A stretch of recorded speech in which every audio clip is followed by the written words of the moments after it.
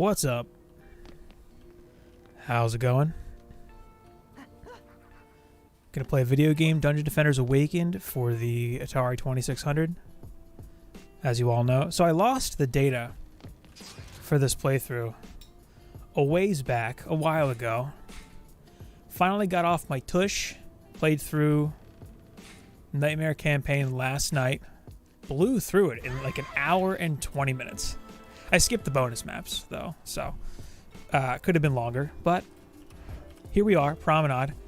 I leveled this gear.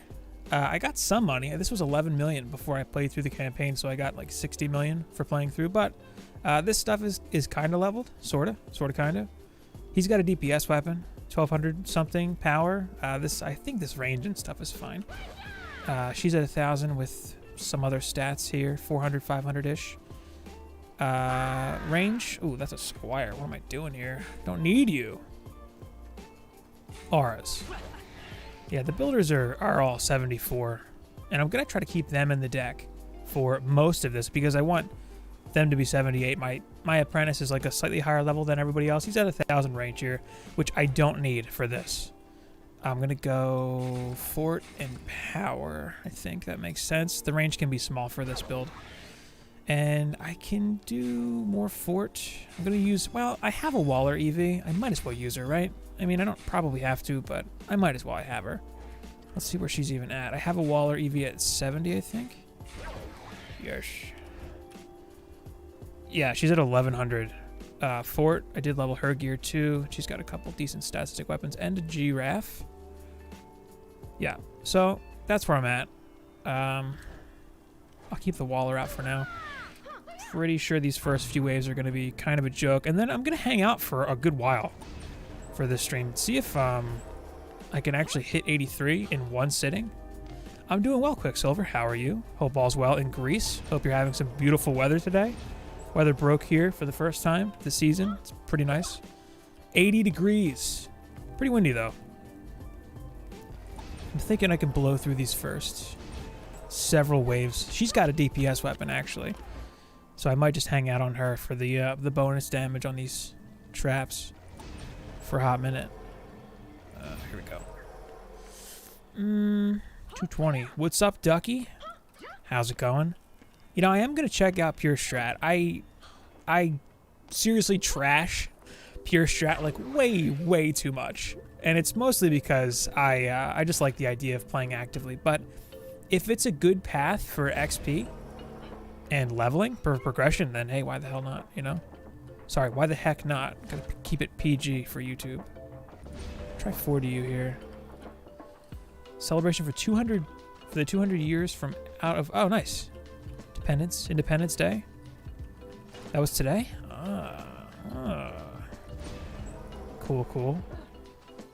All right, yeah, it sounds good. I'll take your word for it. I mean, you know, I believe you, but I just haven't considered it. In terms of progression, like what it would actually be better to do, I just assume survival. Actually, mixed mode might be a good option too. Back in 1.0, I ran mixed mode quite a bit. 25th of March, I see, yesterday. Well, is it tomorrow for you yet? I think it's getting close. It's later in the evening for you, right? Nice. That's a fun time. Would you recommend putting levels into traps or for Huntress? Range and fort? I default to power, generally, because explosives get a nice bit of damage off of power. You'll usually, if you have range and rate on your gear, I mean, where are you at with progression? Starting out, like at the very beginning? In that case, I would go with power and fort pretty evenly. A little bit of range is nice too, but you don't need much. Like right now, I'm kind of pretty much in on power. Today's tomorrow. Hello all from yesterday. It's still today in Canada, Nate, all right? None of that nonsense. Get that out of here. For endgame? Oh, I would say, yeah, power. I mean, for endgame, I would shoot for 4,000 range and then go into power from there. I found that like 4,000 range and 4,000 power actually is plenty to get everything done. And then if you have fort and def rate on your gear, you're fine.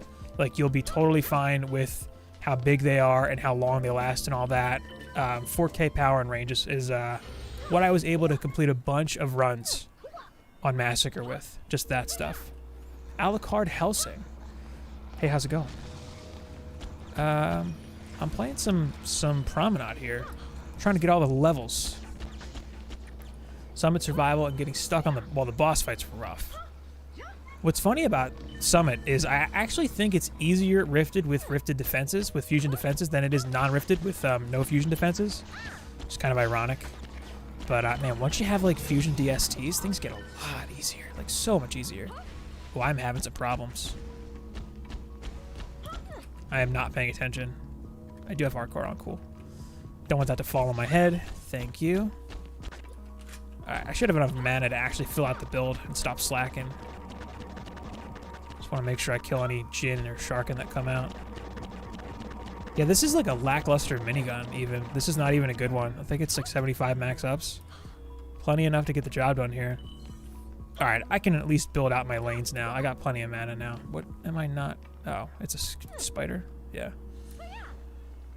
Let me know about like levels and whatnot. If anyone has any recommendations for audio balance, I'm pretty sure I'm good, but I had a bit of a debacle with my computer recently, which is why there was such a big gap in this playthrough. Rift EV walls? Oh yeah, they're good. They're great. Armor? You can pile on the armor between the beams and the walls, 80%. But I installed a new boot drive and reinstalled like literally every program, so, you know, if you hear anything weird or off, let me know, by all means. 4K range, 6K power, that's perfect. And if you can move rune power in and out of like power and range to mess with it, even better. But that's plenty in my opinion. It's totally enough in my opinion. For what it's worth. Alright, I'm literally going to reproduce the build that I put a video together for a little ways back from memory.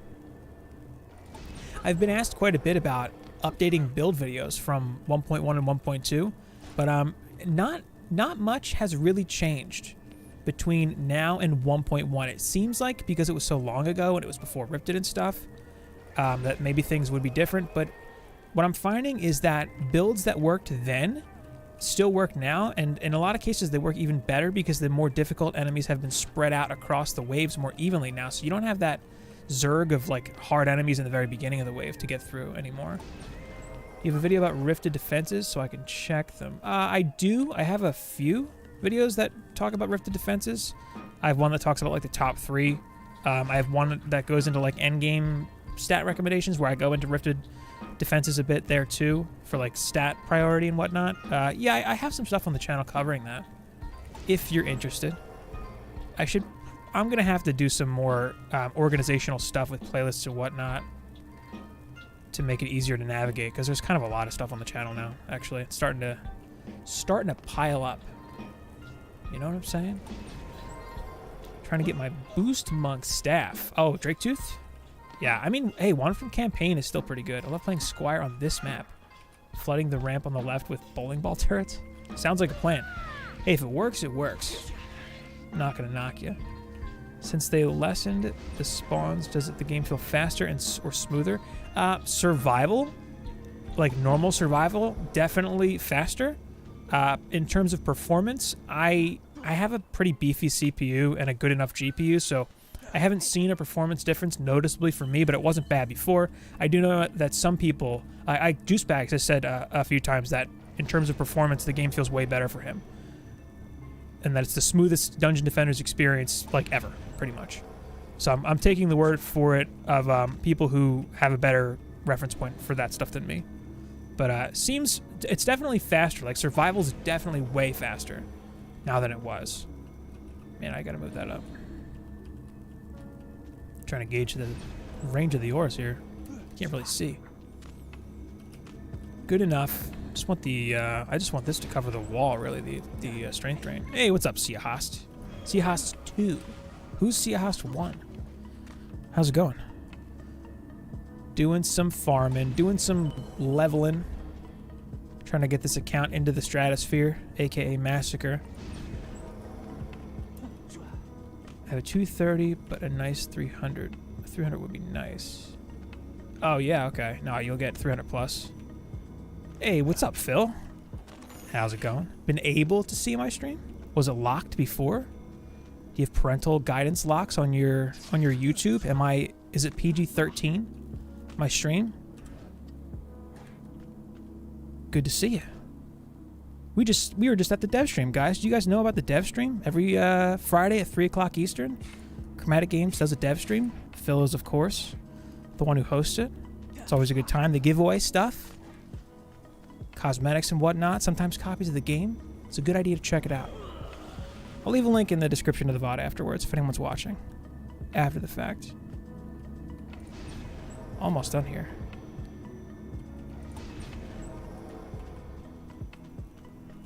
Or just time and scheduling. Oh, I see. I gotcha. Well, you're a busy guy.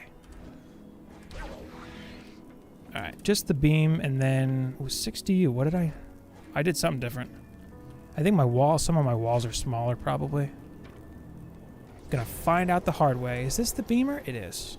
All right. I tried to win the giveaway. No luck, no dice. Rough break. Rough break. I'm planning to play my apprentice actively. He's got a DPS weapon. I'm thinking I can hang on him for most of this. Pretty sure my range is cool. Yep. Looks good. I'm in it for the long haul here. 83 in one sitting? I don't know. I don't know about that. We'll see. I want to say this is probably the way to go in terms of efficiency. I like Prom. It's a pretty small map. It's kind of easy to bully it with lowish stats. Runs a heck of a lot faster than a lot of other maps. And I think it's an easier run than Royal Gardens, which is another one of the go-to maps for progression. At least it is in Massacre.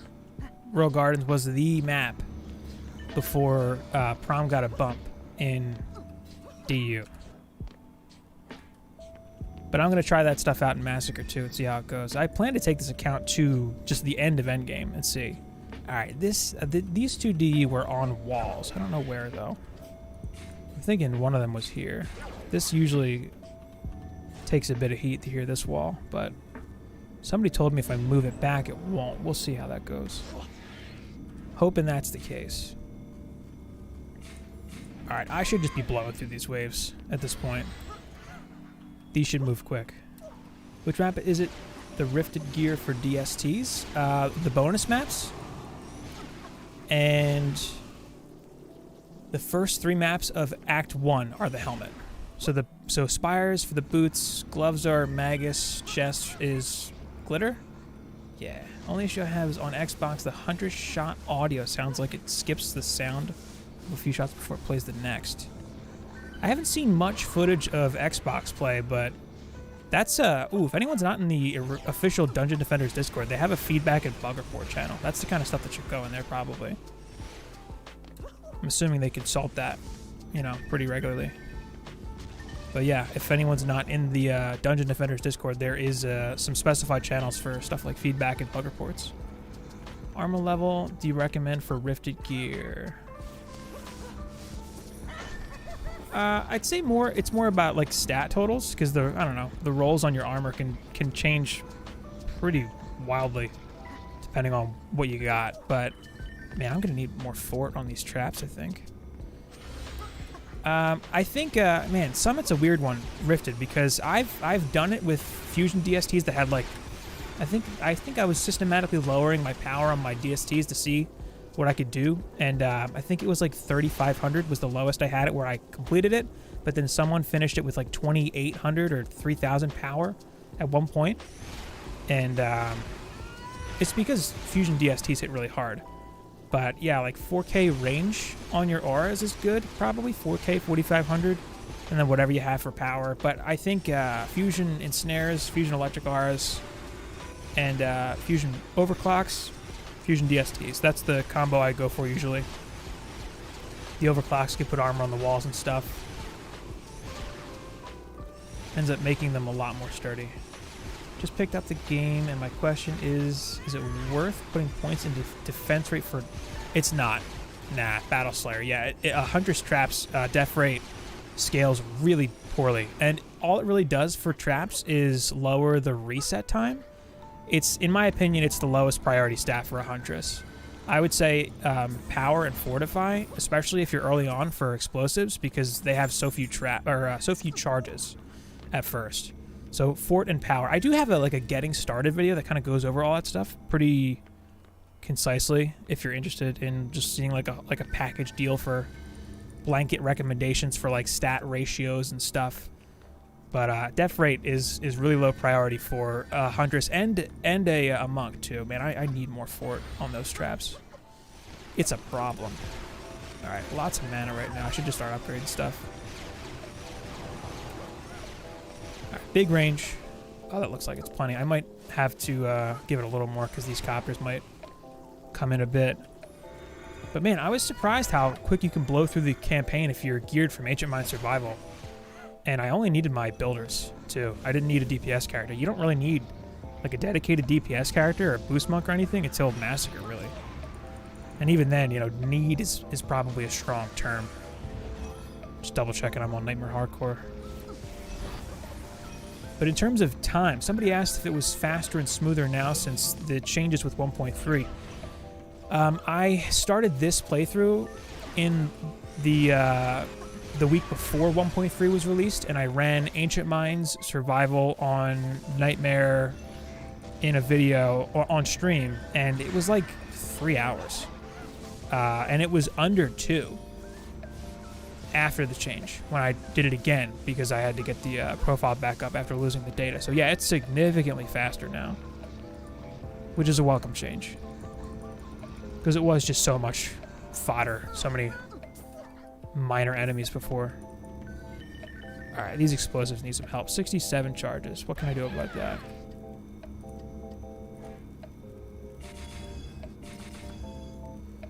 Yeah, that'll help. 96. Yeah, that's way more. Okay. Should probably just upgrade stuff. Looks good. Now, one day I won't be able to just use DSTs for everything anymore. Rumor has it that's changing. One day. We'll see. Not today, though. So, DSTs it is. I need to ditch this 1 DU, though. I'm missing out on the bonus XP. It's not good.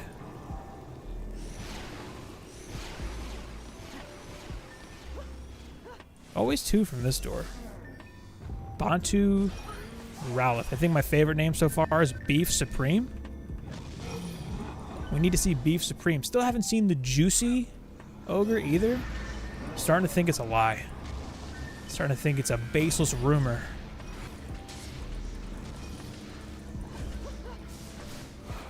Rare Cane Shield OP. 7k power on DSCs. Well, the other stuff matters, and so does the build, too. Like, it depends on what your build is.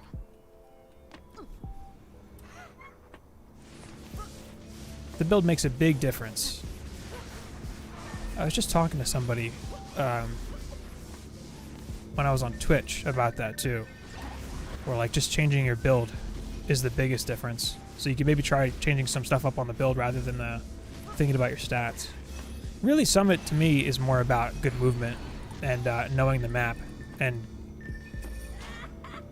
understanding like where you should be during the boss fight.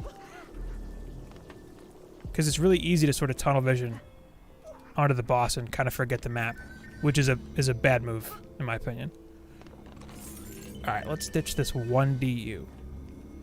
Which would you say is faster leveling process between survival and campaign? Definitely survival. Definitely survival. Unless you're in, like, insane difficulty, in which case you can bang out runs of the Summit for, like, 1,000,000 XP each. That's going to be faster just to get to 70, but in general, beyond that point, yeah, it's going to be survival all the way, for sure. All right. I guess the strength drains, right? So nice having a DPS weapon on whatever active hero you're playing, even if it's just a builder. It's worth losing the bit of stats for it. Boom. Can't really tell what I'm upgrading here. I want the wall. Okay. should have asked about the icons for the auras, if they were ever to come back. Everything is just a health bar now, so it gets a little confusing. Mages shooting my wall. Maybe I should put a reflect here.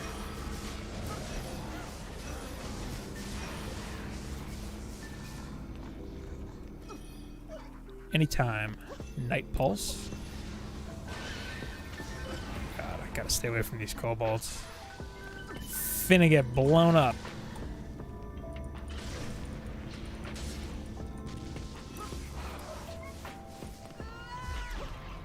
Alright, need to stay out of trouble. Overdrive. Another reason to play the Apprentice active.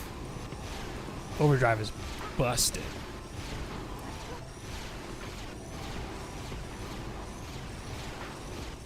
I know the music's loud enough for the stream, but I can't really hear it, so I'm just gonna go ahead a little bit. Feel free to yell at me if it's too loud. Totally fine. Hey, what's up there? Raiden 747. I want to know what 747 is for. What does it mean? I should not even be collecting mana right now. These early waves. This is pretty quick though. Already wave 9. And then wave 23 starts. I feel like I should be okay for it right after. I know I do have some gear. You like the number? 747. Isn't that a plane? That's what I assumed at first. Like a jumbo jet? Pretty sure it's something like that, right?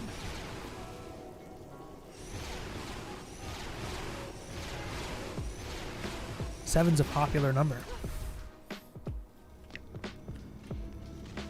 Man, I knew you were... Yeah, that's what I thought. Wasn't sure if you were Sith Phyllis or Theoden. Yeah, alright. Had a feeling. Yeah, I see your name all over the place. Like on Juice's videos and stuff, too. If you ask someone to pick a number between 1 and 10, most of the time they pick 7. It's like some weird mental games you can make yourself look psychic. It's like a dumb trick I used to do when I was younger. Boring. Boing? Oh. Boeing. Boeing. There we go. Yeah, Boeing. They make planes, right? Huge planes. Did you know they call them Airbuses? Isn't that weird to think about? It's actually a bus in the air.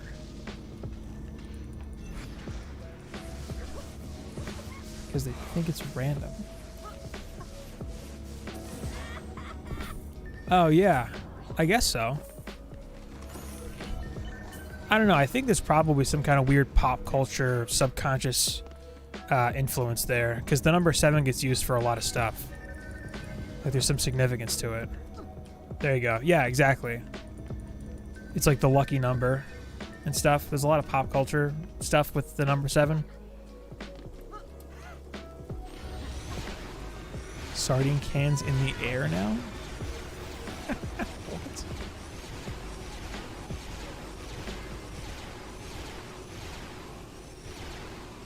Man, the fire rate increase is so good when you overdrive. 0.68. Not bad. What is a plane if not a bus that flies? My point exactly. But they call them Airbuses. If you see, you can see it on the ticket. What's going on? MD Gamer 86. I'm gonna take a shot in the dark. You're 34 years old. Shot in the dark. Just a category. Well, maybe. Thanks, no room. Yeah, it's the jackpot in the casino, right? Isn't it 3 7s in a row is like the jackpot? Oh, tall guy problems. Yeah, I bet planes suck. No leg room. I'm happy to be average height. Like 5'9", 5'10", somewhere in there. Everything is made for me. Cars, planes, everything. Airbus is a company? Don't they all say Airbus, though? I feel like that's it's too vague to be trademarked. Arcanum's D&D universe, his whole mythos is based on the number 7. Is it like numerology? That stuff's weird. Knew it. I knew it. Gotcha. Born in 86. I'm 87. It's easy mental math. I know how old I am. +1. That's how old you are. Nailed it. Nailed it. I'm sitting on 12k mana. Maybe I should upgrade stuff. I guess, right? Just max everything out all willy-nilly.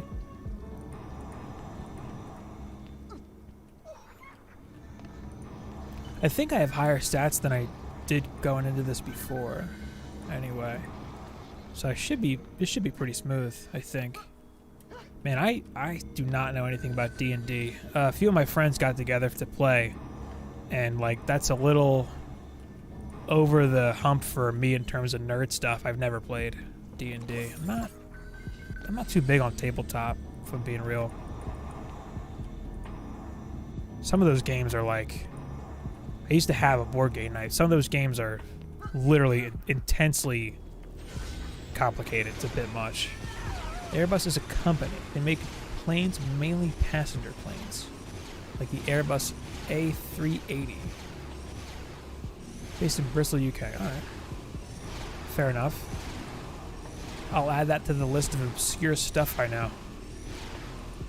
One day it's going to come in handy. One day someone's going to say something about an Airbus and I can be like, well, actually, Airbus is a company, and then I'll, it'll launch right into it. Bristol, UK? I guess the Bristol here, there's also a Bristol like a mile up the road from here as a suburb of, a part of a suburb of Philadelphia. Your Bristol came first, pretty sure. Pretty sure. Everything over there's way older.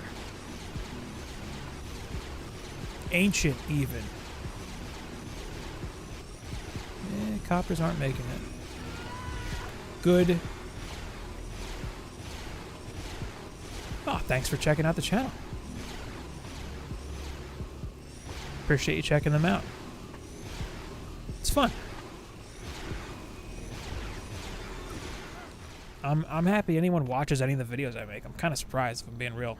It's so hard to like find video game content usually because there's so much of it.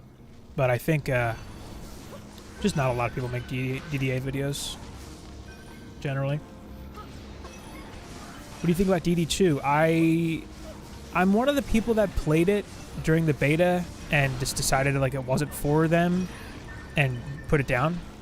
I haven't really touched it much since then, but I have picked it up recently. I played through some of the expeditions, and I'm looking to crack into it and actually give it a fair shot now that it's so different than it used to be, and it's a lot better from what a lot of people tell me.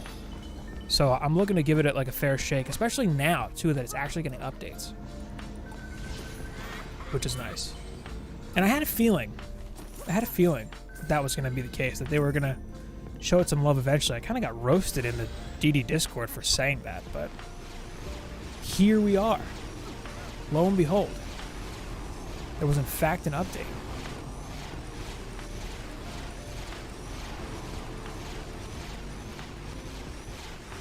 Nice, nice, nice. Hello there, Mapampus Fragus. Hey, how's it going? Just butchered your name. Hope you're not offended. Does the rock drop better stats than the giraffe? It can. I mean, it's such a long shot. The rock grind is real. I don't know. I stopped going for rocks a while ago, but yeah, it can. It's more because your videos get recommended. Ah. Oh, okay, cool. That's good to know. Good to know. Seen stats over 1k on a rock from level 1. Oh yeah, they can be big. Yeah, you can get big fat rocks, but a rock's not guaranteed. So you're rolling the dice every time you play Alkalabs if what you want is a rock. Whereas every time you finish a map, you get a giraffe. But most giraffes suck. Somebody got a 376 giraffe today and posted it up in the Discord, in the DD Discord, and it had like a big attack roll. I think it had like a 15 something, 15 something attack roll, 1500 plus, which I know it's attack, it doesn't matter, but hey, just goes to show how high the stats can be. Not quite a 2k stat giraffe, which you can get 2k stat rocks, like once they're leveled, you know, but yeah, it's all RNG. I mean, they can both drop really, really good, really big numbers, but you know, the rock grind is like way too intense for me. I'll stick with the one rock that I have that's decent and then some giraffes.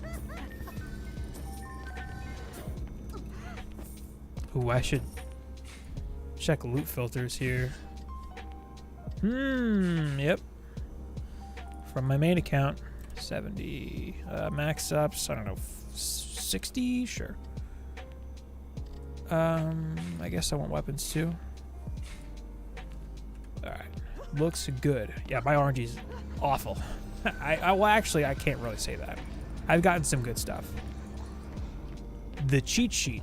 I'm on that cheat sheet a few times for high drops. Actually. Cross-platform is something that they think would be cool to do, but it's like a far-off goal, and it involves a lot of logistics between the different platforms, and it's, you know, the way it's been talked about, sounds like probably not soon, and it's kind of a big if. They're not against it from the conversations I've heard about it on their streams, but it's just like kind of hard to do. Highest giraffe, 336. That's not a bad giraffe though. That's pretty good. Yeah, thick rocks. Orbs, marks, and other things were used to enhance your defenses. Yeah, they still do that. If you have orbs and marks, they're actually worth a lot of money. They're considered legacy items, and they're like rare, you know? Trading's coming. There's a lot of care that needs to go into balancing trading. It's because if you do that wrong, you screw the economy and you invite hackers. I mean, they've talked about trading before. They're still working on it. It's up, like, there's info about trading in the forum posts and stuff.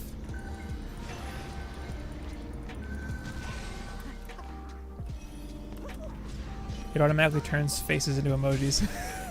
Dude, the emojis on YouTube are super weird looking. I actually don't like them. Do you know if they're going to increase the FPS on Xbox Series X? They need to get access to the Xbox Series X and S dev kit before they can do the extra performance stuff. I don't really know a lot about that, but I know they're waiting on access to a dev kit for that. And then they're going to possibly go from there with that. Some people on Xbox expect carries. Really? Man, I'm surprised anyone wants carries on Xbox. Isn't that like half the fun of playing the game? Yeah, I played solo for like pretty much all of progression in the beginning. But that was back in 1.0. Things were a little different. Anyway. Man, but like carries already? The game's been out like 2 weeks, right? If that. Come on, play the game, you know? Play the game. Tried to make a Jello recipe from a super professional cooking book. That's one way to put it. 10 DD2 ancient power resets. I don't fully understand how resets work with DD2. Or like, I get that you get permanent bonuses from it, but they're kind of small. Is it better to level a tower robot girl whose name I forgot, or still Squire? Evie, the tower robot girl. Evie is better. And she's better in terms of a waller. She's more useful overall. Her defenses are just more useful in general, I think. Trading isn't very good. Change dropped gear to available for anyone instead. Oh, I think everyone gets their own dropped gear though, like on their client or whatever. Like everyone gets their own drops, which is actually nice because in DD1 that wasn't the case, and you could like run around stealing crap. It was weird. I'm kind of glad it works the way it does now. Bro, exactly. Like that's the weird part to me. Why do you want other people to play the game for you? Why wouldn't you want to play the game yourself and experience like early and mid game yourself instead of just getting carried to the end game grind, which is not exactly the most exciting part of the game. I mean, it is a thing, but I mean, come on, why would you want to skip all of the biggest content in the game? Have the option to swap it. Yeah, I guess like match to match. They're figuring it out. I mean, we're gonna have trading at some point. Just a matter of doing it right. The Squire's not as bad as it used to be. It's just that the EV is overall more useful and just kind of better. But I used, I was just streaming on Twitch a few days ago, and I was playing Massacre Mixed Mode Glitter, and I used the Slice and Dice in each lane, and it was good. 8 of 11 games for kids wanting carries on day one. How? How do you expect to carry on day one? That's so weird. Yeah, I guess it's probably just younger people. That is so weird. Oh yeah, Xbox players unite. Man, once it drops on the Switch, I'll be in on the console stuff. Just I don't have an Xbox, and I don't think I would really do much with an Xbox if I had one, if I'm being real about it. Haven't had an Xbox in many years. And I feel like you get most of the Microsoft stuff just having a PC. You know, still Microsoft, so it kind of makes sense. I'm sitting on so much mana. This is usually how it goes. I already wave 15 though. Oh, I get the best pet in the game, you guys. You ready for this? It's white on the ground, and it's blue in the... Check out this builder hand. Vitality skill boost, broken. Absolutely broken. Yeah, we'll see, man. We'll see, Phil. We'll see. Sith Phyllis. How long it takes for the Switch. Either way, the prospect of offline mobile DDA is pretty intriguing to me. True Chad gamers. Yeah, the hand, best pet, unequivocally. You can't see me. What are you, John Cena? Find the exact release date of a remake so you can ruin the experience. Why? Why though? You know? Following your builds for the content in the last couple days. Oh, thanks for checking out the channel. I do have a build for Arcane Library that I like. It's not my build. It's an altered version of Mushroom Cake's speed build, which is still a great build. If you search Mushroom Cake Gaming Arcane Library, that's the build that I use. I run it on stream. It's a great build. I run a slightly different version of his build, but it's still good. Yes, talk to the hand, because the face don't want to hear it no more, as the saying goes. I started slacking on those. I did a series of videos where I ran through and got one of each piece for every set, but I stopped before I did Ancient. I have builds, and like I have some footage for that too.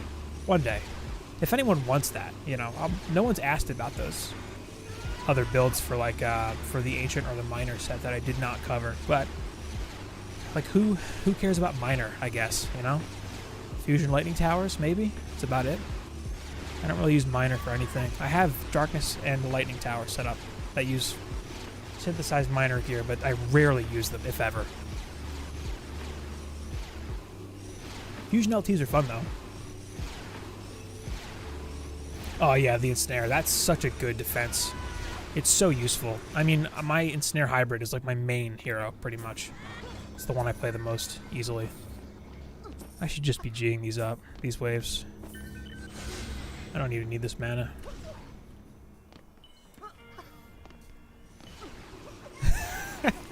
These fantastic hands and where to catch them. About to catch these hands. Oh, that was a lot of money. 17 mil in one wave. Fusion DST is primitive. Minor inconvenience. It's a major minor inconvenience. Minor is a major... minor... Yes. Exactly. Nah, you don't need a strength drain to get everything to be affected by the Ensnare. No. Nothing can be immune to fusion as a type. Man, my money is huge now. That was so much money in so little time. About to level up some gear. Get these stats up a little bit.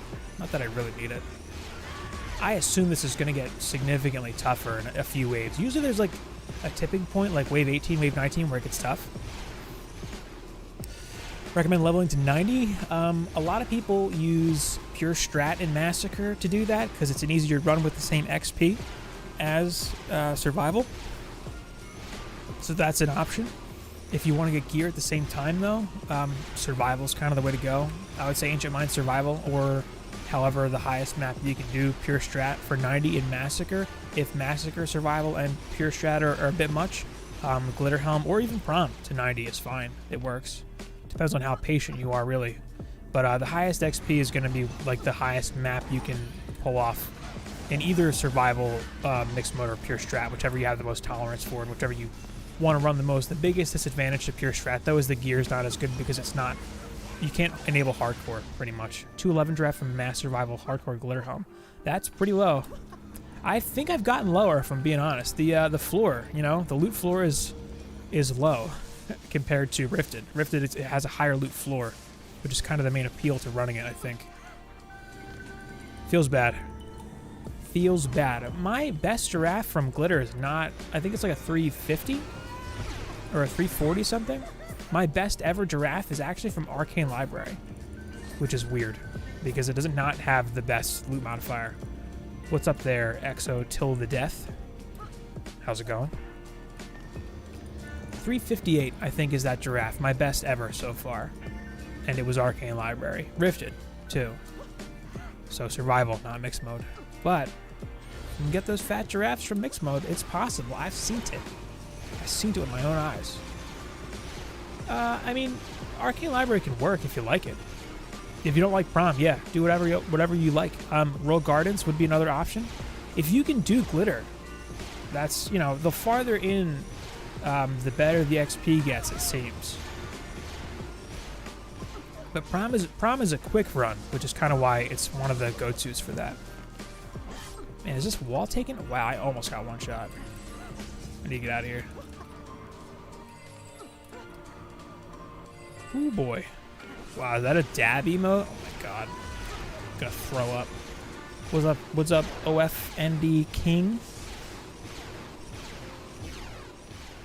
OFND.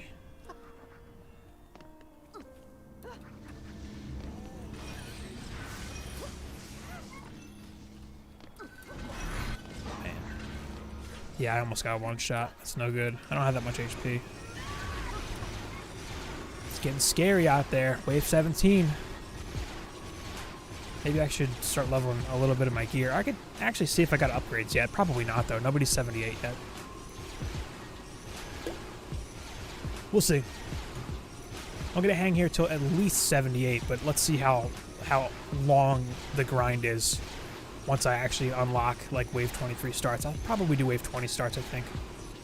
I'm doing good. Doing good.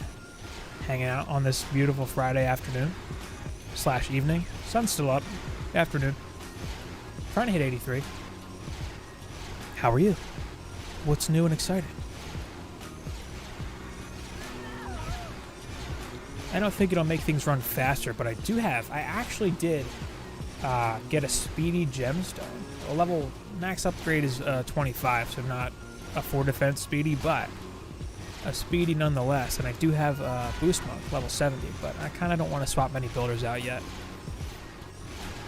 Getting them to 78 is kind of the priority. Alright, starting to feel like these waves are getting a little thicker now. This feels like the longest wave by a long shot so far. I think it's like 17, 18, 19. There's a bit of a break point, it feels like.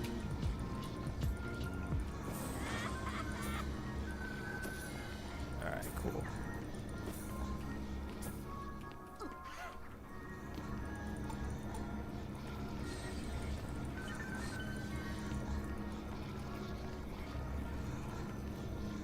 What's behind me? That's a picture of Roy from Fire Emblem. He's my main in Smash Ultimate. Buddy had that made for me for my birthday. And that's the Hylian Shield. It's actually a backpack I got at a convention. last year or the year before COVID. There's a convention I go to every year called MagFest. That's fun. I might go to PAX East this year instead since MagFest was canceled, though. Oh, some of these ogre names are silly as hell.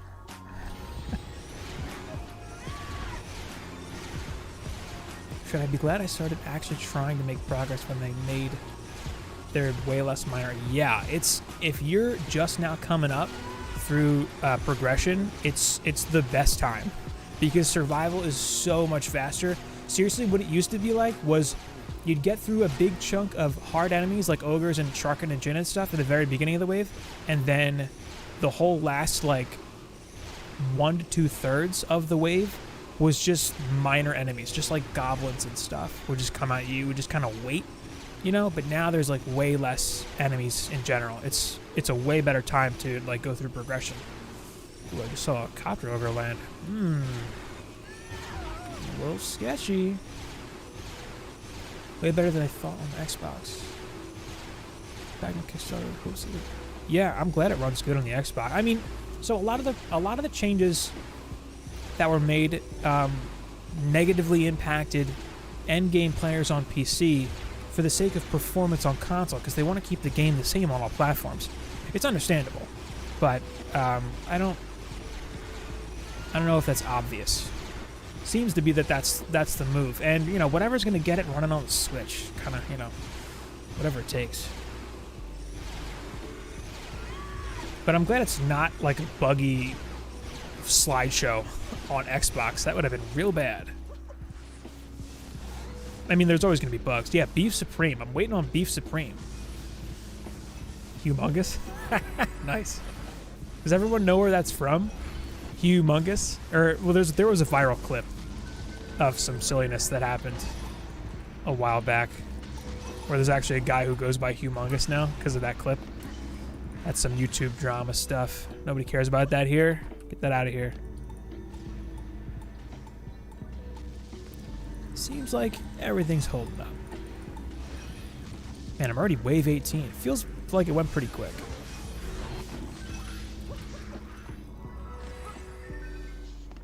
Oh man, yeah. Back in those days.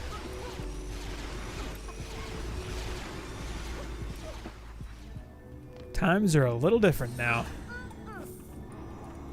Alright, I'm just gonna max literally everything at this point. I'm just sitting on all this mana for no reason.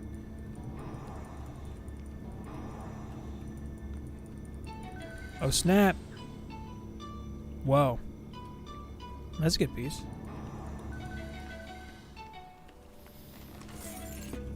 Brotato. I like that one. 9 toes. Oh, that's horrible. Imagine having 9 toes. Feels bad. 9 toes is a reference to what I hope it is. What's the reference? What might it be? I don't know. I got nothing.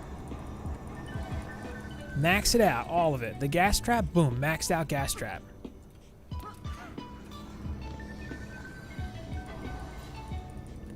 Lightsaber, nice.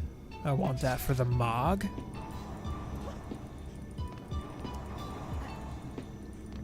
Hello? There we go. Oh, Borderlands? Naruto.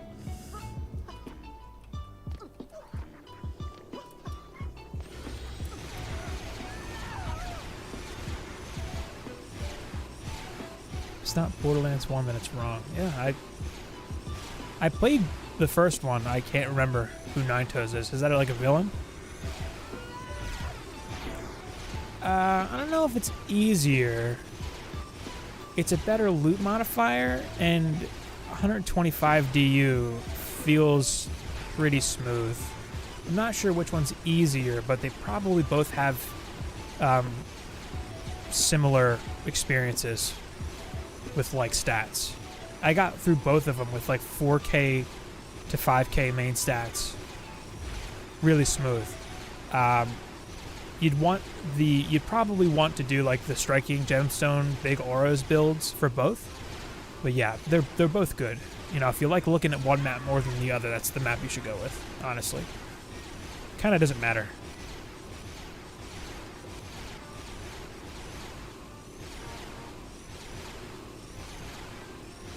Yeah, these waves are starting to get a little bit thick. But here I am. I think we're 50 minutes into the stream, and I'm already sitting on wave 19. Seriously, this would have been twice as long before. So, pretty happy about that, actually. I'm glad I didn't do this like a month ago, and I waited till now, because all these times would have been so much longer. Speedy's good depending on the build. It's usually a speedy or a striking, pretty much. He has 3 balls. Poor guy. Thanks to the Reaper. Thanks for checking out the channel. Appreciate it. Yeah, I hit those progression blocks too. Once I figured it out, I'm thinking, maybe I should make videos for this stuff. Lo and behold, here we are. Speedy and striking, though, for sure, are like the more useful ones. And it really depends, because like the striking gemstone builds, they're really convenient. You can save a lot of DU by blowing up 1 aura stack and like an Inferno, maybe. And then it gives you tons more DU to play with for towers. But if you find a good spot to put towers, and then you can sit on them with a speedy, you don't really need the striking, depending on what you're doing.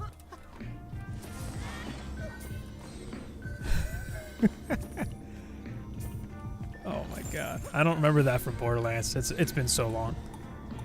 I like that little bit of flavor, though, when they add that stuff to games. Makes them more memorable.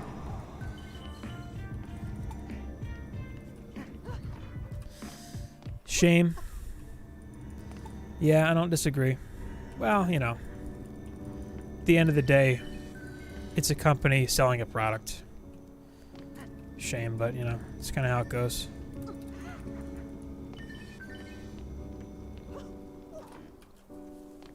Oh, thanks there, Mr. Nice Guy. Appreciate that. Appreciate the kind words.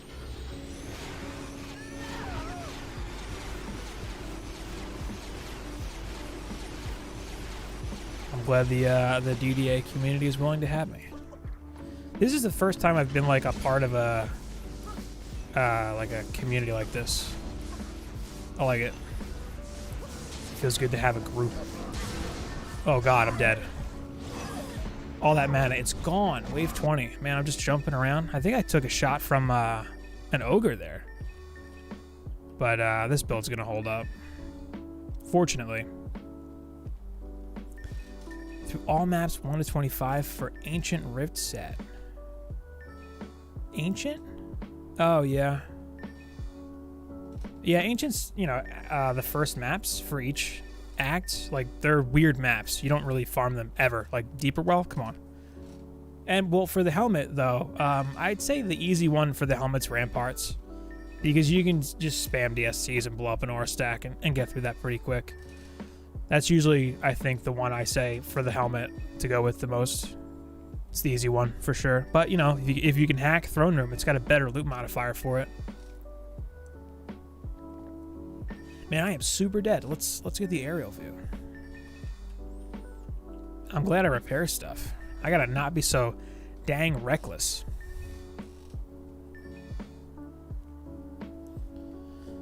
Nice, 13 minutes. Wow.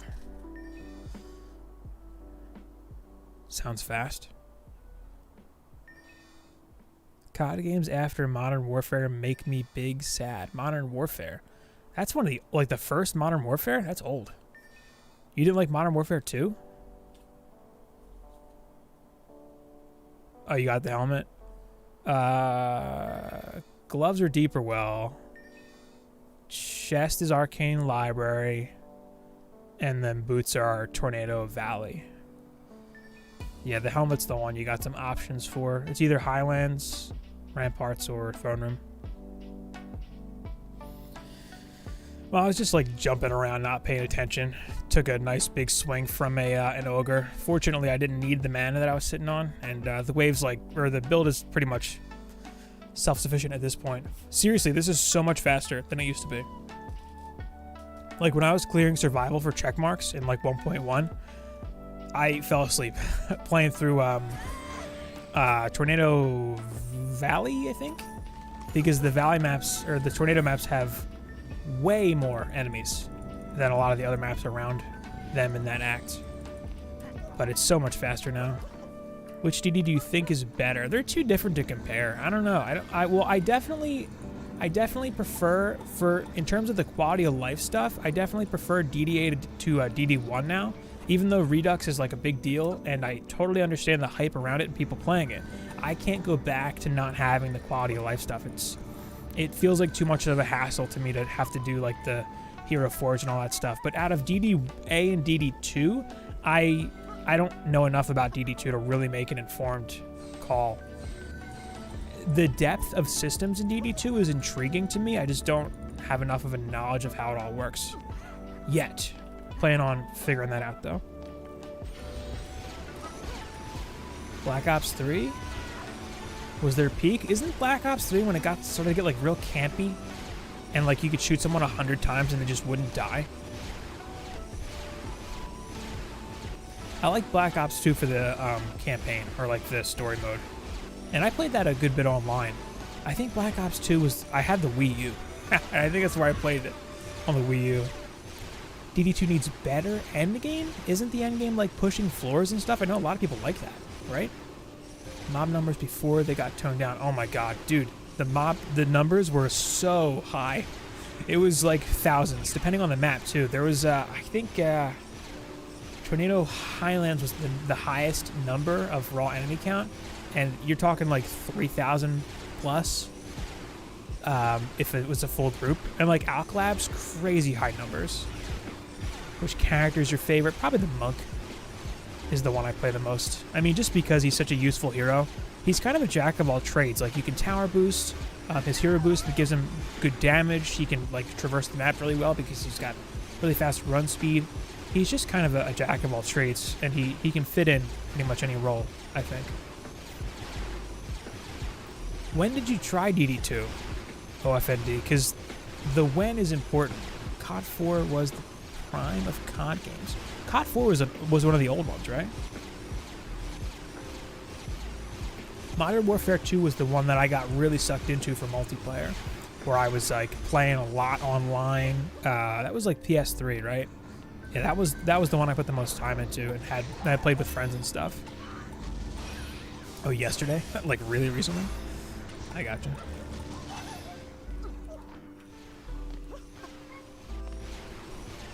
Yeah, if you just tried it for the first time yesterday, the game in its current state seems to be in a better place according to most of the community than it's ever been. But it's a lot to just jump into and try to learn, because there's like elemental combos with towers and stuff. There's a lot to learn, it seems like, which is, I think, a good thing.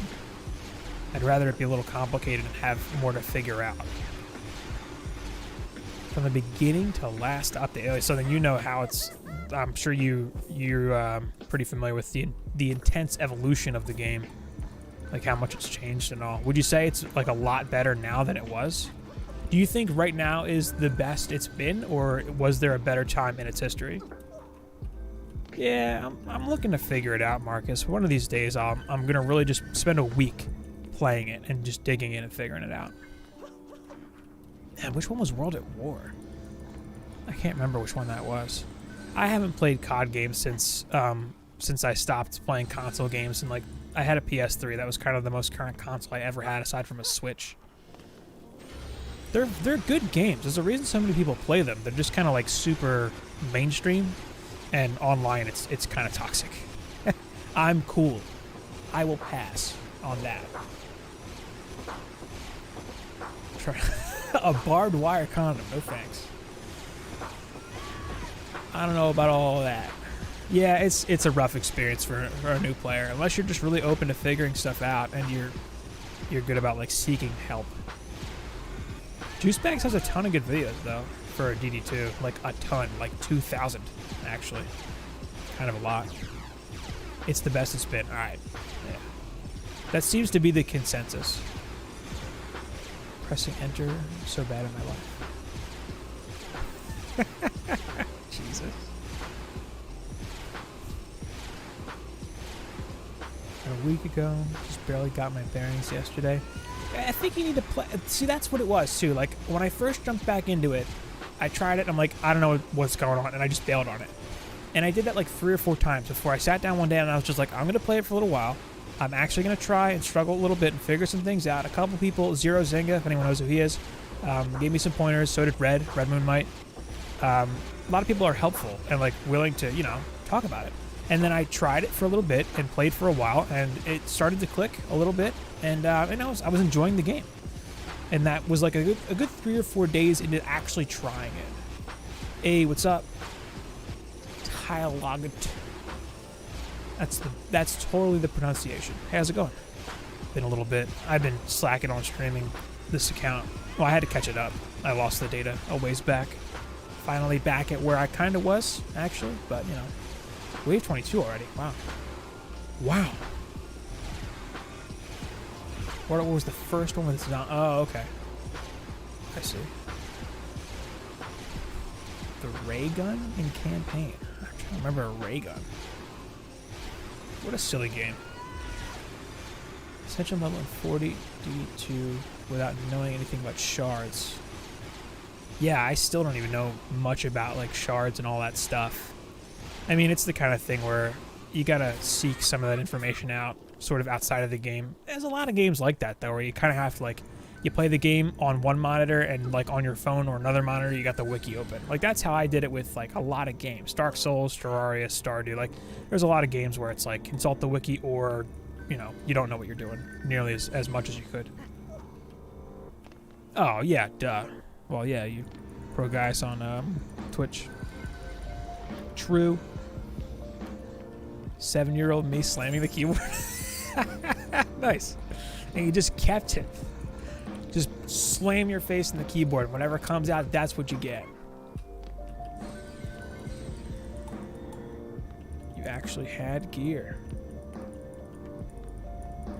I feel like I'm getting some good stuff. I'm just not even checking. Ooh.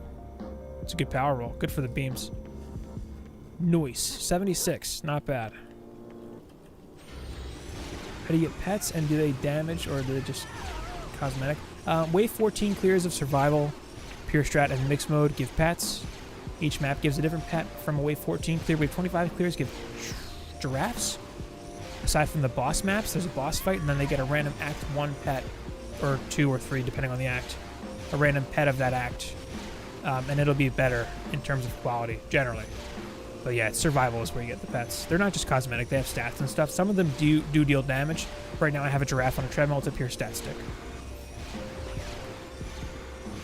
Hardcore, indeed. Dark Souls 1 and 2 in a nutshell. Yeah, seriously, it's super helpful. I mean, you know, you can play Dark Souls blind. I mean, I played Demon Souls blind, and it was an arduous experience, but it was fun, really fun. What characters would you want added back in DDA? I don't know.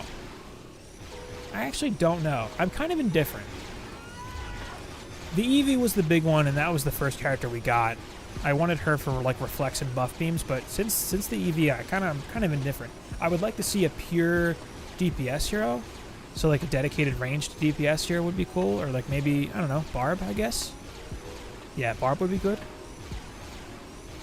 Which Dark Souls games have you played? I've played all of them, except for I didn't really give Bloodborne much of a chance, but I've spent hundreds of hours playing the Dark Souls games. I played Demon Souls. I got a PS3 for Demon Souls. But yeah, I went in pretty hard on all the Dark Souls games. Dark Souls 2, pretty good. Don't at me. It's a bit demotivated after coming back to find my characters were gone. Yeah, big rip. Were you playing like during Legacy and stuff? Is that why? Like the very beginning of Live? No idea how it is now. Good try Gunwitch. Oh, dude, if you have marks and orbs on your account still, they're worth a ton of money. Like I just sold Red an orb, and they're worth like 20 mil. I was just like, just give me 10, I don't care. But they're apparently really, really valuable, and like you can make a lot of money selling them. Allegedly. See, the gender swap characters would be nice. I assume they would be pretty easy to implement. And, you know, they had specific purposes in DD1, so that would be a thing, you know, they could do. Maybe they'll do that. I don't know, actually. I'd kind of rather something much more different, but I don't know. If it was something easy to just throw in, yeah, I would be happy about it. Fashion Souls. Best Fashion Souls piece of gear in the entire franchise is the Hide Knight's armor in Dark Souls 2. Unequivocally. Fashion Souls, biggest Fashion Souls item. Straight up. About to hit 83. Nice, nice, nice. In the alpha. Oh. Wow. That's a ways back.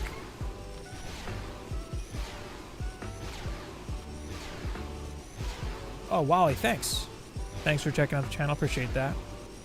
I'm having a good day. It's a Friday. Fridays are always a good day, pretty much. Dev streams at 3. Wife's past the work week. She's less stressed, you know. That's always good.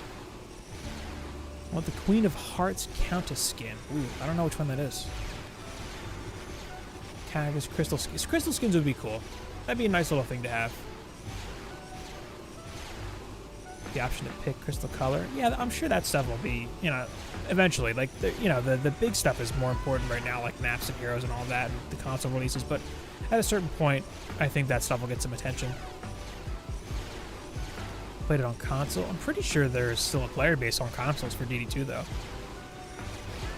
Seems like there is. Ancient Knights. Which one is that? I'm tempted to look at it, to Google it. I don't know. I just remember farming Hide Knights at the beginning of every DS like Dark Souls 2 playthrough. Just for the chest, like the armor piece, because it looked cool. Big Fashion Souls. Was that thick Countess? You talking about, Nate? Obviously. Obviously.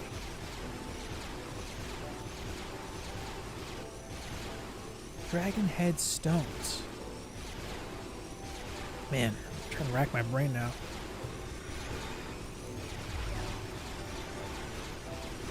I was that guy that took the dumb looking equipment if it was slightly better. Smo. Smo is the essence of fashion. Oh yeah, the dark armor is good too. The dark sword was like a badass looking sword. That's Father Nate. God, that dab emoji is triggering. Hoping to add more of the super difficult challenges from GD1 reverse maps. That would be cool. Yeah. They talked about, it's on the roadmap that the assault mode might be coming. Like as a game mode for like every map. Assault, like how you attack the crystal. I guess that's the same thing. Ancient Knight is also from Hyde. Oh, the big dudes? Yeah. The big dumb slow guys. Yeah. They're yeah, they dropped their armor. It's like heavy as hell though. I never used it. The bloody gloves from Deeper Well doesn't want to drop in Rift mode runs. It should drop after wave 25. It should just always every run. All right, I'm already at wave 25. Really? An hour and 7. That was so fast. The M4 rifle. Ooh, I was not that deep into DD1, unfortunately. There's a lot of like weird weapons and stuff that were super specific to like rare drops in DD1 that I never ended up getting. I was kind of a casual with DD1. I only played for like 200 or 300 hours, but it was my go-to game for a while because I could play it on my MacBook. So it was my game of choice for a long time. That until Terraria really took off for me. That was my game. Terraria and Warframe were the games I dipped into super hard after DD1, pretty much.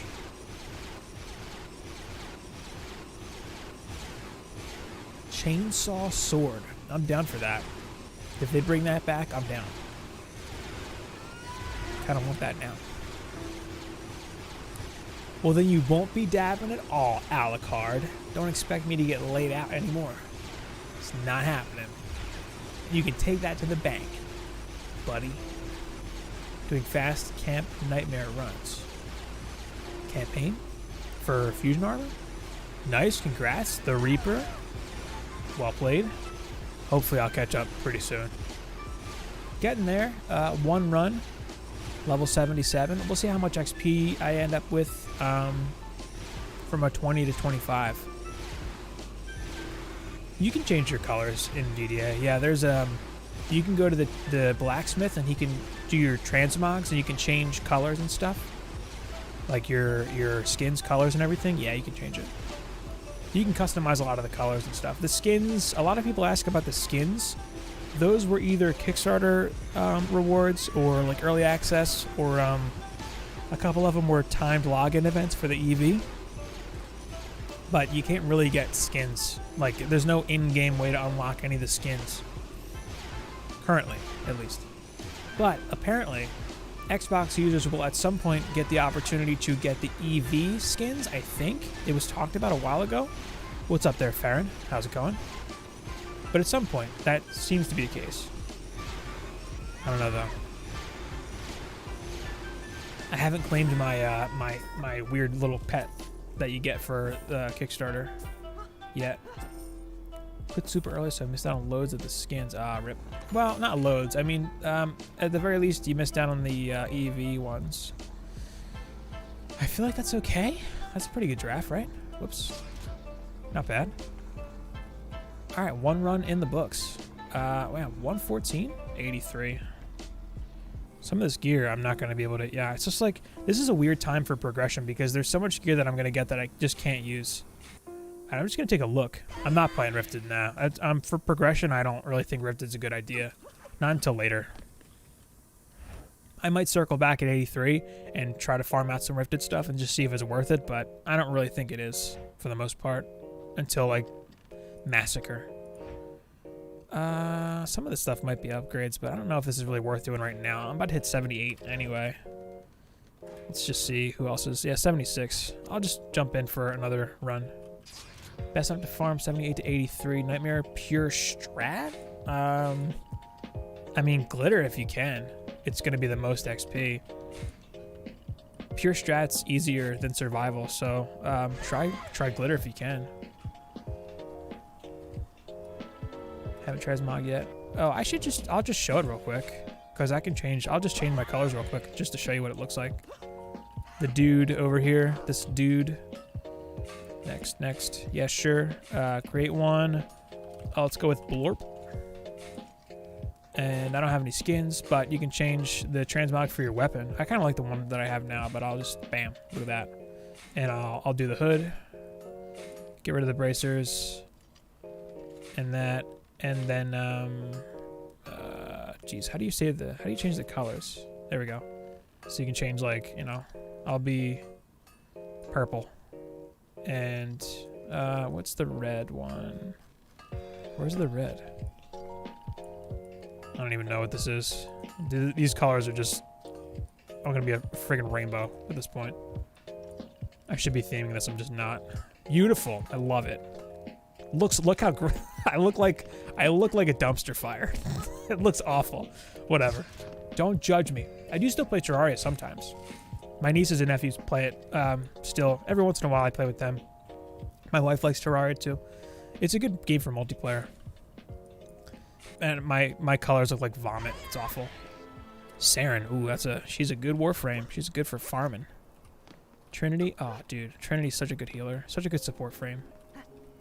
What was the most favorite frame to Warframe? Oh, dude, probably Excal. Like, I was just a huge fan of Excalibur. I think he looks cool, and I like his like melee sword ultimate. His ult is super fun. But yeah, Excal is like, I know that's super basic to say too. Like, I get it, but yeah, he is my favorite, for what it's worth. I wish I had Excal Prime. Sad face. Oh well. Tank Loki? Jesus. What's up, Zero? Dude, Loki's a great frame, though. He was my stealth frame forever. Basically, kind of still is, actually. I have a Loki Prime. Pretty proud of it. Frost at one point was busted for defense. Like Mesa, like the meta is so different now compared to before, but yeah, Frost was like my jam for a hot minute. I had Frost Prime from like one of the OG bundles or whatever it was that you could just get him for free. He was like one of the first Prime giveaways. Ancient Mods Wave 25 Massacre. Find out what the benefits are for Rift mode. Until you can farm whole sets, Rift is kind of not worth it, in my opinion. Like, unless you're gonna get whole sets, I don't really see a reason to bother.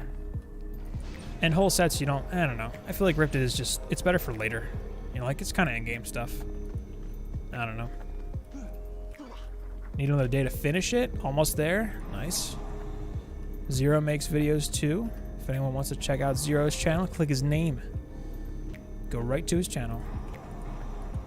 Doing some DD2 stuff. Pacifist frame. Oh, I don't actually know. I'm a little out of touch with Warframe these days. It's kind of hard to get back into if you've given it a long break. Because like the Railjack stuff, I don't know anything about it. And a buddy of mine was like telling me to play with him at one point, which, you know, I'm super down for Warframe, but it's hard to jump back in if you're gone for too long. But it's still, you know, free to play. Do it. It's a great game. It's so fun. It's such a good game. All the frames? Oh, all the frames you wanted. Okay, I was about to say, it takes you a while to get all the frames. That is intense.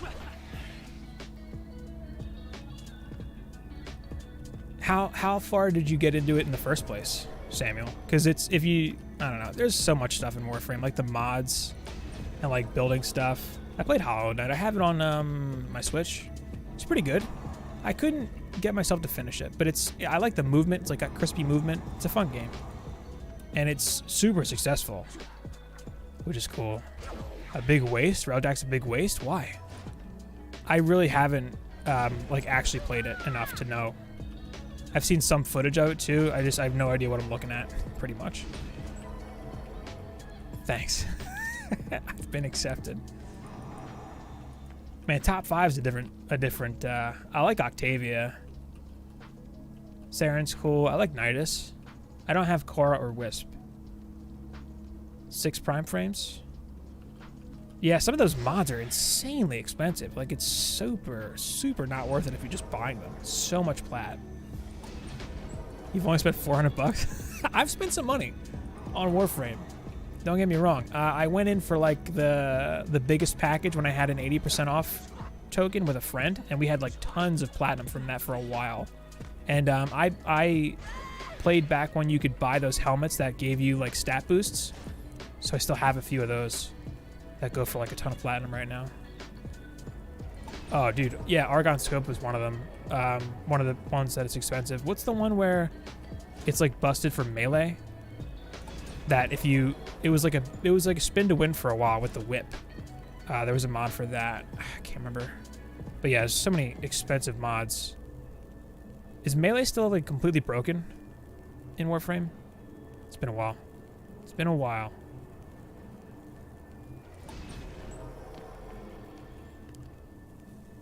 Meme strike? Maiming strike. That's what it was, yeah. Maiming strike.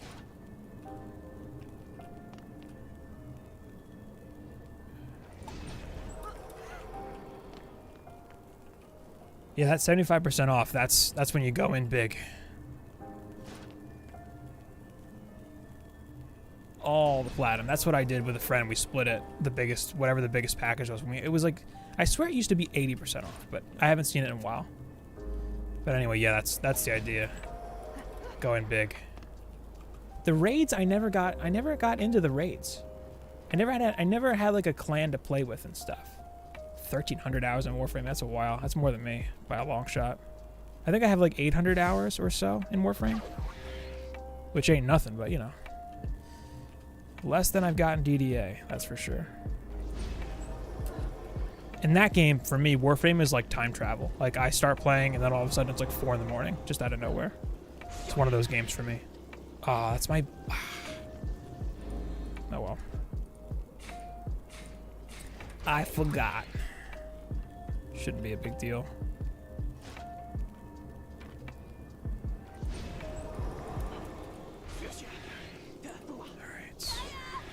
Man, look at these colors. I'm gonna vomit. Look at these Easter egg colors. Jesus. This is a bit much. Yeah, if you go big on the 75% off like a couple times, that's all you need. Like, it's weird to call Warframe pay to win for me, because you can get so much for so little if you get those 75% off. And really, like, I've done a free-to-play Warframe account twice, and you can get everything you want if you know what you're doing. Man, this feels small, but I'm gonna go ahead and roll with that. Mesa Prime. Mesa's such a good frame. Well, she used to be better. I don't like that. I kind of didn't like the one change that they made where if you have like an ability that's a weapon, it becomes its own like weapon. It doesn't take your secondary, like for Mesa. Same thing with Xcal and your melee weapon. Kind of liked it better than before. Paintball gun can drop in Prom. Yeah, any Act 3 map can get your paintball gun. Warframe's one of those games where I would just jump back in every once in a while and play. And just like run some survival or whatever, you know? Not even having like a specific goal in mind, just to play it again. It's just a fun game. Although for me with Warframe, if I don't play for a while, it's hard to look at. Like it kind of messes with my eyes. Play Nidus and never die. Yeah, there's a bunch of frames that are really good at not dying. Like if I jump in and I just want to not die, usually for me it's Rhino or who's the dude that's like the mummy?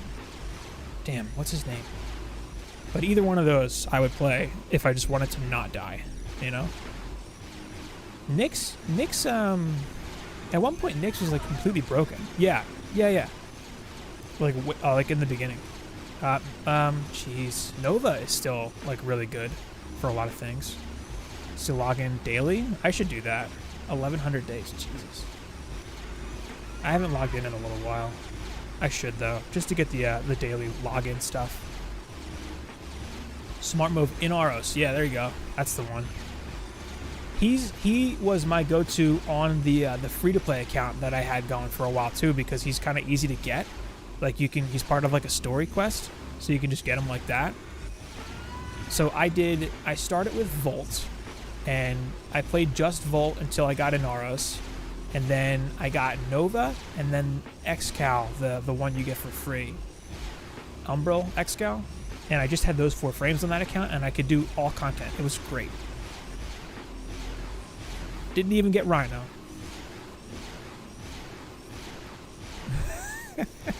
Dude, Inaros was fun. Good CC. Question for stats. The first 20 has been noted to give the biggest advantage until you get more points. So would be wise to put 20 each stat.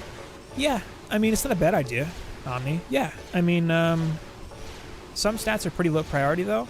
Like, you really don't need any points in def rate on your aura monk unless you're using electric auras. Like, if you're only using ensnares and strength drains, you don't need anything in defense rate. Same thing with Fortify for your apprentice. Like, if your towers aren't getting hit, you don't need Fortify, seriously. Or, like, range on your proton beams, it does nothing for it. And you really don't need defense rate either. But, yeah, I mean, it's not a bad idea. Octavia is just fun. I can't remember... I think it was pumped up kicks I had for the baseline for Octavia's, like, her ability. AFK frames. Yeah, I think Saren was like my go-to if I wanted like a super AFK for survival or defense or something. She was super good for that. Super good for that. Tower survival with a Speed Nova. Yeah, dude, Speed Nova underrated. You could just blow through so much with a Speed Nova. It was like, she was practically mandatory when I would run stuff with a group. Like, everyone wanted a Speed Nova. She was one of the ones I set up on my free-to-play account, too. Just to be able to get groups. Megalovania, ooh. Nice. Hildren. I don't remember. Dude, you know what? Limbo was my least favorite addition to that game, and it was because of the people that used to play Limbo. No one that played Limbo knew what to do with Limbo. And it was to the point where they would basically just screw everything up by doing his little field thing, and then you just couldn't kill enemies. I don't know if you know what I'm talking about, but it was seriously like so frustrating to play with anyone who played with a Limbo because they didn't know what they were doing. And if you play Limbo and you don't know how to use Limbo, you will legitimately ruin the experience for other people because you basically gimp them. Super weird, but that was for like a solid 2 months. I remember that when Limbo came out. It was the worst. Got patched. All right, that's probably very much needed. It was infuriating.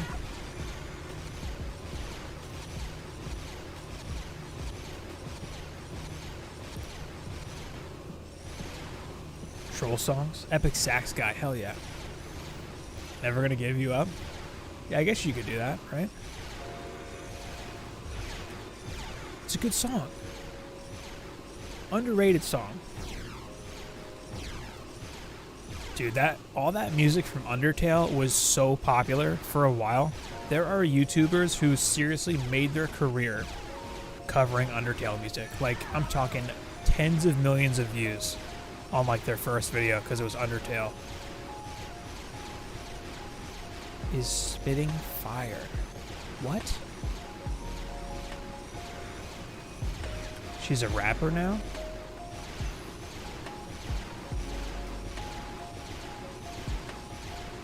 It was cool that they have a like a music-themed Warframe, though. I mean, I don't know how they keep coming up with ideas for Warframes. It's like every 6 months they add a new one, or whatever it is. There's so many now. I mean, she's super, like, strong, too, though. Like, she's actually a really good frame, right? She's kind of meta.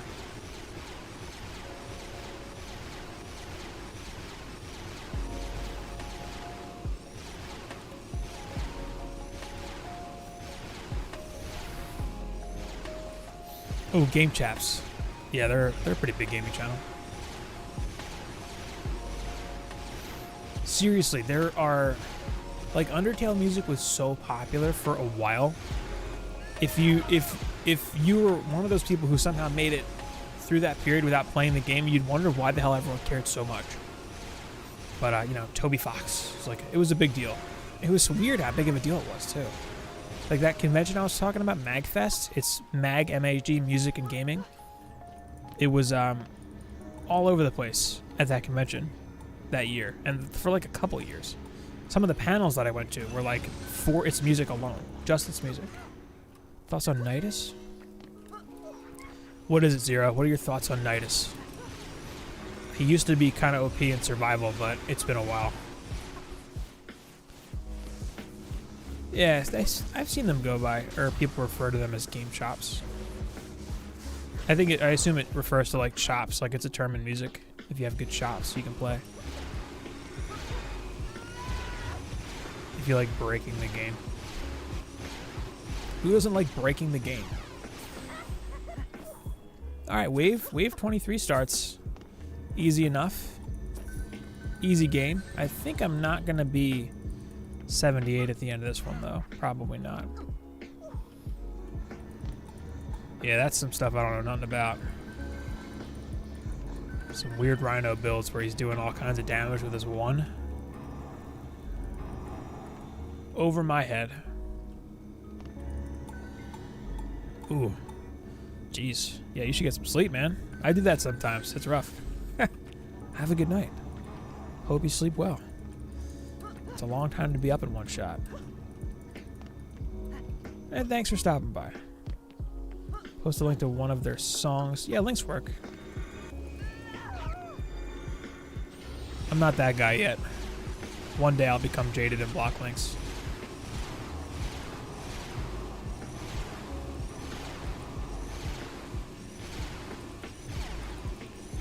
Actually, I have a Discord. Pop it in there, too.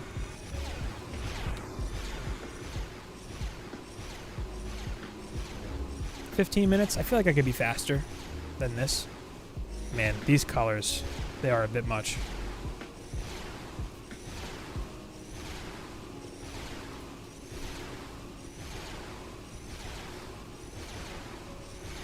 All for the sake of science. Making any build guides for XP farming 70 plus? I have some Nightmare videos.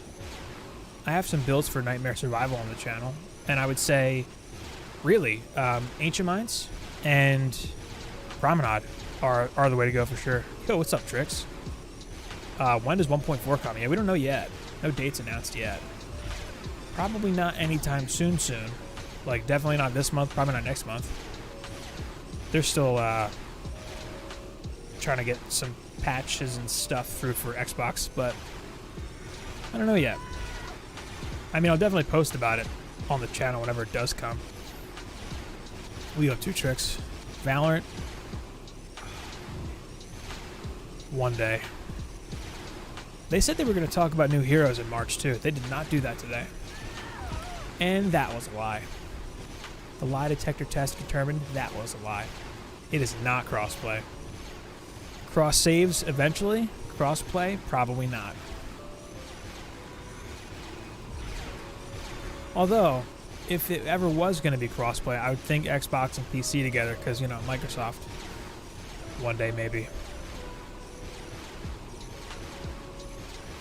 On weapons, is there a point to having more projectiles? Oh, yeah. Oh, no. More projectiles is better. More projectiles is always better. It's the same damage for each projectile, so yes. Absolutely level projectile count anytime you can. Melee also lets you start with 2x combo.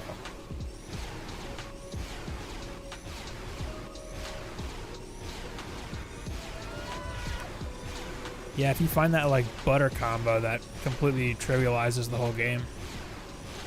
Patch incoming. Alright there, Alucard. It's been real. Thanks for hanging out. That's a win. 17, 18 minutes, not bad. Still not 78. One more run. I feel like I should try a wave 20 star. Ooh, look at that trans giraffe. That's pretty good. Level 83. Nice, nice, nice. I'll wait until everybody's 78 to like really do upgrades though. Man, I should play Warframe at some point. 32 mil. Alright. I'll try wave 20 and just see about XP per hour. See what's what. Music feed broke Warframe like no tomorrow. Man, it's been a while. I used to play it with my roommate and a couple friends, and it was fun. My God. Those weird dab emojis. Emojis. Come on. Come on, man. Freaking out over here. Alright. Yeah, I live by a major road, so you're going to hear some traffic every once in a while. It's really fun. Did I do wave 20? I didn't. I just no-brained it to wave 23. Massive brain fart. Alright. Wave 20. Wave 20. Wave 20. Come on. There we go.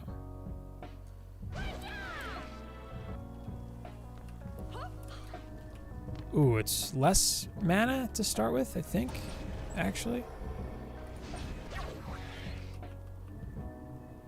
Yeah, that was a good giraffe. You don't see too many trans giraffes from here, generally.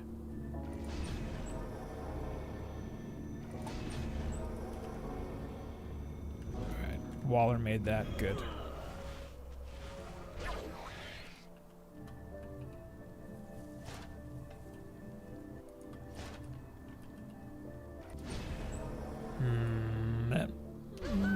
That should be okay. I feel like 2 ups is going to be enough for that.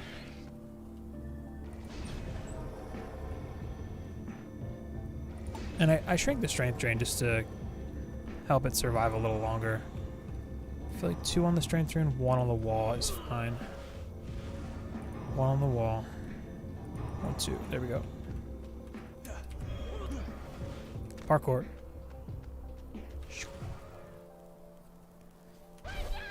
I'm not sure. I can't remember how much a wave 23 gave me. But this was like 7,600 or so. I'll check it. I can't remember. It's been a while since I did anything but a wave 23 start. Do 4D for this one.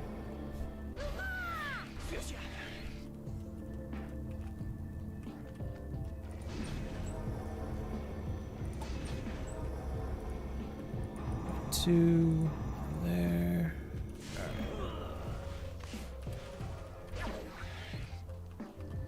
This one I think was for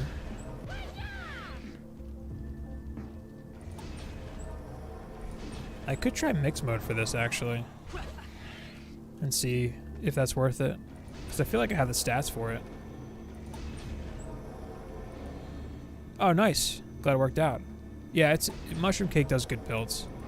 Like, all of his builds are really good.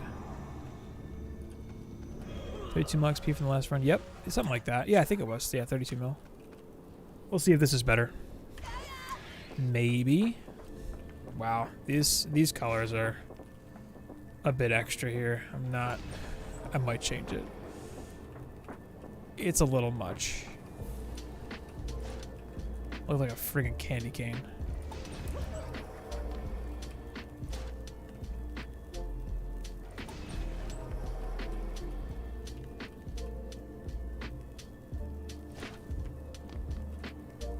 My DST placement is actually like lining up with that second pillar. It's actually from a really old Juice Bags video. I saw him do that. This one is to catch a spider that spawns in like over here, so it lines up with this barrel.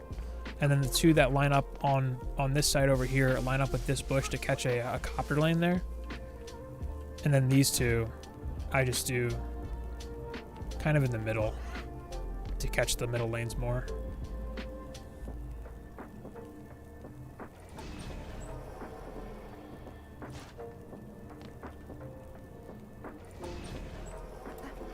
Is it viable to go hero stats or just defense?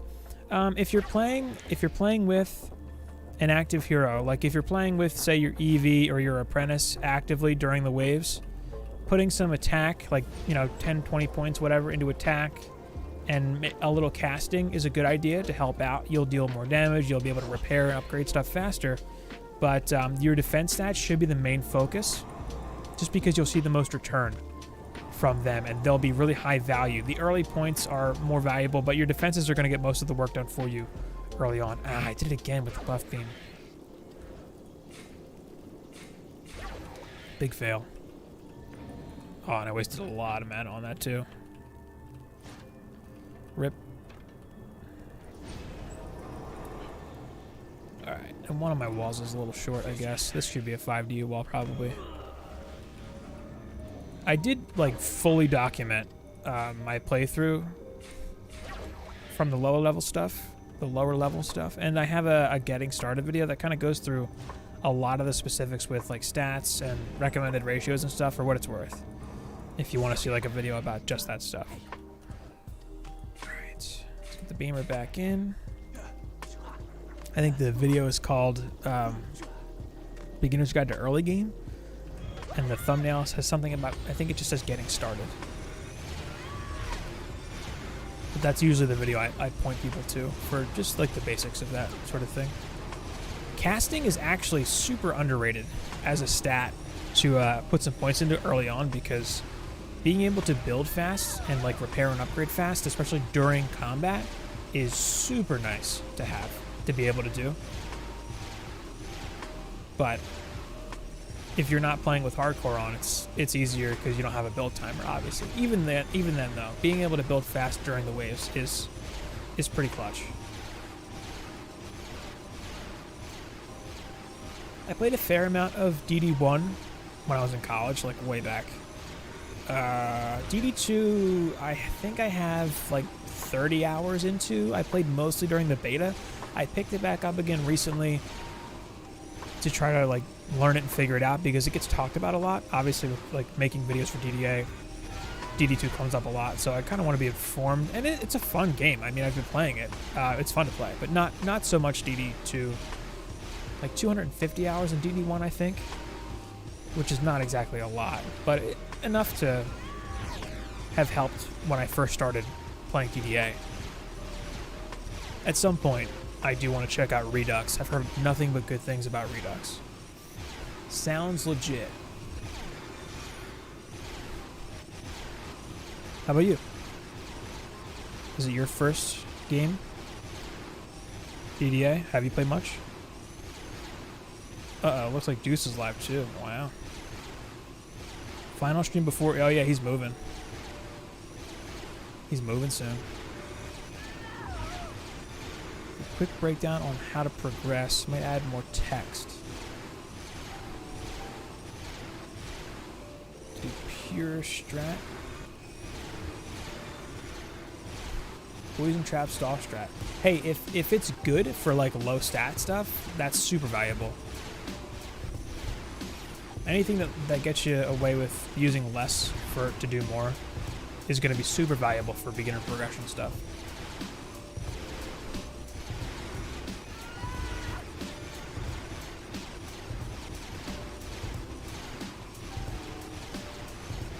Do you play on PC? Because man, the controller is so much different. I feel like mouse and keyboard is way easier. Just being able to like snap turn like this is way more valuable to me than like controller. I have a tough time when I try to play with the controller too. I have a feeling I'll have a tough time when it drops on the Switch, but we'll see.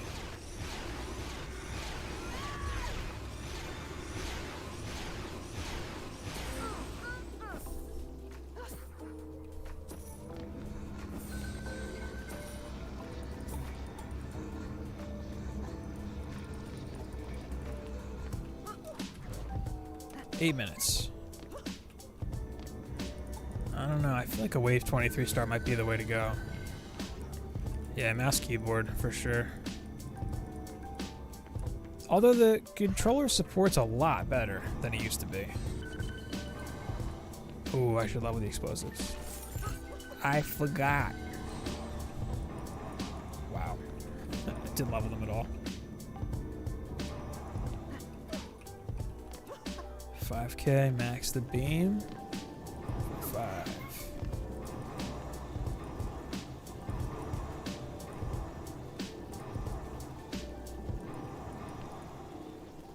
Alright, whatever. I'm going.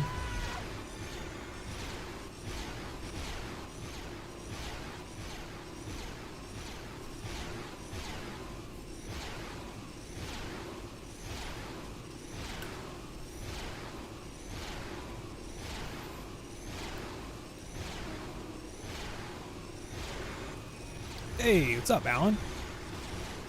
Things are going well. How are you? How's stuff?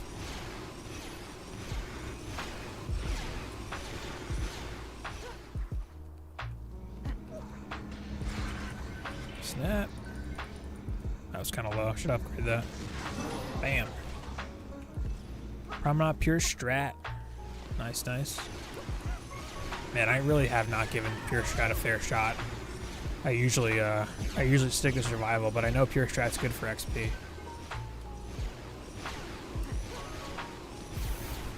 Yeah, nah, you're right, Zero.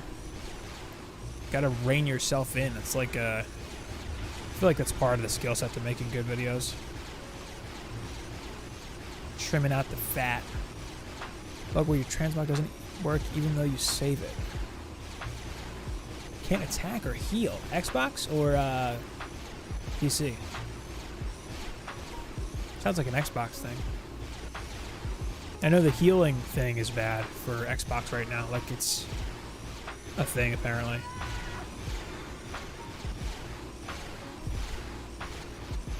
Yeah, what's Juice up to? Oh man, I'm live. You're Looks like he's grinding some Massacre. Xbox, yeah, there's some stuff still being worked out for Xbox.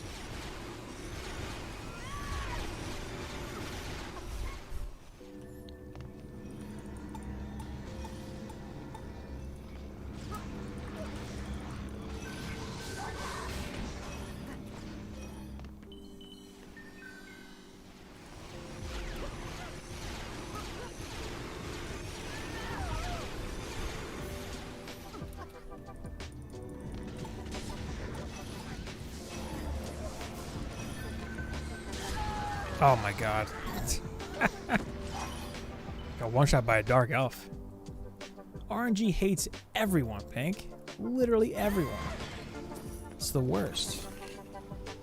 And I'm actually getting some pretty good stuff here, I feel like. It's all 83 though, most of it. Are you still farming like rifted pieces? Snap. I've kind of not played a whole lot of endgame lately, although I did like a an 8-hour stream on Twitch the other day.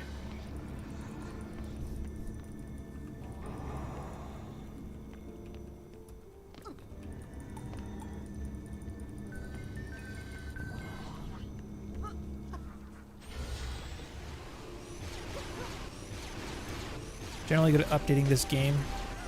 Define good. Yeah, I mean, pretty much. I mean, they've been updating the game pretty consistently. Sure, of course you can. Ukulele lessons. Yeah. It's ukulele right here. It's a C chord. Boom, that's all you need to know.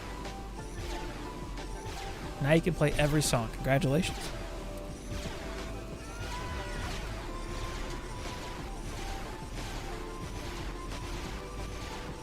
Three or three primitive gloves. That's not too bad. That's Ancient Minds, right? Yeah, that's not bad. I mean, you're not gonna have good gloves after 3 runs, maybe 30. 50 plus from the Ancient Minds, Rifted, only trans helmet. Whoa. That's RNG for you. Oh, is it Magus? Primitive gloves? Oh, primitive gloves. Guard gloves are Ancient Minds. Oh yeah, primitive gloves can get way better than 303. Juice actually showed his gloves. He's got like 360 something for his gloves. Yeah, they can get way better.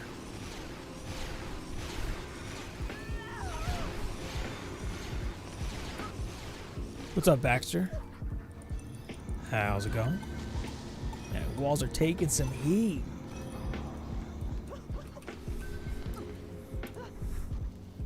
Man, did not think I'd be back at prom. This was like the 1.0 spot. It's weird that it's like relevant again. It's kind of funny, actually. Probably never. Never say never. Hey, you can get some fat rolls on gloves. Magus has a way better loot modifier than Ancient Minds, fortunately. It's actually pretty good for Act 1, if you look at the numbers. I mean, it's the best there is in Act 1, obviously, but it's not bad. Not using my suggestion of the not yet updated video to farm Summit for gemstones and use them. For this? Just don't need to. I mean, probably when I hit 83, I'll farm Summit Campaign Rifted Nightmare Hardcore to try to get like a level 31 plus Speedy. And I'll use my Boost Monk on Ancient Minds Mass Survival just to see how far I can push in. Once I'm 83, that's the plan anyway. 78. Alright, after this run, I'll hit the tavern, slap on some upgrades, see how I do for stats. See how good it gets.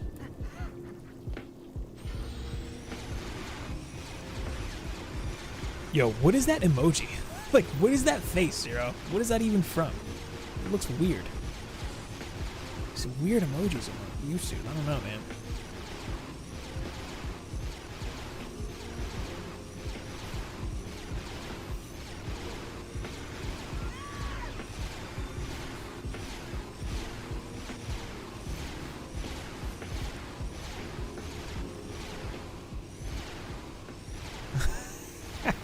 That's Kappa on YouTube? Weird. Weird. I need to see this for myself. Whoa. Freaking out, man.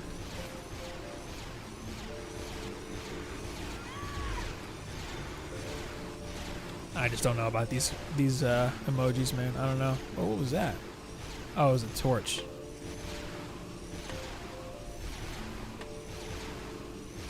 Speedy gemstone for sure, but if isn't it pure strat? I thought the whole thing was pure strat, because then your gemstone doesn't really apply, right? Ooh. How low is that wall if it's blinking? I feel like it's not low at all. Oh my, yep, that's the one. If you're an old person, ha! See what I did there? Walls are holding up. I'm good here.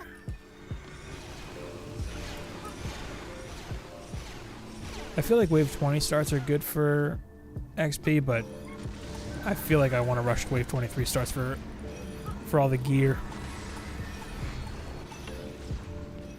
I do like not playing with a boost monk and a gemstone for this just because I'd rather level my builders. And, you know, I can overdrive and then run away and do other stuff. And it's fine. Oh, they'll definitely help with survival. I feel like campaign is kind of an anything goes type of thing. Man, these dark elves one-shot me. I need to stop being so careless. Like, for sure, they'll help on campaign, but campaign goes so fast that by the time your build is set up, it's over. You know? Like, you only have it for a couple waves. But, it, you know, it does help. You just, a speedy especially, you can just pump out way more damage for so much less effort. Like, you just camp a stack of DSTs with a speedy and you're literally doubling the output of 4 towers. It's kind of a big deal. On top of the fact that you're probably tower boosting too, so you're like doubling their damage on top of that. It's a buff on a buff. It's so much that if you don't play a boost monk, you're kind of at a disadvantage.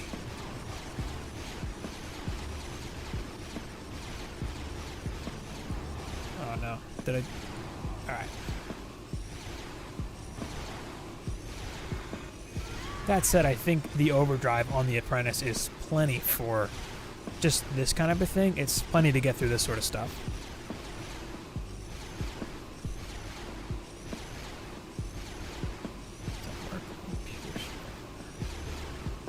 Common level 14. Yeah, it's crazy how good the bonus is, even from the low level ones. Why's my bitrate too high? You're a liar, YouTube. What's that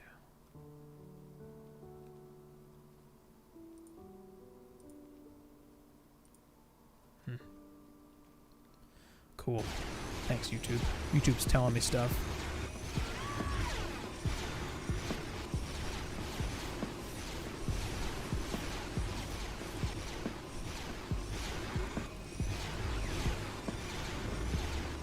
Gonna see what kind of time I can get on the next one if I'm quick about it.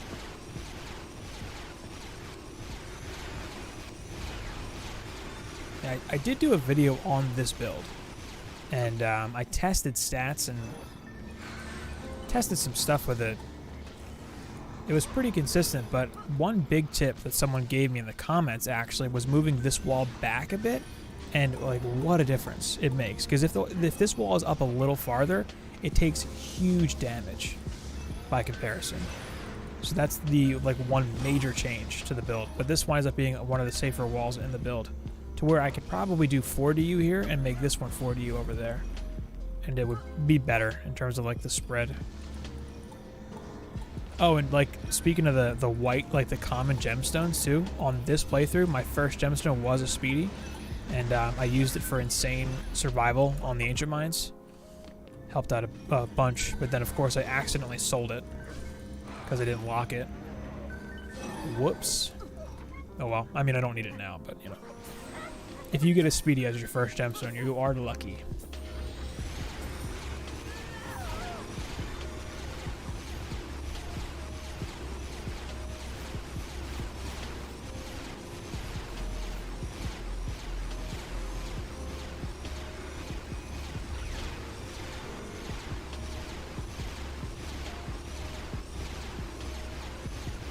.67 with overdrive. 1.08 without. It's not quite double, but it's a huge increase.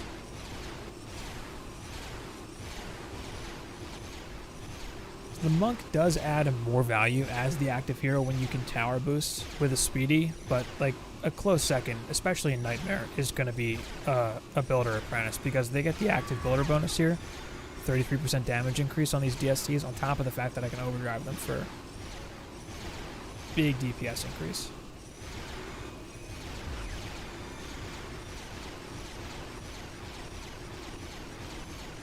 Going to the forest? What are you gonna do in the forest? You should probably go to bed, man.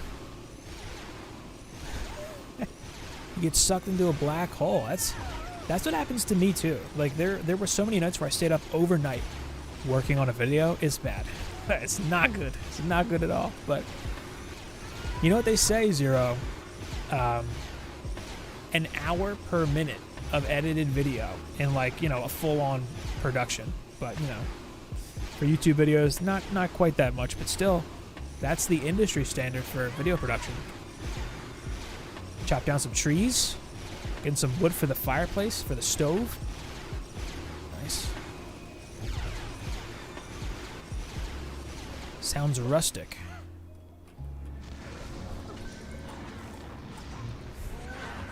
Telling you, man, you should keep working on videos.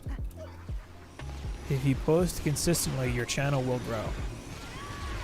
And then at some point, it could become a viable means of income, too. Shouldn't sleep on it. YouTube's only going to get bigger. And if it's not YouTube, it'll be another platform. Sounds Slavic? Well, I'm sure it is. I'm sure it's that. Razer Death Pro. What's going on? Decent giraffe. That's pretty good. Ooh, my inventory is full. Rip. You think a multiplayer HP increase is too big? It's kind of a lot. It doesn't feel like it's quite calibrated, but, you know, too big? I don't know. Who's to say what's too big? Right now, it feels to me like multiplayer is disproportionately harder than it should be, in my opinion. Man, how did my inventory fill up that fast? It's to the point where I would suggest people just play solo to get through harder stuff. Feels a little bit much to me. Man, some of this gear must be bad. Oh, yeah. Junk, trash. Get it out of here. Garbage. 250 mil HP. Dude, the Jinn become like tanks eventually. Like they have so much HP in 4-player. It's kind of crazy.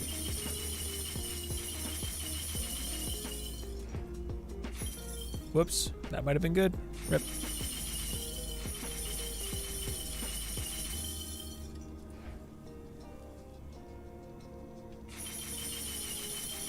Push Massacre with a buddy.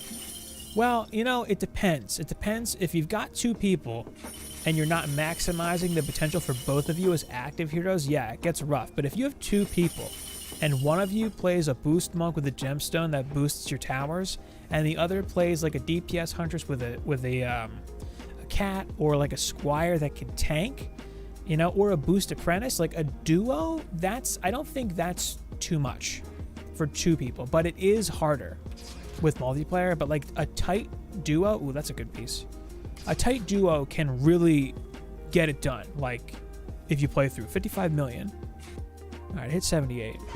Like, I would totally play through with a duo, but that's knowing what I know now about, like, how to progress and how to do all that. All right, let's just look at some gear real quick. That's pretty good. Whoa, big stat jumps. 4 power range. I need def rate. I need it. Ooh. Yeah, these are some pretty hefty increases here. Nice, nice, nice. This is all level 78 gear now. Yeah, that's a pretty hefty increase. Yeah, Genie app, Speedy Boost Monk. Yeah, I mean, that's probably good. You know, and if it's a boss fight, you could maybe swap the app to a Huntress or something. But yeah, I mean, either way, a boost monk is a good idea. Man, look at these stats. Jeez, huge increases. Yeah, that was my best giraffe too, I think. Well, aside from that one, I can't use it yet. Gotta go ahead and lock all of these. I guess I'll lock the hand, whatever. Alright, so this is my level 78 gear. Just pop some power into this stuff. Call it good.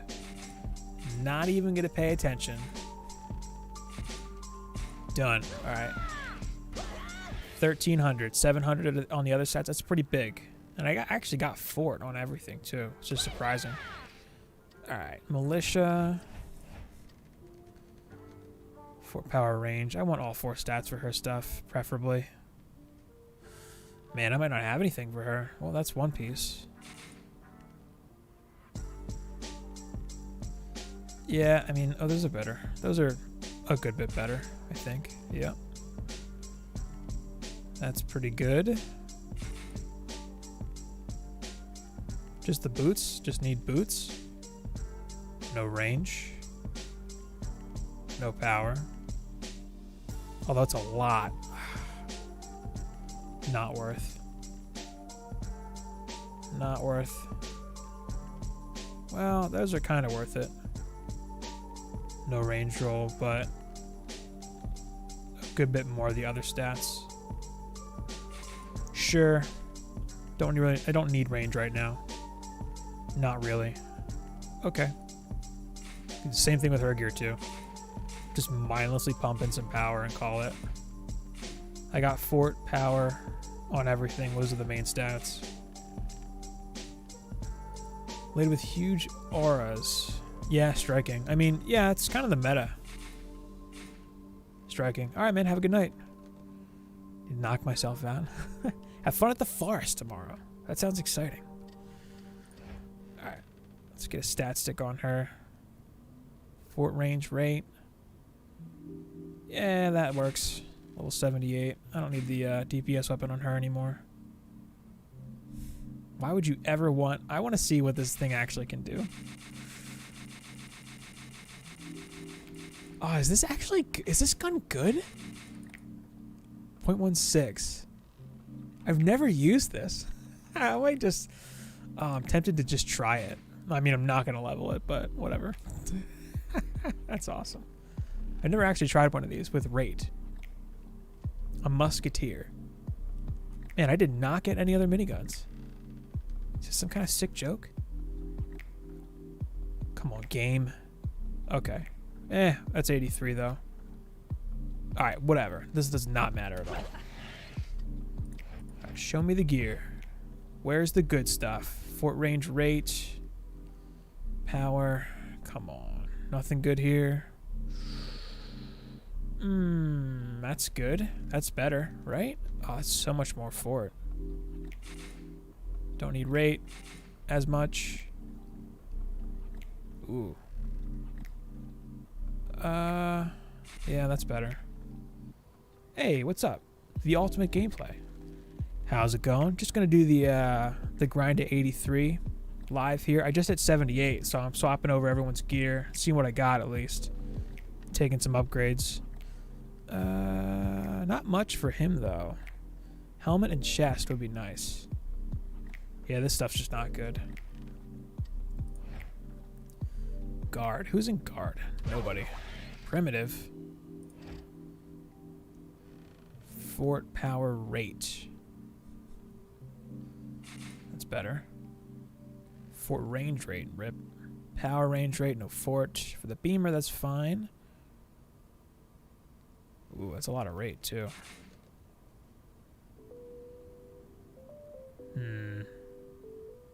Yeah, I guess I want the fort roll, sure. When going into Massacre Survival for the first time, will I profit off getting fusion DSTs from Nightmare? You don't really need them. Just breaking into Massacre, I don't think they're worth it until a bit later, personally. I wouldn't bother. I wouldn't worry about, like, I wouldn't really sweat Rifted for a little while. But yeah, eventually... So, if you break into Massacre and you get through Ancient Mines with regular gear, and then you progress a little further and you start farming like Royal Gardens or Promenade, going back for a Rifted set at that point is going to be a lot easier because you'll have the stats to kind of blow out the easier maps for fusion gear, and then once you get like a full set for DSTs, you're good to go. But it's a lot easier to get that set if you already have good stats for normal gear. So I would pump the normal stats first. I think that's probably the way to go. Yeah. Feeling the grind 83. My plan is to grind it out on Promenade to keep getting gear. And, well, I got my 78 gear pretty much. I'm kind of committed to what I have here now. And I'm going to stick it out on Prom for a while and see how it feels. I don't really want to do another Wave 1 start anywhere else. And I know Prom is good enough to get me to 83. So right now I'm just testing to see where the best like Wave 1 starts are, really. Or wave starts in general. So like, should I go from Wave 23 or 20? And I'm kind of feeling it out from there. Ooh, is that a better? Man. Once you hit 78, though, especially if you get some giraffes, big increases. Wow. The power roll. But still. Man, that's crazy. I just want that rock off of her. Alright, nice. But yeah, my plan is to kind of stick it out here and just see how it goes. For a little bit. Easy points.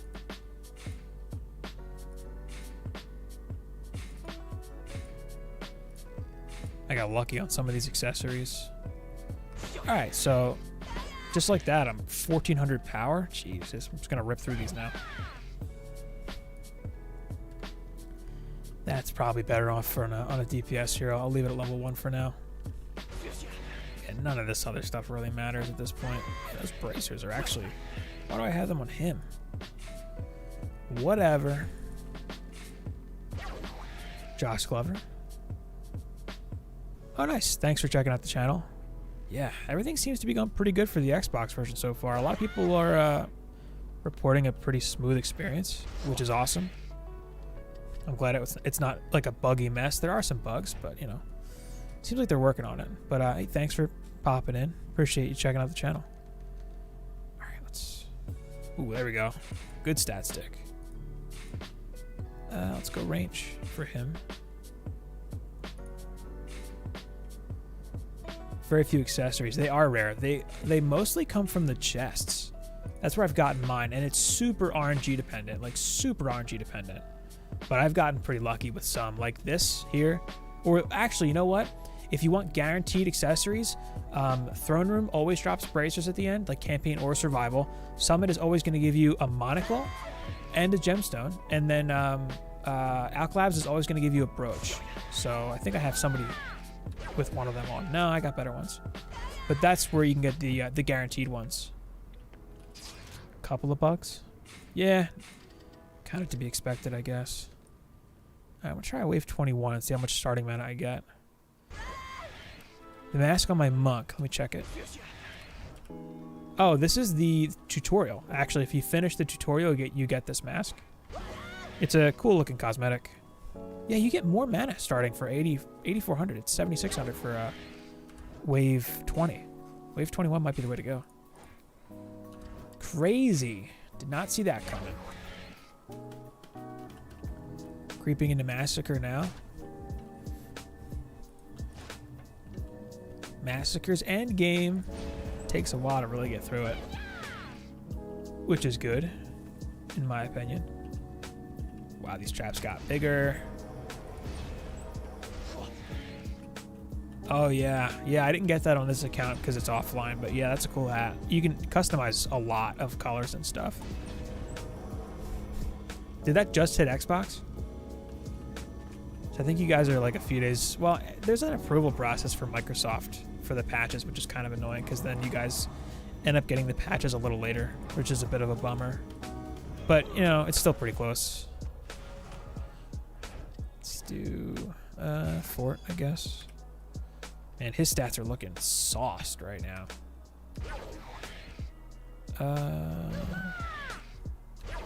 She's my Waller. 44. Man, I can get 1,000 power. Nice. Look at that. Hello, hello. Matthew Ivy. Quick question. Boost Monk, ideal stats again.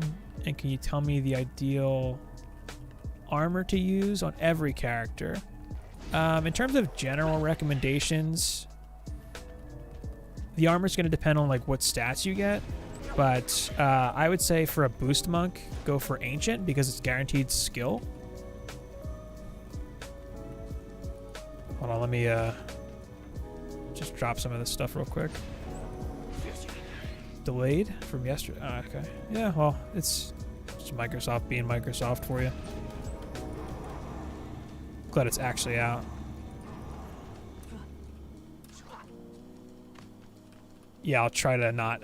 I'll try to remember not placing it. Seriously, like every time I've placed it with my Waller, it's a problem.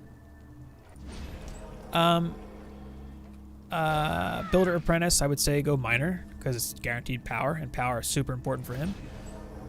For your builders, it's like whichever sets you get 4 stat pieces on, like builder stats or whatever. Oh, on the boost monk, definitely go Vitality skill boost. You don't need attack on a boost monk. You shouldn't, because you should be leveling elemental damage on his weapon. But I would say Ancient's like the best set for him because it's guaranteed skill, and like who else needs skill really? Pretty much no one, like a boost monk does. I did reduce my aura size. Yeah, for the strength drains I do that because I want them to last longer and not need to if they're smaller, their HP drains a little slower because there's less enemies in them at any given time, and they'll just last longer. I won't have to upgrade them to keep them alive or repair them mid-wave. Yeah, I reduce their size. I do that for a lot of builds where they just need to protect the wall. Because if I was using like an Inferno or an Electric Aura, I would care more about how big they are, because they also strip the enemy's immunity from elemental stuff. But explosive traps are physical damage, so I don't need it, you know? Actually watching the one and only Anthem.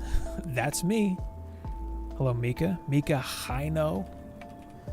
How's it going? That's me. Anthem TD. TD for tower defense or touchdown, depending on who you ask.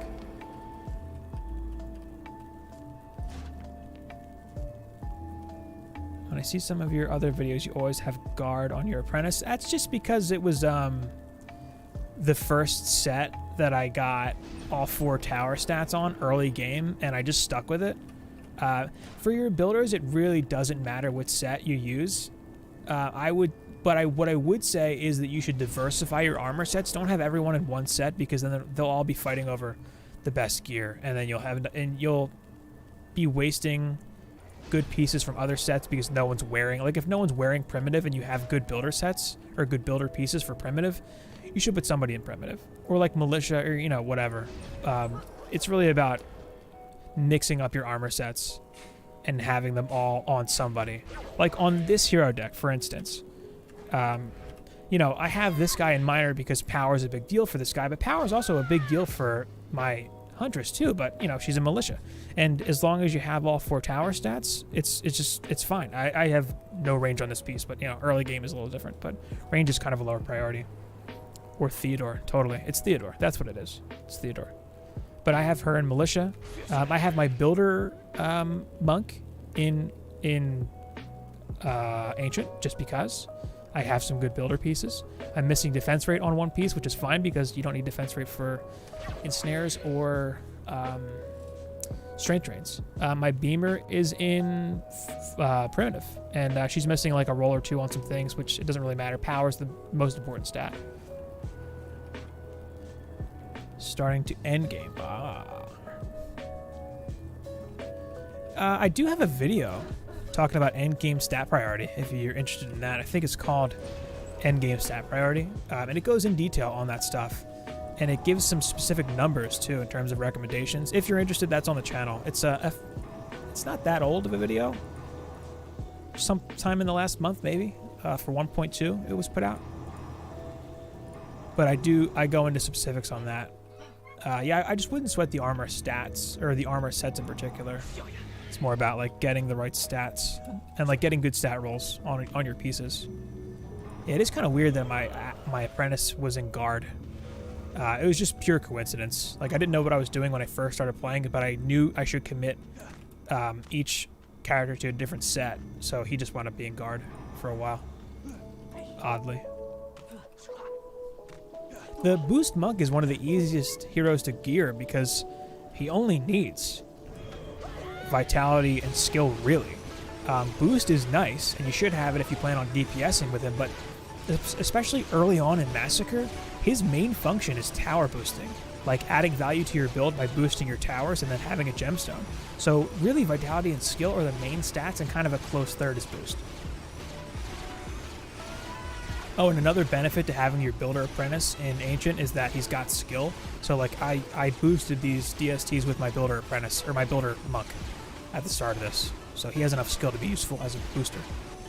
And skill scales so poorly that, like, you don't need to level it. You just need it on your gear, really. Oh yeah, it's to shrink your auras. I think it's the triggers on the controller. And if you hold control and scroll the mouse wheel on the keyboard and mouse, you can shrink them like that. Countless hours of my videos. Thanks. Thanks for checking out the channel. Nice. Thanks. Still stuck. Where are you with progression? Thanks for watching the videos, Matthew.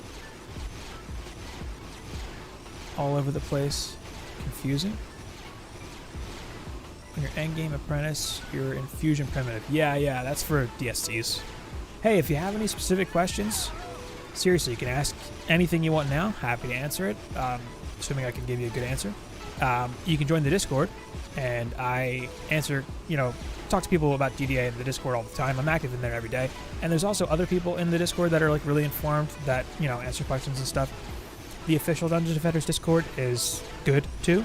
It's a tad bit, it can be a tad bit toxic, a little bit sometimes, but there's a lot of active people who answer questions and stuff there. And then of course, if you leave a comment on a video, I part of my daily routine is a couple times a day I check comments and answer them. So, if you want clarification on anything, I'm happy to give it in any form, across any of those platforms. I do check them every day. Yeah, I'm still working on not being all over the place in the videos, but it's kind of a lot to take in, some of the finer stuff when you're first getting in.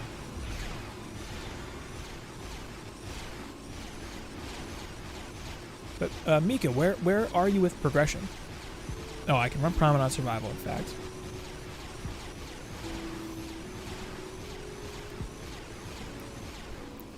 Are you 80? You're 85. You should be able to move on to Massacre though, right? You don't need. I wouldn't even worry about Summit or Glitter for Nightmare.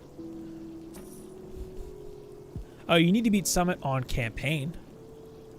Yeah, on like Nightmare Campaign to move into Massacre, sure. But to beat it on Campaign, if you have stats from like Promenade Survival, you should be able to beat Campaign Summit. But you don't need to beat it on Survival to move on to Massacre. In fact, I won't be bothering to run any other Nightmare Survival stuff beyond Prom once I hit 83. I'm gonna call it there. And this is kind of moving along pretty quick. Like I'm halfway into 78 right now. I feel like I'll be 83 within the next couple hours, maybe. I'll pop into the tavern and check and see what it actually says for like requirements to hit what do you call it, Massacre, but I'm pretty sure it's just 83. I can, if I hit 83, probably what I'll do before I bail is just crack into the campaign and beat Deeper Well and Ancient Mines, and then like the next time I stream I'll see how far I can get in Survival. Favorite cheese? You asking? 70 to 83. What did I do? I hit 70. I went right into Ancient Mind Survival. I ran that a few times just to get giraffes for everybody. And then that got me to like 74. I played through the Nightmare campaign. I think that got me to 76. The full Wave 1 start plus a Wave 23 start got me to 78. So that's kind of where I'm at right now. All for Mass is 83 and Summit on Nightmare campaign. Gotcha. My favorite cheese is Gouda. It's the best cheese. I'll die on that hill. Smoked Gouda. It's delightful.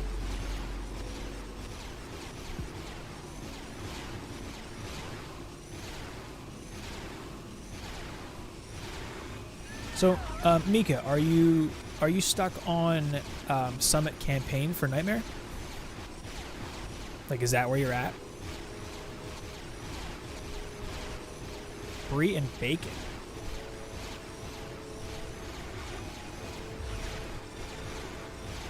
Yeah, I can see that being good. I don't know about Brie. Did you really? Nice. It's hard to remember if you have two separate EVs. Like on this account, I'm used to just doing everything on the same heroes. I'm gonna look at my beam real quick. Okay, yeah, placed by beams. To level to 100 when you go into Massacre. Massacre survival. Yeah, if you can push into Ancient Mines, for sure that's gonna be it. Good XP. Definitely better than Nightmare survival. British thing? Nah, I mean, Brie's pretty popular cheese in America. There's a sandwich that gets Brie that's like popular. I can't remember what it is. And there's like an apple Brie something or other too. That's a big deal. I can't remember. I should know that. I used to manage a kitchen. I should know these things. I used to have to order Brie wheels every like 4 weeks for some special we ran that was popular. Who needs help with someone? What platform are you on? Yeah, I'm not sure if that's where they're stuck. Actually, no, I don't know what platform either. Bro, I vape. Do you though? Do you vape? Bro?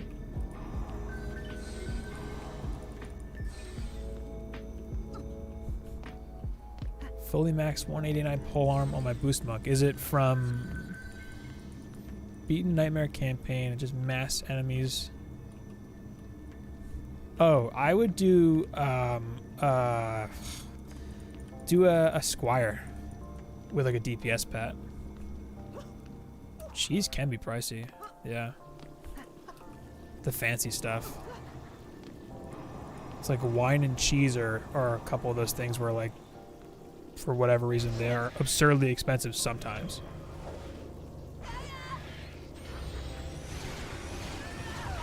Anytime. Anytime. Ah, yes, Wally. Yeah. You know what? You might even be okay dropping the buff beam on your Waller. Like, you might still be fine. You should try it. Just see if it's good enough. It might be. Because when I did the video for this build, I did one EV for everything. And power wasn't the main stat, it was Fortify. So you'd probably be okay. Like, if you committed hard to your Waller beam, or like you maxed it out or whatever, you could probably just roll with it instead of restarting. But, you know, I get it. Min-max. I get it.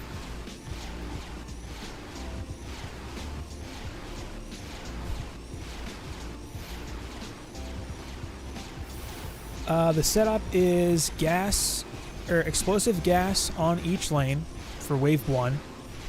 You might have enough to do the walls too, but you don't need to.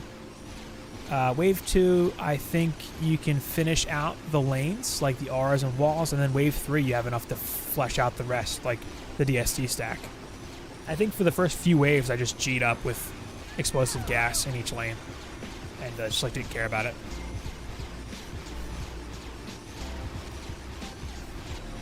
And this just started off with a Waller Squire. Oh yeah, turn him into a tank. Yeah, main stat vitality, get him a steam robot, have attack on him too. Whatever pet. Should level Squire to 83 and use him as DPS. Yeah, Steambot. Yep, yeah, he's good for a tank. Like, you can like just sit in front of an ogre and block and let the or Blood Boil, his hero boost, and that Steambot's gonna tear it up.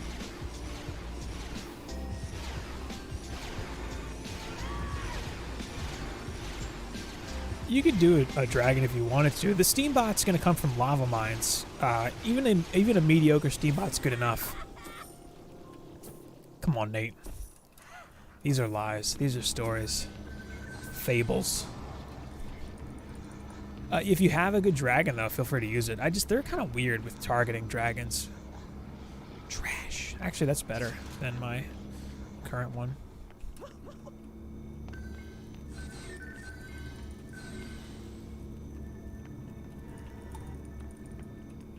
Took the time to level and gear her. Yeah, no, I know what you mean. Yeah, why not, right? Better stats. Probably faster runs. I'd thought the same thing. Like, I took the time to, like, level and gear all these characters for, like, DPS. Like, I have a Squire, I have a Boost Monk, DPS Huntress. I'm literally not using any of them yet. They're just in my deck. I have them. But it's just all the builders. Just the builders. And it's totally enough to get through this.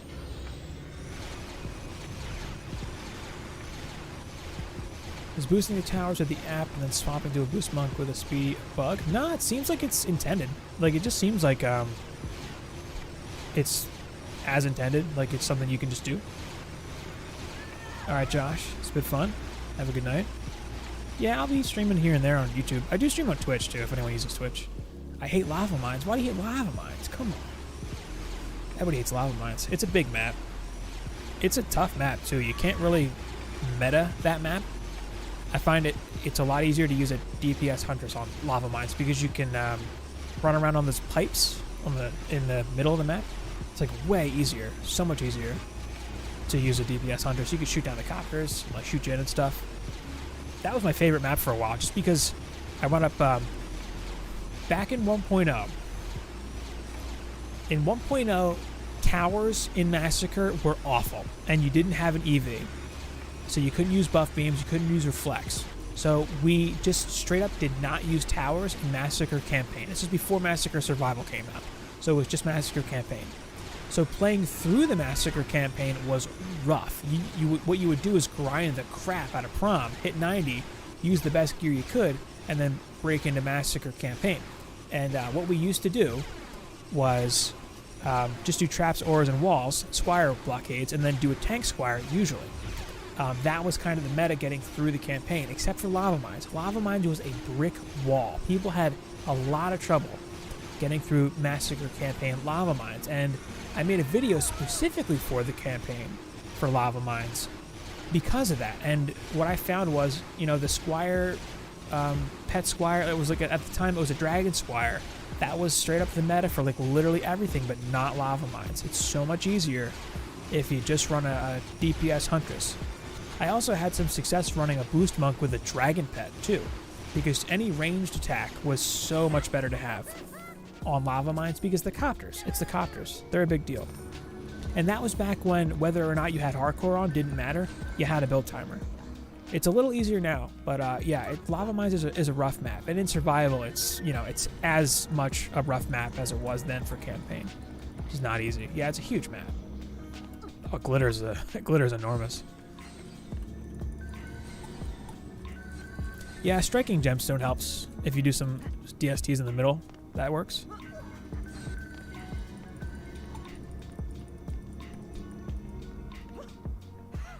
Yeah, there's a build I do for glitter that has 6 DSTs in the middle of the map, and then I shift on either side of that stack with a striking gemstone. And as long as the ogre goes down, it ends up working out pretty well. Man, I'm gonna have to sell some of this gear too. Like, actually go through my gear. I feel like my inventory's gonna fill up pretty quick. But there are other setups for glitter that work that don't require like a centralized location for a stack of DSTs. Juice Bag shared a build a ways back for glitter. That's good. Linusar actually has a build that's good for glitter where he's got DSTs in a few different places. There's a few ways to do glitter. For sure. Glass Cola has a silly build where he just slams a bunch of DSTs down in the middle and runs it. That works too. But yeah, it's unless you have a striking gemstone, it's hard to do like a centralized location for your DSTs. Nice. At level 21 speedy got you through it. Nice. Speedy gemstone. Completely busted. Level 21 is good. 3 defenses.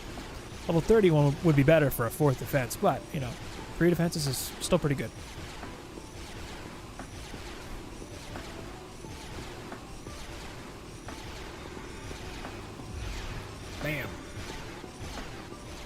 Man, this went a lot faster than I thought it would. Like the wave 1 start, the 23 starts. I'm gonna try to speed build it on the next one and see what kind of time I can actually get here. Hit 79 already. This is moving pretty quick. I think I was 75 on the app when I started. As soon as he hits 83, I'm going to gear him up and then just jump in to Massacre campaign and hit up Deeper Well and Ancient Mines. I don't have a DPS pet, so I'm not really sure how that's going to go. I have a feeling I'll be fine. But yeah, I don't have a like a Steam bot on my Squire or anything. Like I didn't do Alk Labs, I didn't do lava mines or anything. But I do have a striking gemstone. Maybe I can like camp an R stack with him. I'll figure it out. I'm sure there's a way to do it without a Steam bot for just those 2 campaign maps. Oh, yo, look at this giraffe. Are you kidding me right now? Oh my god. 203. Holy shit. Or holy stuff. YouTube. Yeah, that's crazy. Check out this giraffe. Damn, that's a level 90 giraffe. That's a pretty good power roll, too. Wow. Wow, wow. Squire is solely used for tanking? Yeah, pretty much. I mean, you can use this defenses. Like, I've used Slice and Dice. Yeah, I know. It's crazy, right? Level 90, of course. I was using Slice and Dice towers recently in Glitter. Alright, I'm going to stop. I got to change these blue filters. 78.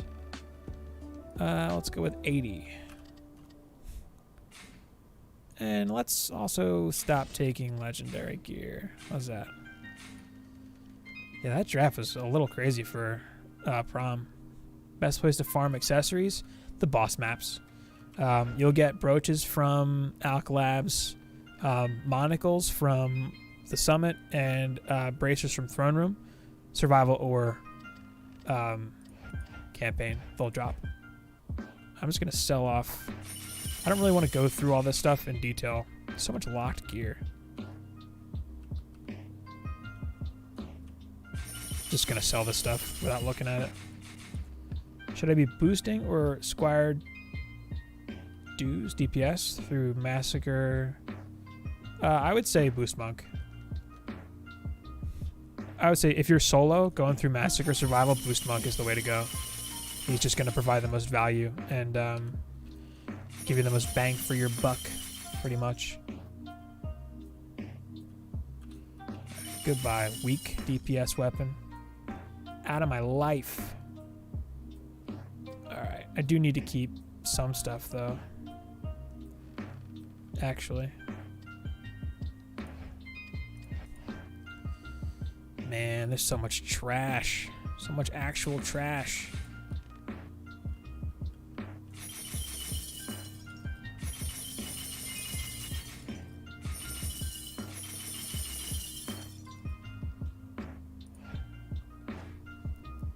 It's true. Slice and dice in each lane, it worked. I have a builder Squire set up and it just worked out. Alright. She does not have a weapon now, but I don't think I care. Yeah, I'll save her a minigun at some point. Let's just check this junk. That is not better. None of this is better. Skill. She's in decent gear, right? Yep. Yeah, she needs a weapon. Alright, before I like overly commit to selling all the low level stuff, I just want to make sure everyone's actually got what they need. Look at that, speedy gemstone.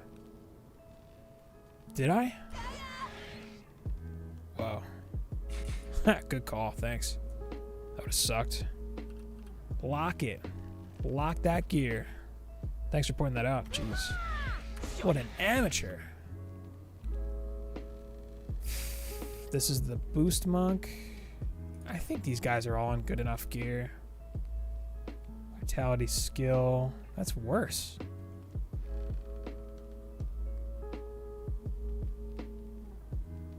No boost, but I don't care.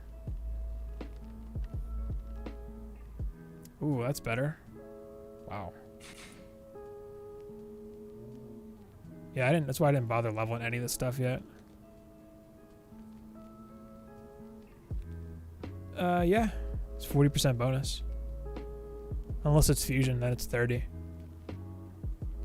Ooh, that's a boost roll.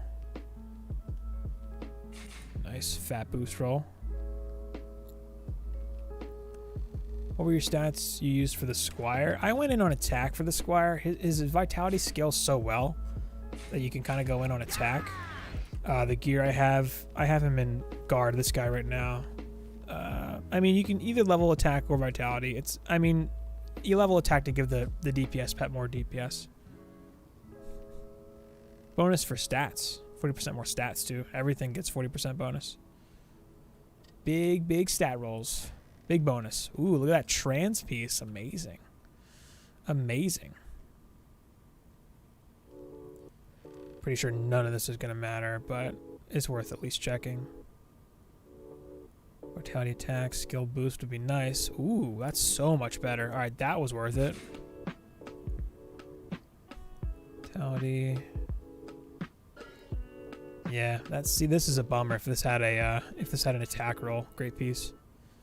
It does not. There you go. All right, worth it. Yep, those gloves aren't great.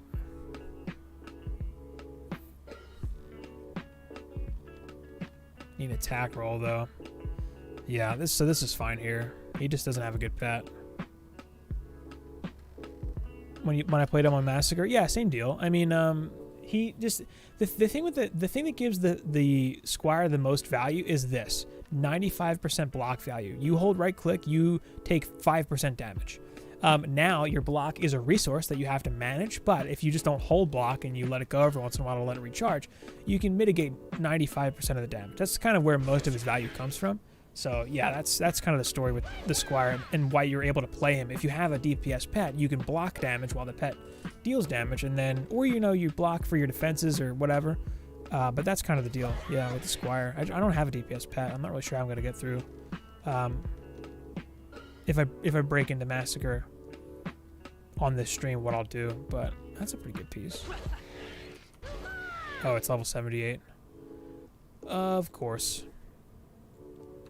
Alright, the DPS characters, they have gear. Let's check the Waller real quick. She's still level 70. Before I stop taking level 70 gear, I figure I'll just at least make sure everyone's got the best of what they could have. Ooh. Well, that's not good. Not enough to matter. Yeah, no big fort rolls here. 52. Nah. Nah, her gear's leveled. This isn't worth it. Fort rolls? Nah.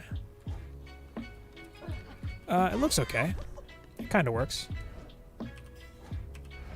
Just like doesn't really poke through too much. I mean, you can kind of see it on the top and like the back a little bit, but yeah, it works. He used to be flying as that Xbox? Weird. Towers just feel weak. I don't know why. 85 Apprentice, full trans, all power. Still feels weak. Do you run a boost monk with a speedy gemstone? Because that would help a lot. If Matthew's still here.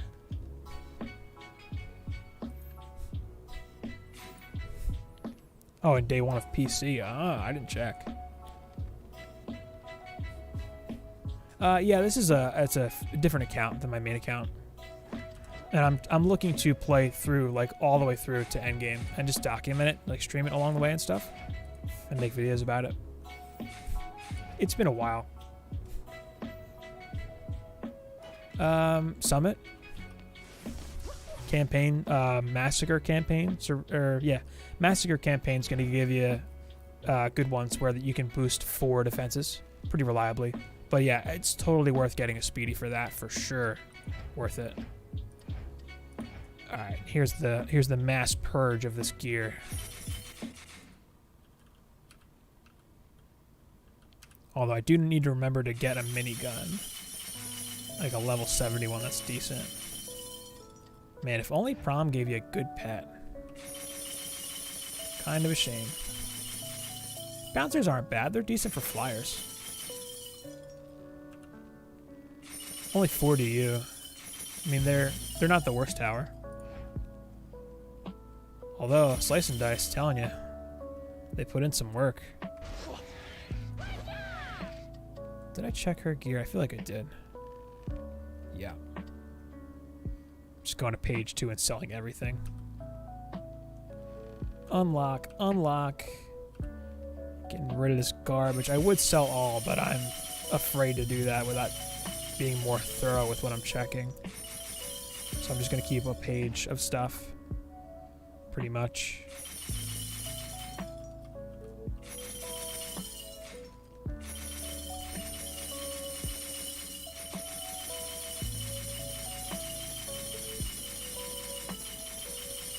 My builders, Matthew, yeah.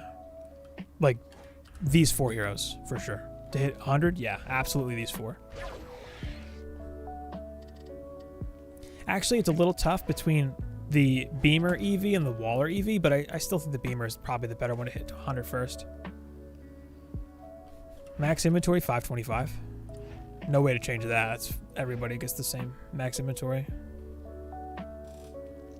I'm just trying to manage it a little more effectively without also just mindlessly selling all of the good stuff. Yeah, I'm just keeping a page. I'm just keeping a page of stuff for now. They got a buff recently. They're less DU and they have better HP scaling now. So pretty good, you know, pretty good. Used to be worse. Ooh. Ooh. 34 and 34. This isn't really worth it. I feel like his weapon's good enough. I have 1 billion gold. Amazing. Oh, we're Slice and Dice?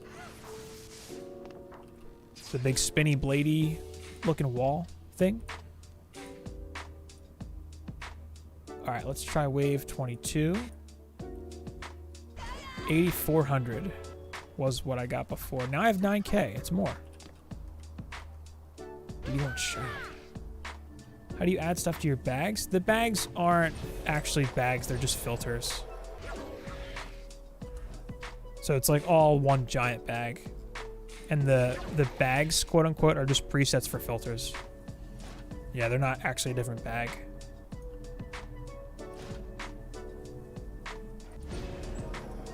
Oh, it's these 4 I would do to 100 first. The Beamer EV, the Aura Monk, Trap Huntress, Builder Apprentice. Because every other active hero, like a Boost Monk, can be level 70 and be super useful. Whereas, like, the Builders, you really want them to be, like, level 90 plus first. Really, level 100 doesn't matter. Level 90 does, because that's where the breakpoint for the gear is. That's the most important thing, I think.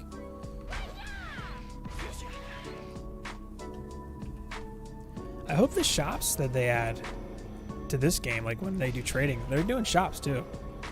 Did we really? Yeah, he's moving soon, so he's got to get some streams in.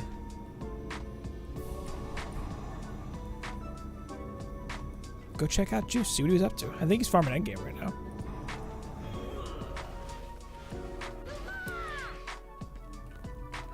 I'm probably going to be going for a while for what it's worth. So, you know, if you want to go say hi to Juice, hang out with him for a while, I'll probably still be live when he's offline. Because I'm planning to hit 83. Yeah, he's moving. But he'll have like a sweet like studio setup and all at his new place.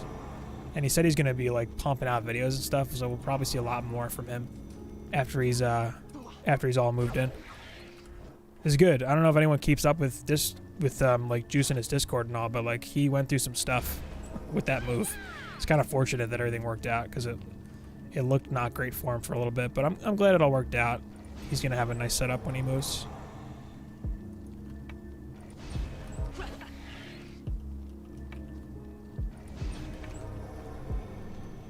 I forgot I was gonna be speed building. I was supposed to be at least. Oops. I think I leveled everything. Oh, I forgot a lane. Rip. Did we actually start at the same exact time? That's funny. It's good hours. It's good hours for YouTube. You know?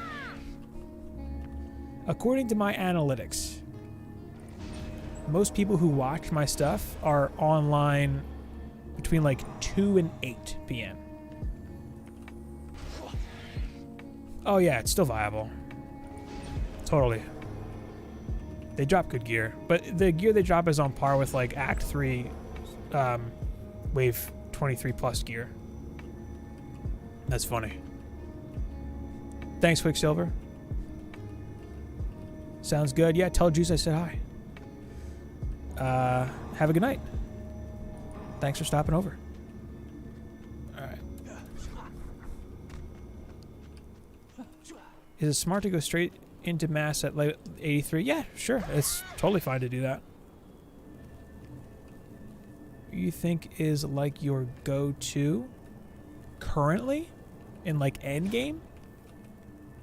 Hybrid and Snare Monk. Hybrid and Snare Boost Monk. Fusion Electric Auras. And like as a builder in general, Electric Auras, but the Electric Auras are Fusion. Builder Monk. Fusion DST, Builder Apprentice. And Buff Beams. Anytime, Quicksilver. It's been real. It's been real.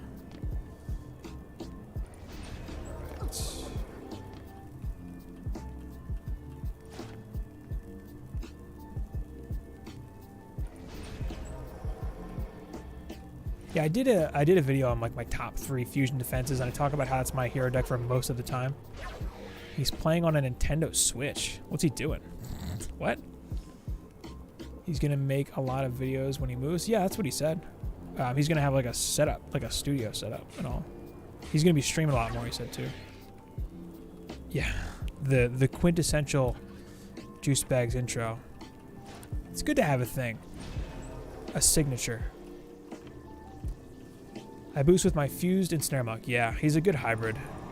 And the reason for that is that the ensnares don't need much for stats. They just really need range and a little bit of fortify, and you're good. You don't need much power. They're usually on a buff beam anyway. So yeah, it's an easy hybrid.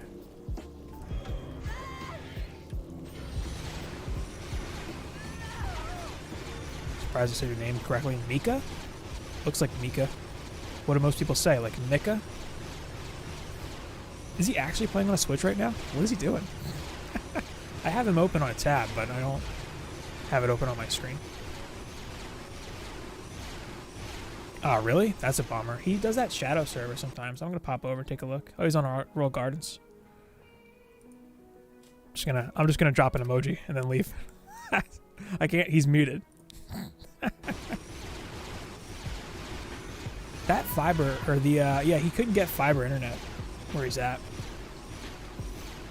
I just got Verizon fiber a gig up and down, and it's great. It's so much better than I was using Comcast.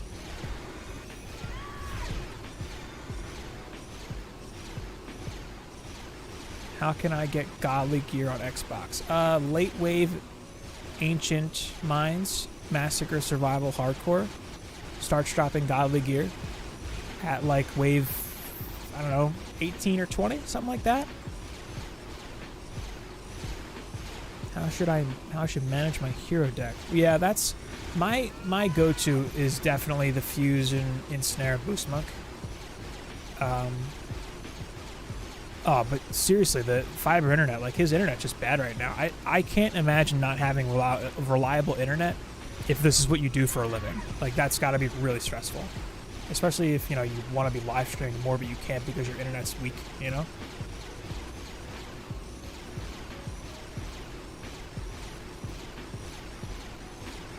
That would be a big bummer. I know that when I switched internet, my streaming got way better, became way more reliable. There was a couple times where my stream actually crashed, and I had broadband like Comcast internet. It was bad. Does he? Elon Musk? Satellite internet? Is that a thing? Man, what doesn't that guy do? Is there a best time to start Rifted? Yeah, I would do that too. Yeah, boy. I would wait until after mass campaign. After you start farming like mass survival, it's a lot easier to go back and farm some Nightmare for Rifted pieces. So like here's the thing with breaking into Rifted. You really want fusion DSTs. So if you break into Massacre Survival and run regular Massacre Survival non-Rifted and gear up from Ancient Mines and then move on to like Magus Quarters or Royal Gardens or whatever and stat up, and you have like 5,000 or 6,000 main stats, then you swap over to Rifted and start running like Rifted, Ancient Mines, and Magus. You'll get the first 2 pieces of Primitive, and then you can go back to Nightmare and get the chest from Glitter and the boots from Spires, and then you have a full set. That's my plan. That's what I'm going to do on this count. So yeah, I think that's the smart move. Otherwise, it's just really rough. Oh, that hybrid Ensnare Boost Monk is a game changer.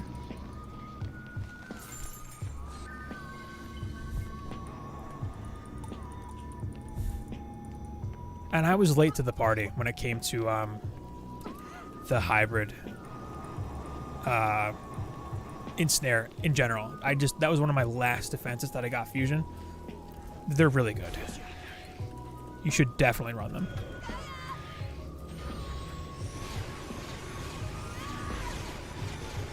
Selling satellite internet. There you go. Starlink. Nice. I'm sure it's like gonna be some quality, some banger internet. Massacre Hardcore Survival to get godly gear. Yep. Yeah, I started getting godly pieces in the later waves of Ancient Mines, like waves 20 plus, I think, is when I first started seeing godly stuff. You'll start seeing it way more reliably in like Alchemical Labs or Magus Quarters. But I wouldn't read too heavily into whether or not it's godly, because a lot of that has to do with like the total stat rolls. And if you get a piece that has good defense stat rolls but like no hero stat rolls, it might not be godly, but it might still be an upgrade, you know? I think it's tied to like item power. So it's not necessarily a make or break thing whether or not it's godly. And you can get trans pieces up to like 400 max upgrades if they have a lot of hero stats, but not a lot of defense stats.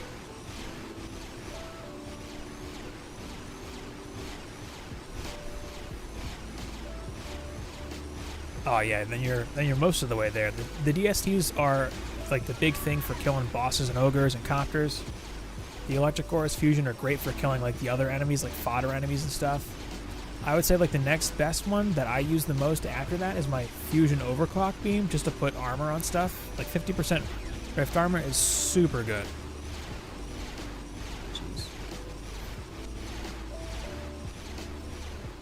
In your endgame stats video, you have a face accessory that looks like an ogre head. Oh, there's a lot of accessories that are exclusive to Rifted. They're like silly masks and stuff. That's one of those. You'll get those when you start farming Rifted. Bro, I Vape is on Xbox. Take him up. Take him up on his offer. Only gotten 3 godlies, 400 plus. What map do you farm for that? What are you up to for progression?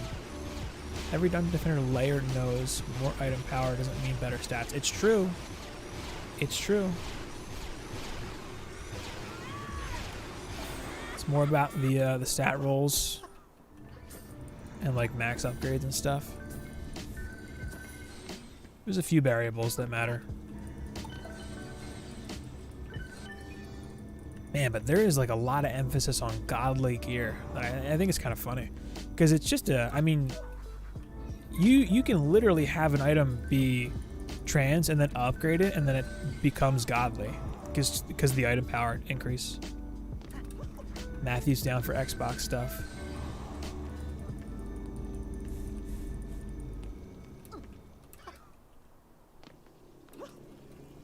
Does Assault mode still give you AKs? Not in this game. One day. Rumor has it Assault mode's going to be its own game mode at some point. Augie mentioned that. I'm not sure if that's actually going to be implemented anytime soon. Man, I'm getting big money off this. There's a lot of gold. Is Mass basically the same build? Nah, it's a lot different actually. What I do, I don't know. Actually, this might work in Massacre, but typically I don't run this build. in Massacre, mostly because all of my damage right now is physical. So if I got a physical Siren, I'd be screwed. Oh yeah, and DD1, yeah. Pure Strat's decent for XP, and it's easier than Survival, so it's pretty good for leveling. What do you know? Do you know what item power turns to Golly? No, I don't know specifically like what number. Nah. Never paid attention to it, if I'm being real. Alch Nightmare Hardcore. Oh, nice. I hope it worked then. Yeah, that's kind of a low stats video. You can come into that with just Ancient Minds gear. I have a video that covers a build for Rifted with Fusion DSTs. I have a couple of different builds. It's not its own thing, but it works. So if you look at the video I have for farming Fusion Militia gear or Fusion Guard gear, there are Promenade builds that you could totally follow that cover multiple defense types. That would work. Yeah. I should just do a video for this on Massacre. I will at some point. The 125 DU thing is from 1.2, I think. So much better. I wouldn't bother until Massacre, honestly, Mika, because it's not, I don't think it's worth it. If I'm being real. Glitter is just, yeah, it's rough. And you don't really need those DSTs until later anyway. I'm not really sure, like, when the best time to break in is, but I know it's not before Massacre. It's my opinion, but, I mean, I wouldn't bother, and I won't be bothering on this account. Funny thing is, I can actually do Nightmare Survival Ancient Minds on Rifted right now.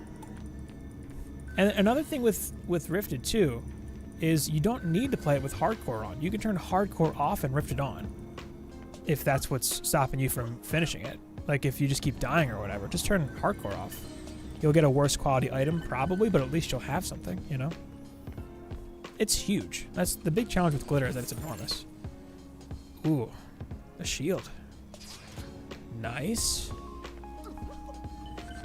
Oh, I'm on the lookout for... I need a minigun, actually. I need to remember to look for one. I don't need it, but...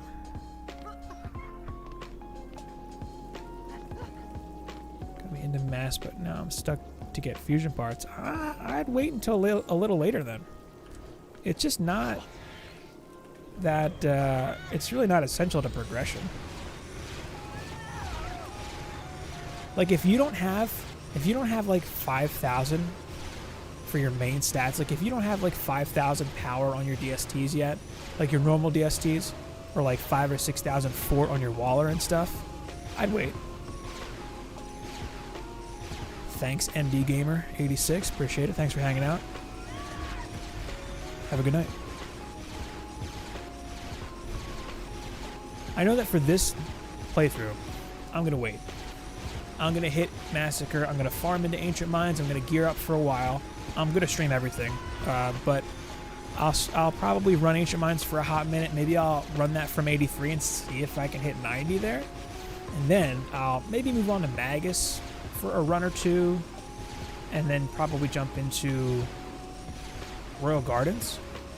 I think Royal Gardens is the easy Act 3 farm for Massacre. Although this is... Promenade's probably still a fine run. Your DSTs have more DPS than Juice as well. Juicebags has some pretty good gear. Like he has really good fusion primitive gloves. He showed them on stream, I think yesterday, the day before. They're like 360, which is super high for gloves. My only good piece for fusion gear is I have the so far it's the highest discovered fusion piece. It's a 409 guard helmet. I'm all toasty in here.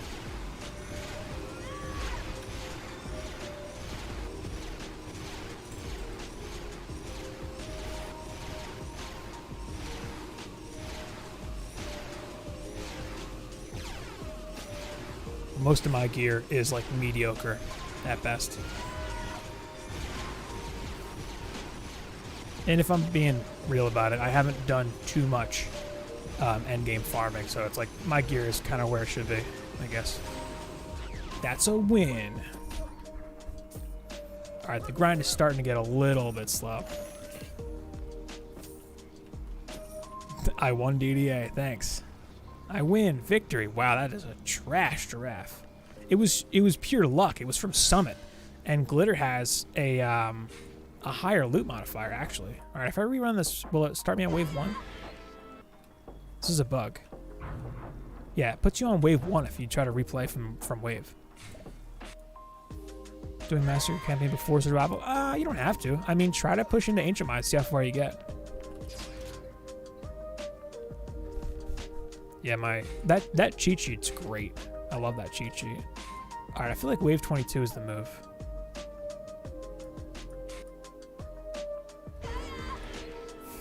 I got that 409 guard helmet on stream on Twitch. It's kind of crazy.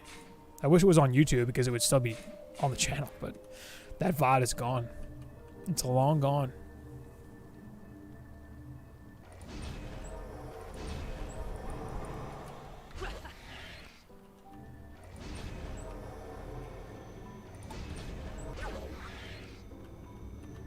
This can be 4 to you. Whoops, that's 5.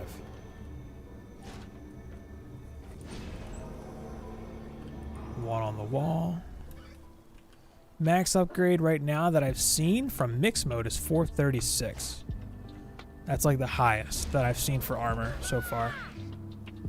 People share those pieces in the Dungeon Defenders Discord sometimes. I don't have any of that stuff. Push me up my aura stack. Yep, that'll happen. Spiders are a pain in the butt. Pain in the booty.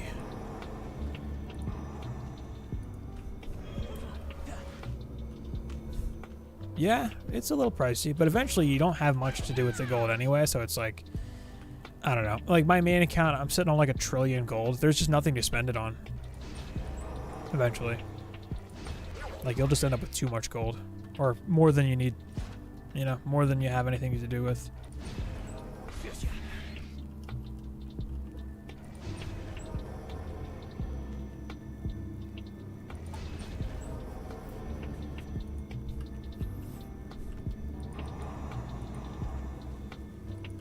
Good to go.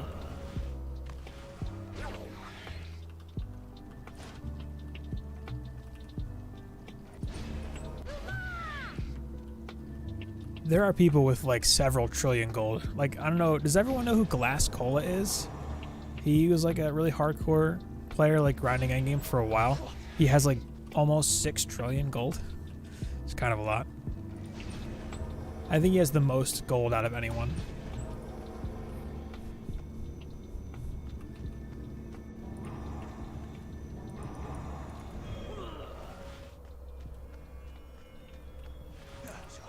$52 DU, that's what I want. But I just don't have anything to spend the money on. And I've been grinding endgame since 1.1, you know? Like the gold hasn't gotten worse since then. It's been a while. I think 1.1 came out in August, so that's a while.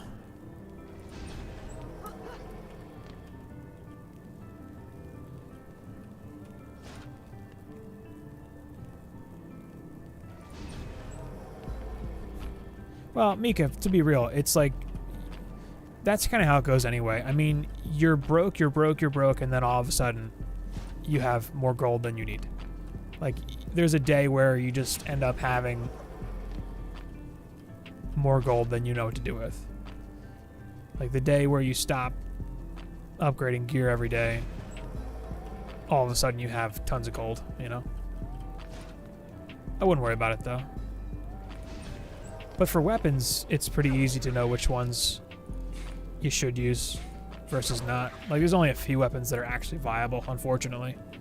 It's kind of one of my least favorite things about the game is that the Drake Tooth is like the only viable weapon for the monk, and the Huntress has 2 weapons, which is nice, but 2 isn't a lot, really, in terms of endgame. Or like late game, Massacre. kind of doesn't matter for the apprentice, but the squire, it's the protean part, or the protean slicer. Throwing a weapon.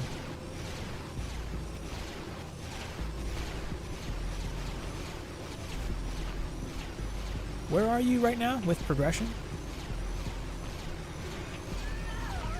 Oh, Drake Tooth elemental damage for sure. Yeah. Either fire or fusion. You like the furnace poker more? Like, because it looks cooler?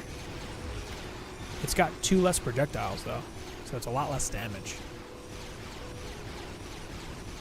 But the furnace poker is, like, a lot easier to get.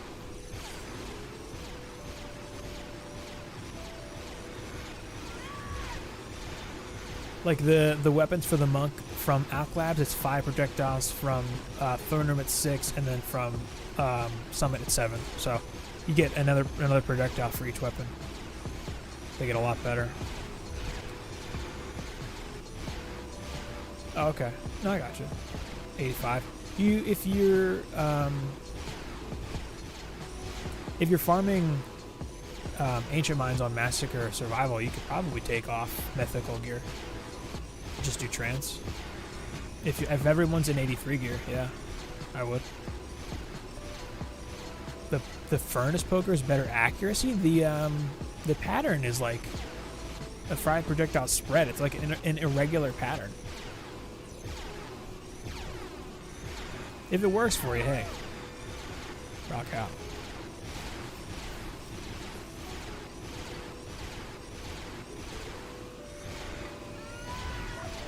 That is one thing that the Throne Room weapon has over the Drake Tooth for the monk, is that it shoots 6 projectiles and they're a really tight line.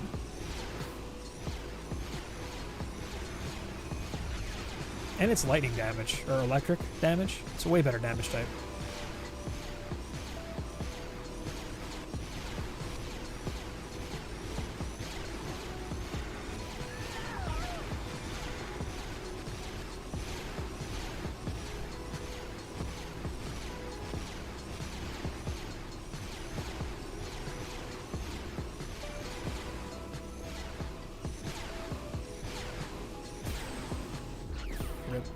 Rip mana.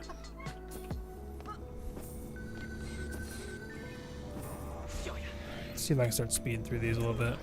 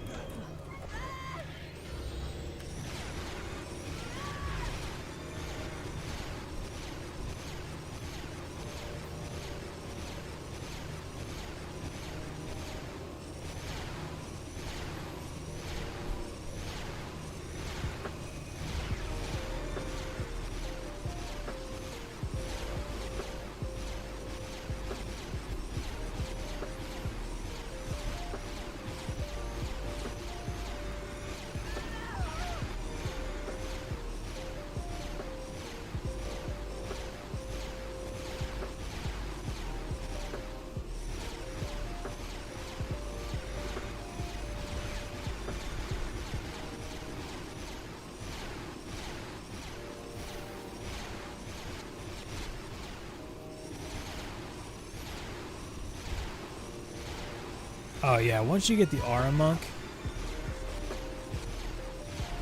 And do you have a Trap Huntress? Because getting an Aura Monk and a Trap Huntress to 83 would help a lot, because then they'd have, you know, big stats and good gear and stuff. Or, you know, at least better gear.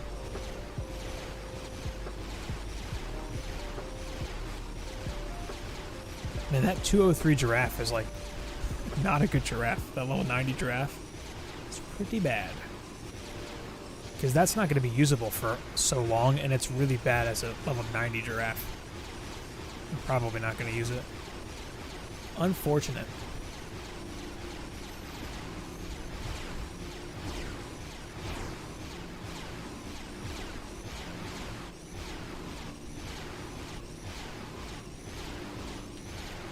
before hopping into Massacre? I don't think so. Nah.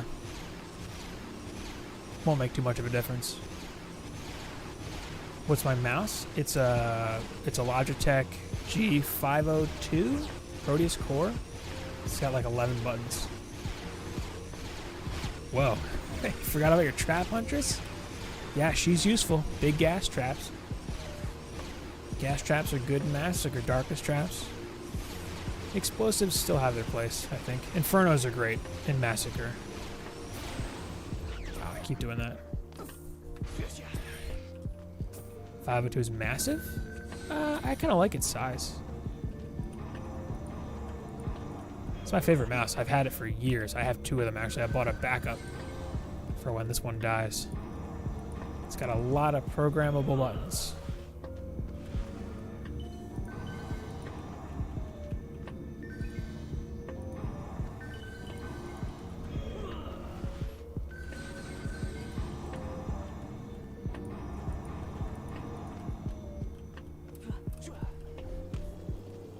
Actually, it's got weights too. It's kind of like. I think range and power are an equal priority until 4,000 and then power. So I always say to rush like 4,000 range and then go into power. You definitely want both on your gear, but range and power are pretty equal priority. Fortify is like. Fortify matters for gas traps. It improves their duration and it's the charges for your explosives, but as long as you have enough to get through a wave, it's fine. Yeah, well then Fortify is pretty low priority if you never use explosives. Power and range. If you use, generally speaking, Infernos and gas are like the combo of traps in Massacre, and so you want range for both, but power for the Infernos, and then you want Fortify power range rate on all of your gear, ideally. But if you were to go without any stats, if you were to go without a stat or on a piece or two, I would say defense rate is the lowest priority. Yeah, just make sure it has defense rate rolls, ideally.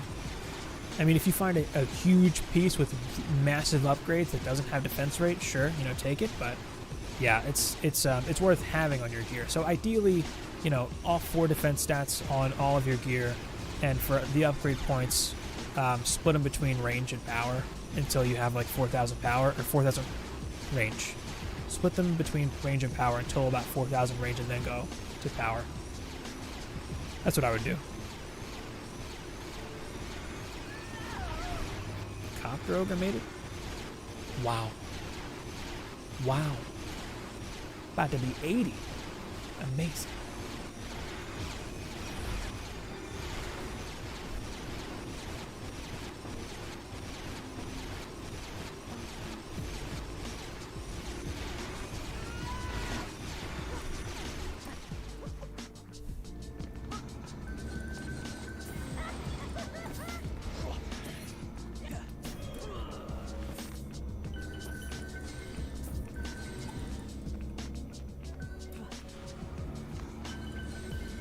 Yeah, I would say range is a high priority. It's similar in terms of priority to the Trap Huntress, because electric ores are so good in.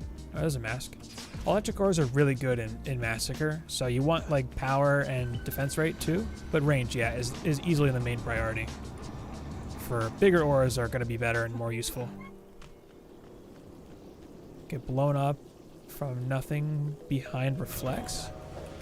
Sometimes the snot balls and the rifted kobolds that get thrown can pop before they get to your reflect, which I don't think is good, but it does happen.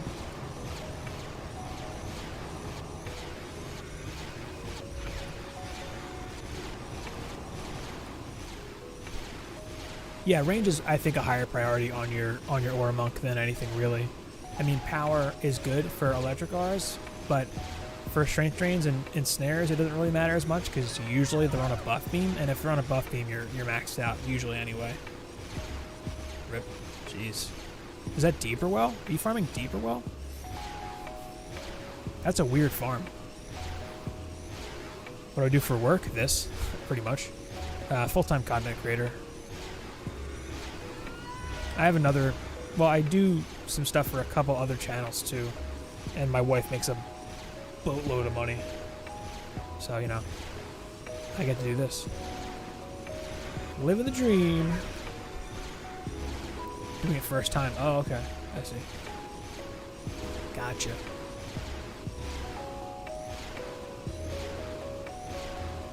Oh, for the gloves, yeah.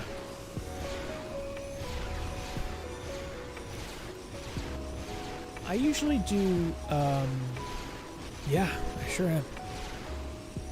For deeper well, I usually do, like a few towers behind a couple reflects and then just auras and some walls with a beam. Yeah, pretty much. Yeah, pretty much. Exactly. The only difference is I create content for a couple other channels, so that's why I don't upload as much on this channel, I guess. I don't do like videos every day for this channel because I like earlier today, my wife and I do a podcast. We did that yesterday, and then earlier today I did the YouTube video for it and then uploaded the audio and stuff. And then we do some short form content for her stuff too. And then I have another channel that I haven't made videos for a little while, but it's like guitar lessons. Oh my god, these giraffes are awful. Ooh. Trans boots. Look at these level 90 gear. That's not good. You don't want level 90 gear from here. 15 minutes, not bad. I gotta go back to town. How do you do podcasts often? Usually it's weekly. They're pretty easy to do, the podcasts. Like, we sit down, we have, we're both on a microphone, and I have a MacBook where I capture the audio to that, and then we have a camcorder for the video, and then I just edit the audio. It doesn't take too long. They're usually weekly, unless she's busy. And it's like, she's a dietitian, so it's all about, like, helping other dietitians do what she does. It's that sort of thing. It's a very specific niche.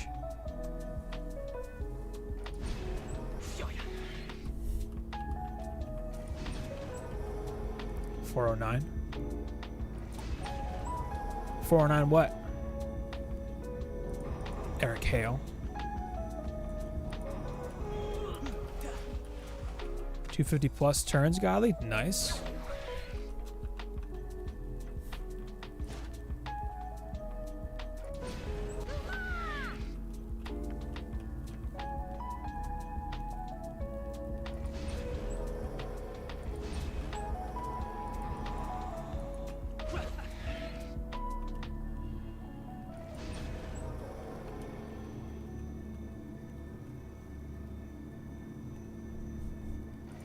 Guitar is not hard to learn. It's one of the easier instruments to teach yourself because the fretboard allows you to play notes pretty precisely. It's not like a violin or something where you have to learn positions. You press the fret and you get the note, you know? And there's so much good stuff online to learn guitar. But for hip-hop, you don't really need to know that much. I mean, for piano, you could just know, like, chord progressions, I guess. After 83, I'm just going to try to jump right into Massacre campaign. Get up to Ancient Minds, and then do Ancient Minds Massacre Survival. See if that'll take me to 90, see how far I can get into that. I doubt I'll be able to finish it before 90, but I'll probably be able to push in enough to see some nice upgrades, maybe? I don't know. Already level 80, though. I feel like this is moving along pretty good.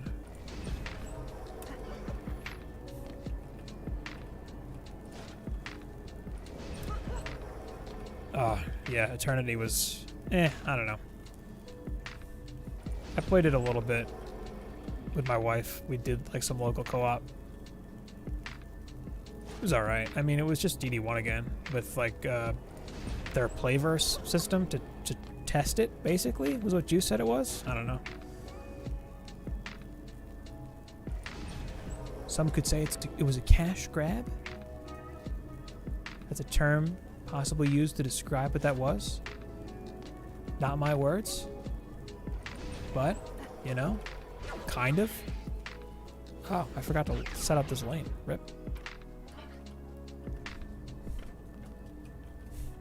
I mean, mechanically, Guitar Hero is basically a guitar with 1 string and 5 frets. So, kind of. I mean, rhythmically, it's similar.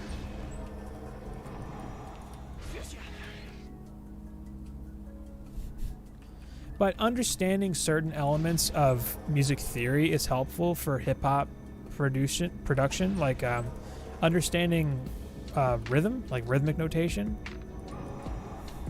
is helpful. I did a bit of production work for a couple of local hip-hop artists like a while ago. It's one of the first things I ever learned how to do for music. Like production-wise.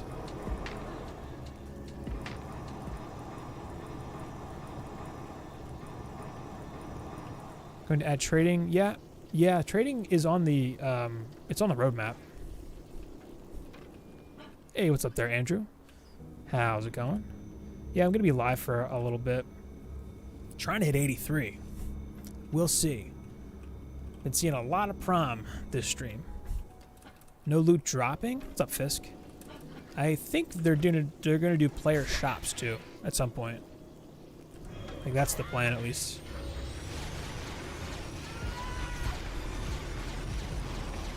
One day loot dropping, maybe. Trading wasn't out a lot sooner. Yeah, it's still not here. We'll see what's going on. Tericius. We'll see. Chord progression and music theory is kind of hard. There's a lot to it, but basics don't seem too bad. Nah, I mean chords, it's like, yeah, I don't know. If you learn like the major and minor chords and what keys are, you know, it's pretty easy. And then most songs are just like 3 or 4 chords looped in the same key. Found your post on Reddit. Oh, thanks. Thanks, Andrew. It's exact build. Haha. Yeah, I'm doing the same thing right now. Halfway to 81. It happened a lot faster than I thought it would, but I'm jaded from leveling in 1.0 when this was the map, and it took way longer to hit 83, like so much longer. You know what I'm gonna do actually? After this run, I'm gonna swap over to mixed mode and see how I do for that. See if it's any better. It might be more XP, I don't actually know. But I just want to see if I can do it. I think this build will work for mixed mode. Maybe.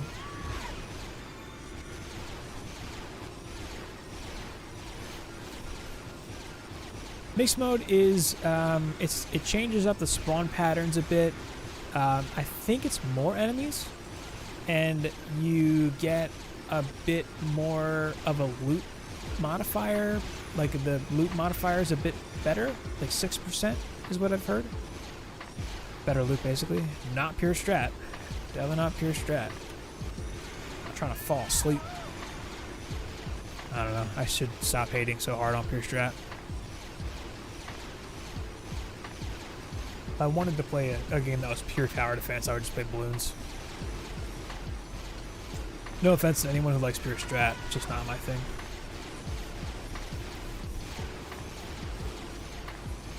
One day I'll get the trophy, but it'll be a long time from now. I don't know. I feel like it's kind of boring.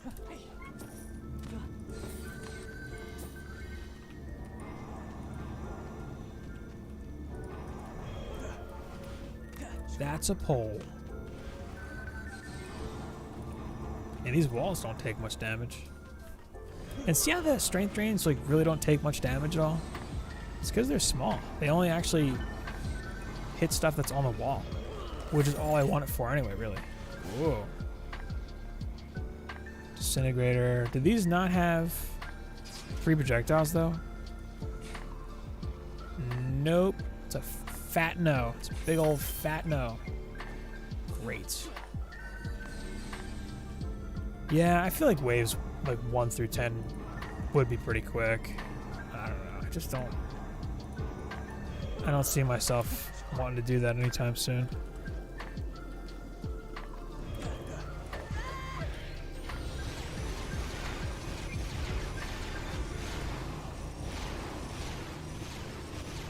What's Juice up to, Fisk? Is he just farming fusion gear?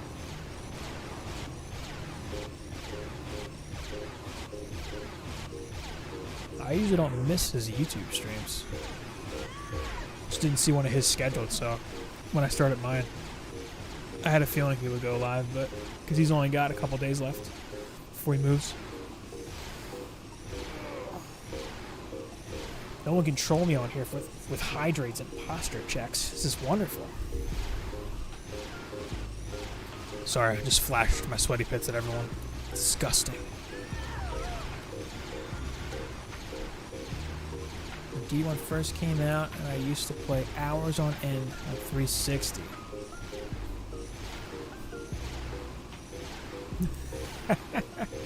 There were hackers on PC, though. Rage quit? Why? What did you rage quit from?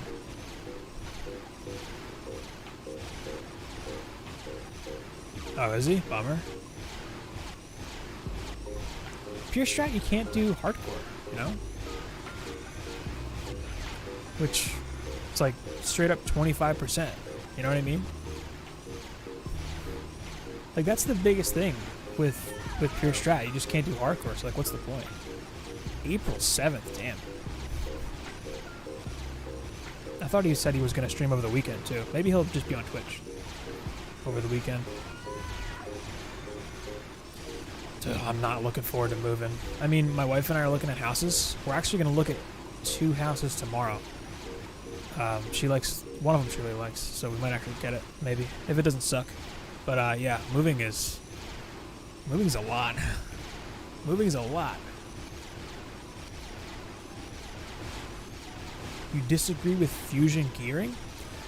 Where are you with progression right now, Fisk? Are you like sitting on just a bunch of level 100 heroes with like some fat regular gear? Because dropping back into Nightmare for some pieces is the easy way to do it, for sure. Only thought they were hackers because they had pets? Did you not have pets on the 360? Whoa. Man, rough life. Oh, dude, yeah, Alk Labs is a bit much. Hey, it used to be a lot more enemies, though. Be real, it used to be a slog getting through Alk Labs. I might just straight up not do any of that on Nightmare. Yeah, we haven't been married that long, but we've been together for a while. 11 years together? We got married in August.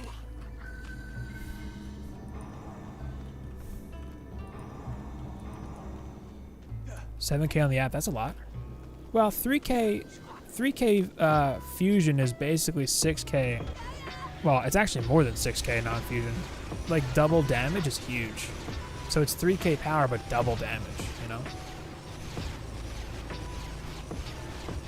I kind of need to do... I do actually need to do Alk Labs for a cat at some point. I don't know.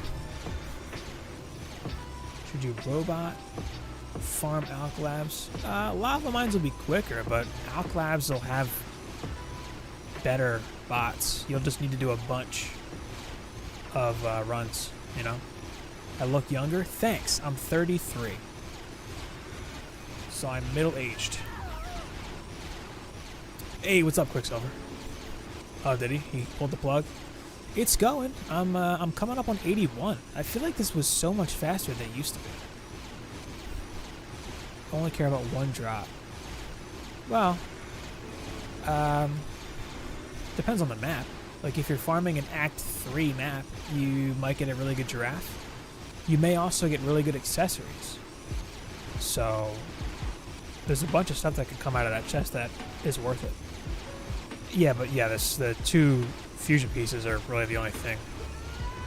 Or sometimes 1 if it's... you only care about the 1 piece. But you get 2 for the Wave 25 clear.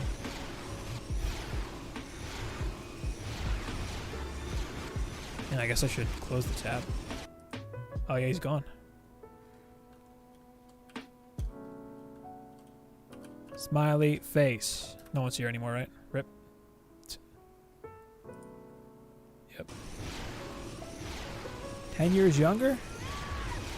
Or middle-aged? Whoa, I have 666 playbacks.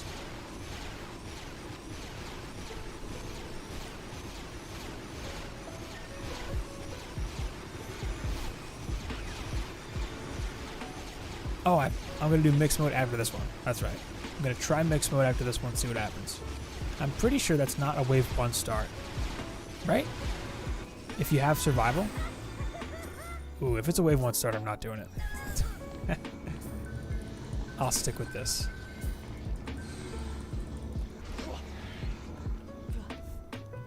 Spam squire walls and bowling balls. Meta. Bowling balls OP. Oh yeah, throne room's kind of rough with bowling balls. Yeah. I can? Alright, sick. That's what I want. Yeah, the chest. Lots of accessories from the chest. Just got another mask. I got a shield earlier.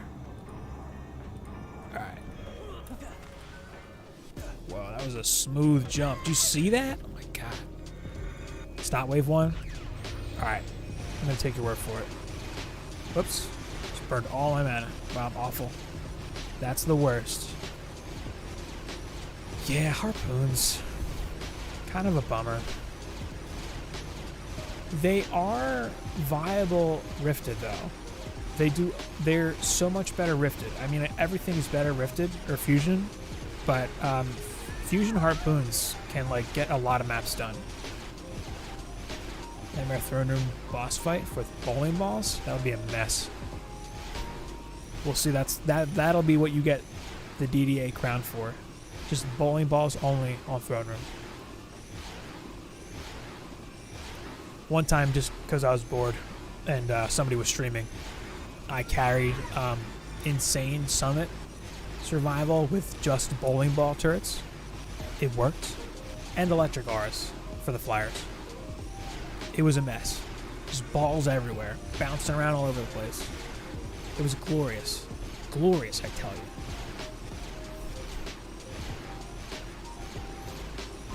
you. '81. Already 81. I'm only a few hours in here. Not bad. Not bad. Fusion can do anything in non-rifted. Yeah, your stuff is still fusion.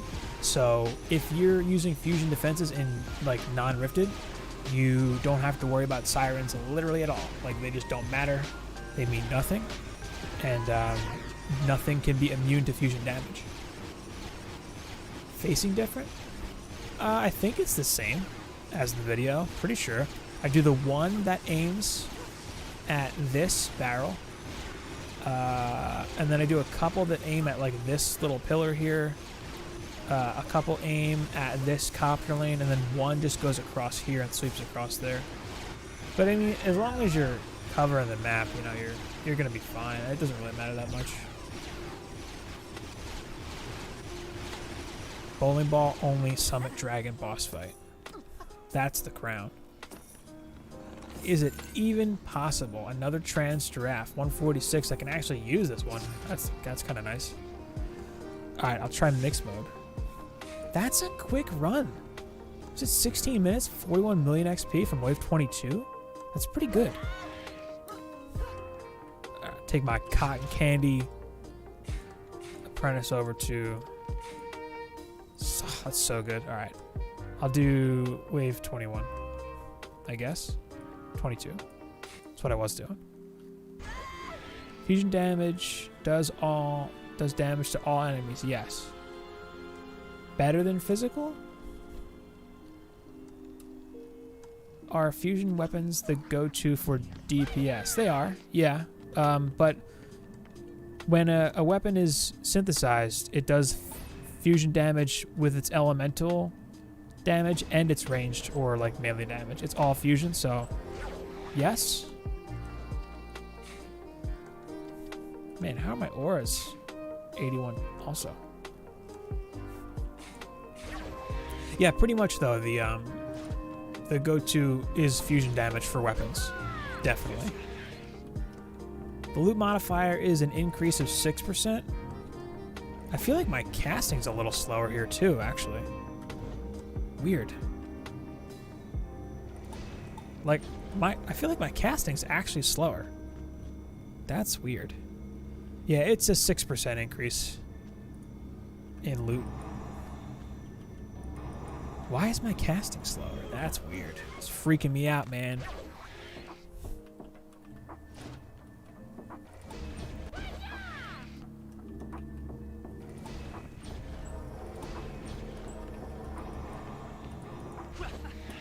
Alright.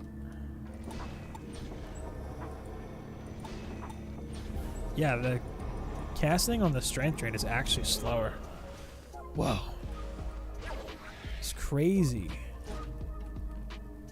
40U.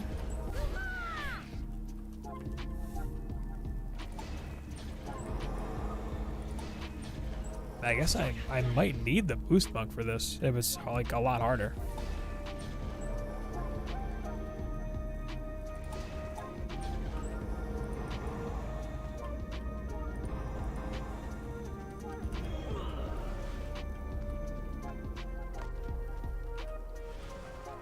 Must have been. I don't know. It felt slower. I think this one's 5.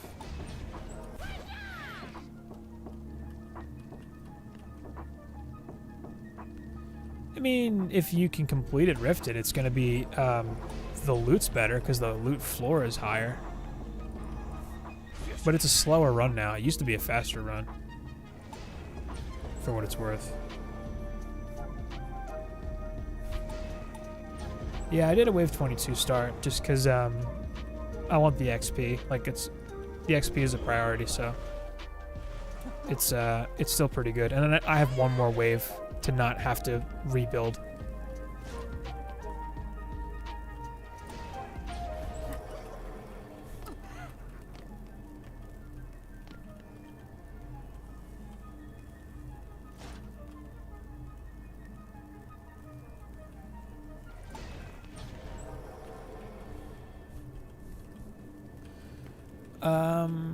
For Rifted, it used to be true, but it's not anymore. Because they did like minus 50% of fodder enemies and like minus 70% of some other enemies for regular survivals too. So now regular survival also has less enemies, which was for the sake of performance. I guess mainly for consoles. But yeah, at one point, Rifted was the faster mode with less enemies, and now it's not.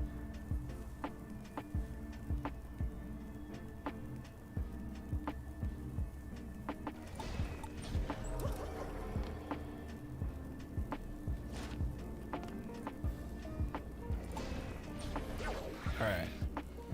I'm pretty sure this build would work pure strap, but I don't see why I would try it. Well, that's a wave 1 start. Ooh, is this my Waller? Yep. Oh yeah, regular survival used to have way more enemies. It's a lot better now. I mean, it's significantly faster. The wave 1 start here was like an hour and some change. It would have been closer to 3 hours before.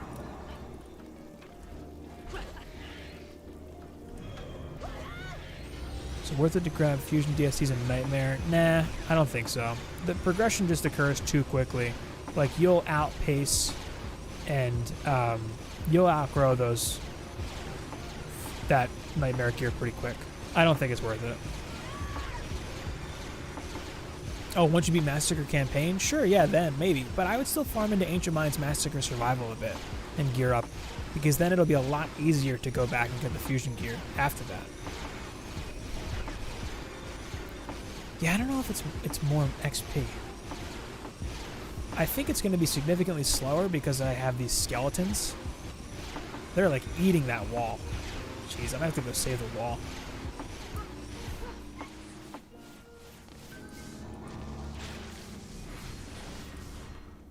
Skeletons are a pain.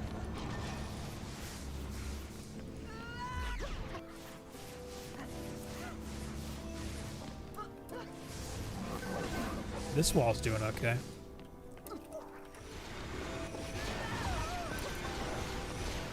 And these skeletons are just like sitting on the wall, not dying. But they have to die 3 times. That's the one big thing about mixed mode, is skeletons and spiders can spawn from the lanes. God, this wall's getting wrecked over here. Jeez. The other ones look okay. Yeah, if this takes significantly longer, I don't think it's worth it. If I can do 18 minutes on survival for 41 mil XP, I think that's probably the move then. Yeah, these skeletons, this is just taking a lot longer, it feels like. How to get a Drake Tooth? Summit? 4 projectile on a boost monk. Oh yeah, Drake Tooth is Summit, survival or campaign. It's either it's wave 25 for survival or just finishing campaign. And you'll get one. My god, this wall. It's really from skeletons. Super guinea pig. Other walls look okay. How are these skeletons just not dying?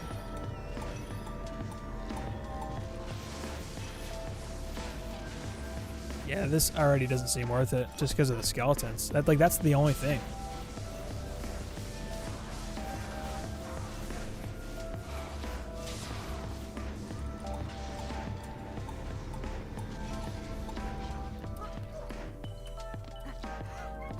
You can get a good Drake Tooth, like a way better Drake Tooth in survival, if you can finish it in Massacre.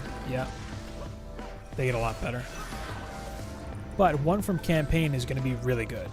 Like, it's going to be really, really strong for a while. My god, this is so not worth it. I almost don't want to finish this run.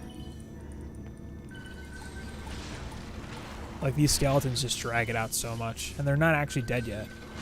There we go.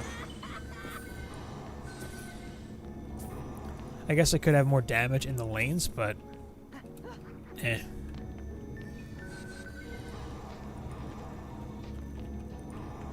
I'll just finish this one run, I guess. So pink.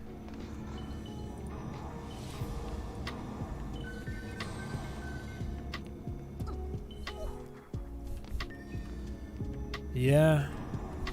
Seems better. Because 1000% harder with just one extra person.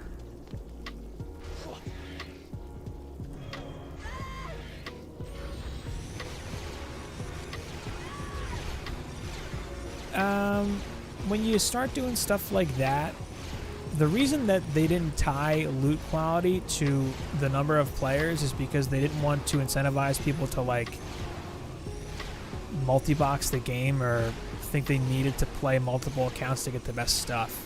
It's light-minded. Hello, how's it going? But I don't know. There's an XP bonus per player, but yeah, the loot's not any better with more players. Take away a DST. I could do that. Yeah, I could do that. I don't know if it's worth losing the DST for it, though.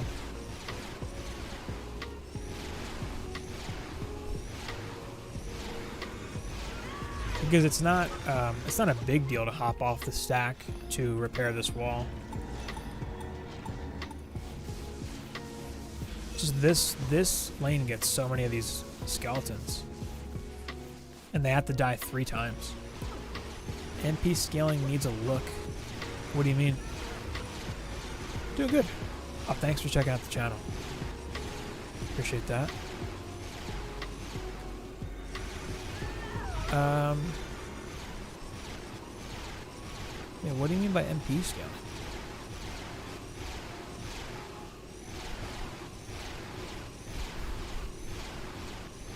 Oh, nice. Yeah, I'm waiting on the Switch release myself. Planning on playing on the Switch quite a bit. We'll see. I think that's coming last, sounds like. Maybe? Well, actually, I don't know, but I would guess, because it's got the most technical limitations. Well, the DSTs speed up the run. because they one-shot these skeletons, which will help them die faster and stay dead sooner. Plus, the armor on the wall from a beam would help, but I don't know if it would save the wall from having to be repaired. I'll probably do a separate account on the Switch for a while. I might just stick with a separate account on the Switch, like long term, actually. Probably. Split up our builds. We'll just crumble. Oh yeah, it's insane how much harder the game gets. But if you're both like really on top of it and playing optimally, there's a lot that you can get done. It just gets difficult when you're trying to carry somebody, or if like somebody's just kind of farting around on a builder or something and not DPSing or whatever. Yeah, I think multiplayer scaling needs to get looked at. I didn't realize that's what you meant when you said MP, but yeah, no, I agree. It's just odd how much harder the game gets. Like, I literally have builds that are completely just like brain dead solo that are way too hard with just one other person. Like literally Throne Room, my build for Throne Room, so easy solo. Pretty mindless solo with one other person, crazy, so much harder. Yeah.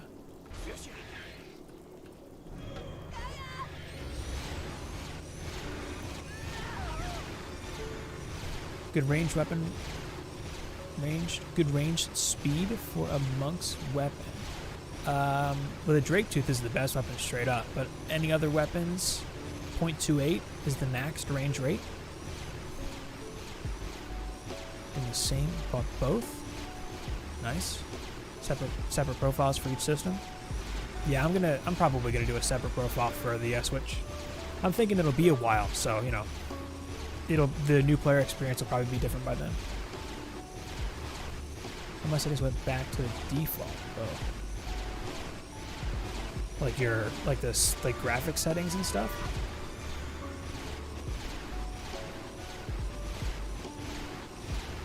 You backed it on Kickstarter, so you'll get the backer room and all the fun stuff.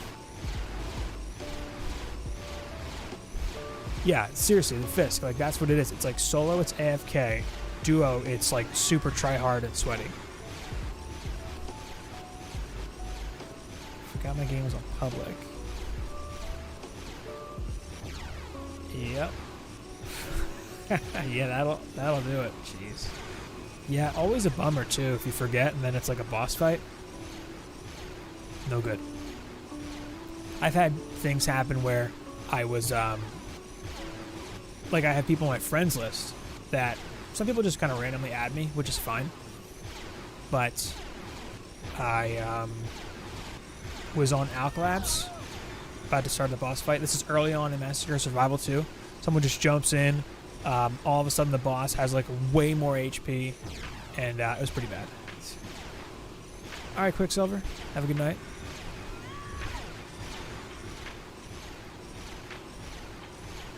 Oh, the skins are easy to redeem. You can just put them in. When you log into the game, there's like a redeem codes option. You just put the code into that and you get it. I'm thinking PS4 is going to come pretty soon because I'm pretty sure the build is like the same for PS4 as the Xbox. But the Switch is, you know, the Switch. Different story.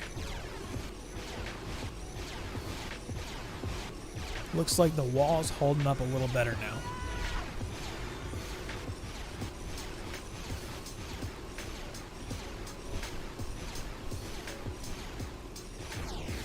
Wow, that's a bummer. 30-minute boss fight, oh my god. No, not my wall. Saved it. Oh god. Almost got eaten.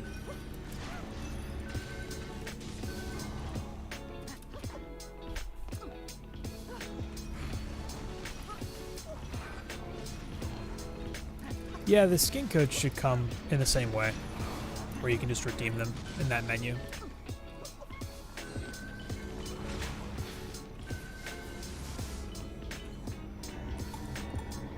I wouldn't worry about it, though. Yeah, it'll be easy enough to. It'll be pretty intuitive. Most likely. Man, I do need a minigun. I don't actually have one for my Huntress. But do I need one? I don't think so. Not really. Alright, I should actually upgrade stuff for this. Bam.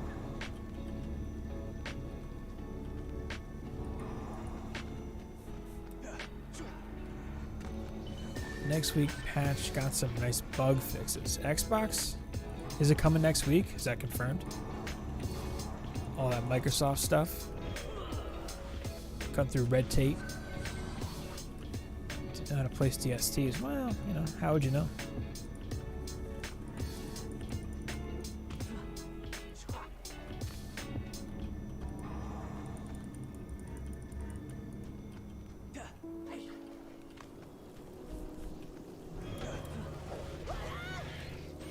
Oh, your settings keep resetting? Like your game settings, like graphics and stuff? 40 playtime of Boom just started. Weird. That's weird. New bug. Anytime it's slight-minded. No need to be sorry. That's fine. Yeah, ask. Whatever. It doesn't matter. It doesn't matter to me. As many questions as you want. It's like half the reason I stream, is to just talk to people and stuff, you know? Is crossplay going to be coming? The way they talk about crossplay is it would be cool to do it. It would require a lot to actually get done and isn't a priority now and probably won't be anytime soon. So it's not a definite no, never, but it seems like that's not going to be something we see anytime soon, though.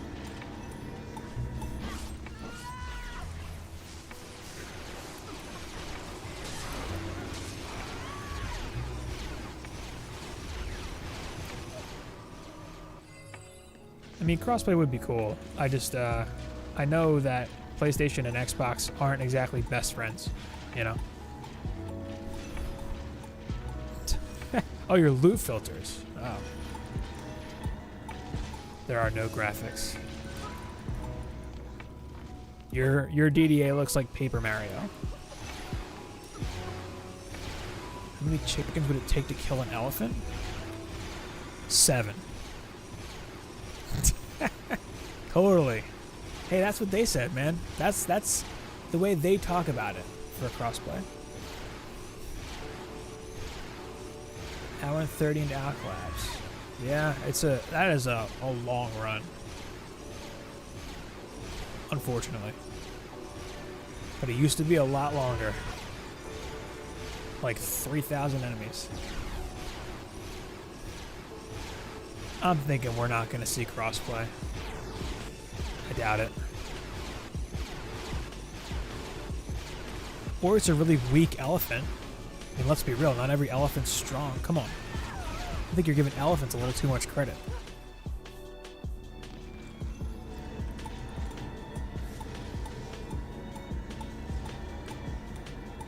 Yeah, I think I'm going to call it with mixed mode here. Go back to survival. I don't think this is worth it. Unless it's like double the XP somehow. What if it's a crippled baby elephant that's got leukemia or something? I don't know. It's been the same changes button ever since it started happening. Somebody else, Fisk, was asking about that earlier, actually. Or a couple days ago? Same thing. I would rather not get less. Yeah, it could be. Could be a baby elephant. Exactly. Reaper gets it. Come on. There we go. Alright. Well, 20 minutes, so a longer run, but we knew that. Bad giraffe. Just straight up an awful giraffe. Well, whatever. 48 million for an extra 2 minutes. I guess that's worth it.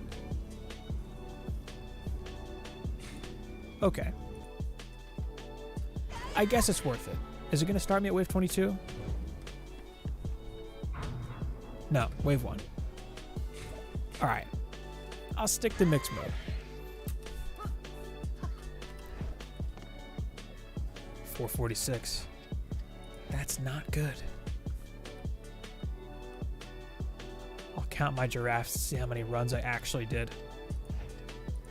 I feel like these weapons can go. Well, sure.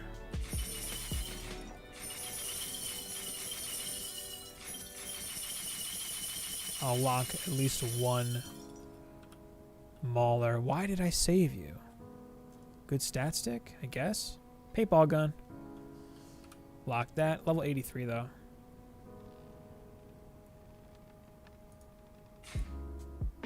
Ooh, I can upgrade ranged rate too. Wow. And it looks like it's already close to max. If soup is defined as food in some sauce, wouldn't cereal and milk be considered soup? What is wrong with you? What is wrong with you? Who hurt you? It's like asking if a hot dog's a sandwich. What an absurd question. Outrageous. Outrageous. Alright, I don't care about any of this stuff. Get it out of here. It's gone. Out of my life.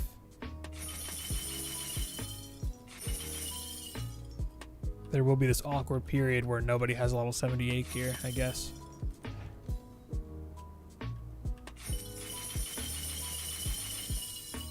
Soup's got water. Ah. See? Yeah, Fisk has a point there. How do you like that? That's the prerequisite for soup, water.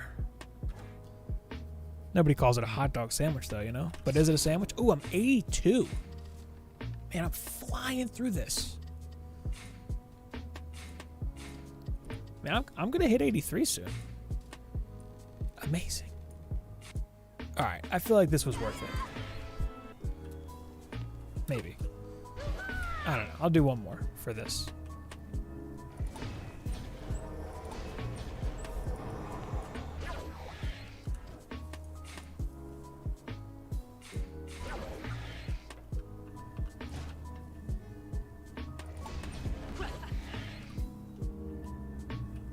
Wow.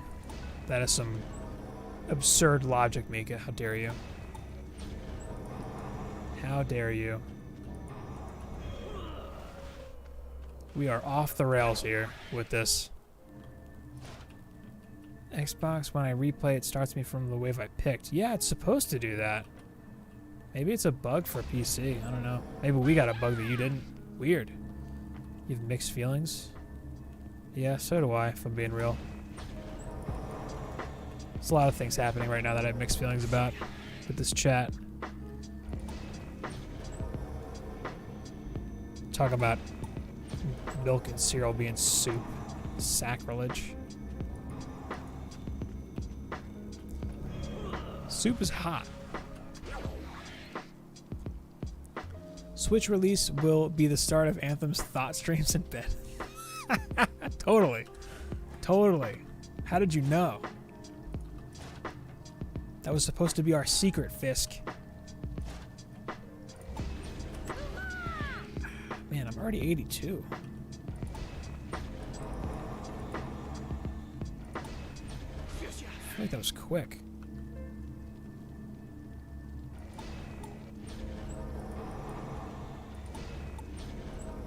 Alright.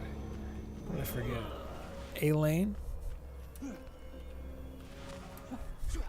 Would you be playing with subscribers? Yeah, sure, of course.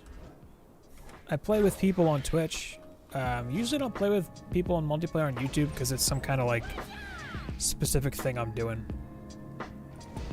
But I play with people on Twitch a lot, actually.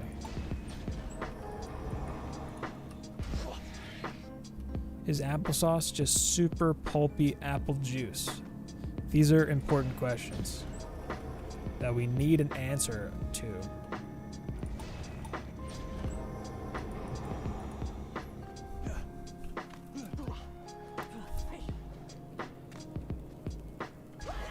I got you.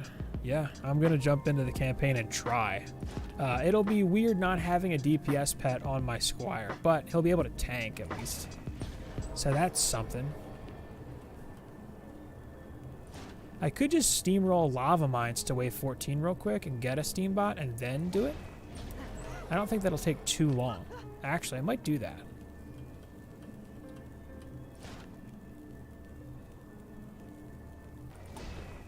Because the early waves are pretty quick, and I'll just bail after I get the bot.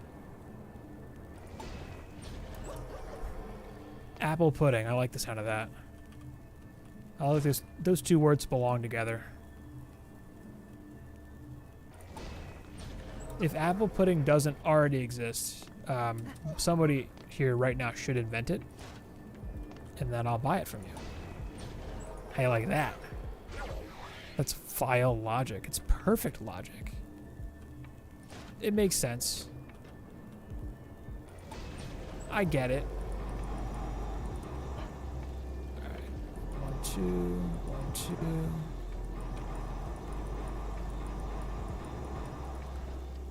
Beamer, get out of my life.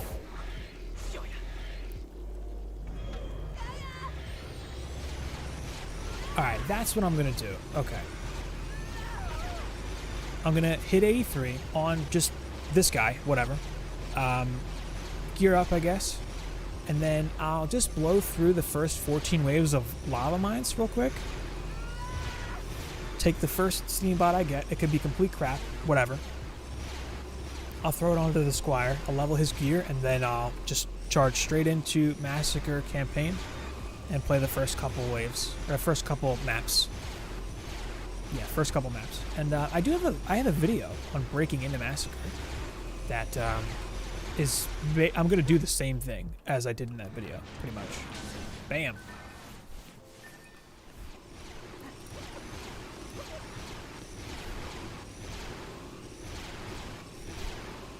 Banana pudding? I don't know about that. I like bananas, but I'm a little iffy on banana flavored stuff. You know? Like banana candy, that shouldn't exist. It's basically sacrilege that it exists in the first place. 3,700 hours. That's insane. PC? Or is that console? Kind of want to see a lava line build. All right, cool. Yeah, I'm gonna blow through it. I'm just gonna like bully the map because I'll have way better stats than I need for it. Oh god, they snuck around the edge. I'm glad they don't one-shot me at least. That's nice. Kind of need to save that wall.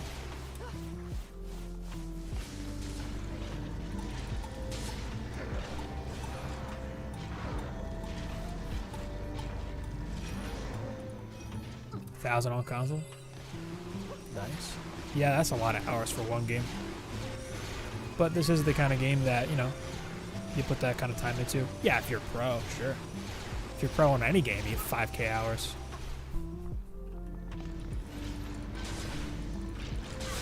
Oh god. I'll say one thing though about this mix mode, it's way more sketchy. Having to go out to get these walls healed up and stuff because of these skeletons. Big difference.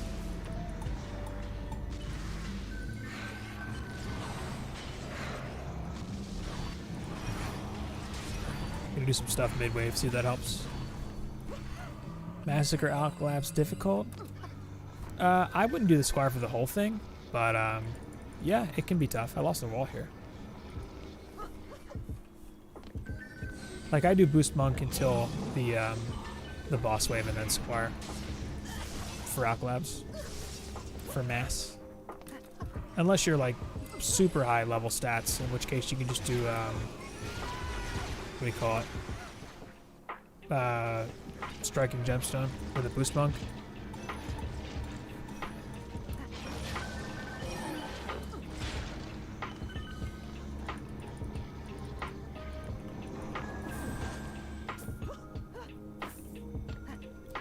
I guess I'll replace that wall, I guess. DD1 is totally a game I could see anyone sinking that kind of time into.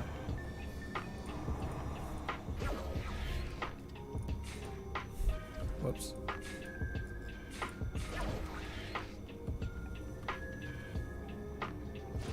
And my Waller being level 70 might actually be a bit of a problem for Massacre Survival, but I'll just swap her into the deck for 83 later on. Not being 90 is kind of rough for Massacre Survival, just sort of in general.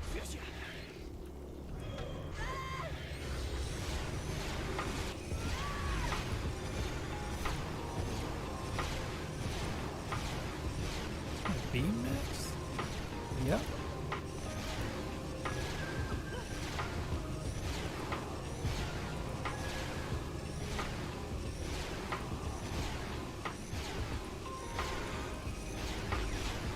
Ooh. Is that the wall? Jeez.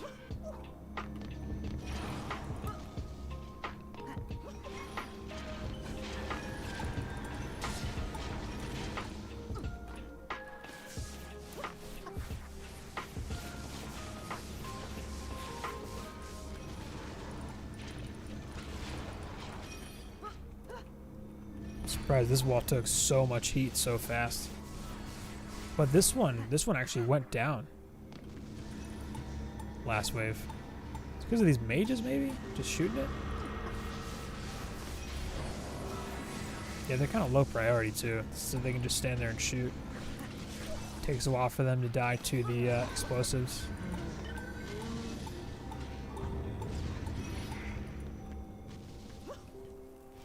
You can make, I think it's 64 characters. Pretty sure that's the number. You'll never need that many.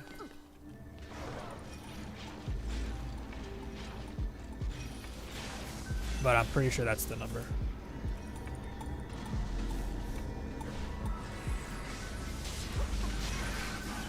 Super sketchy. Don't want to do that.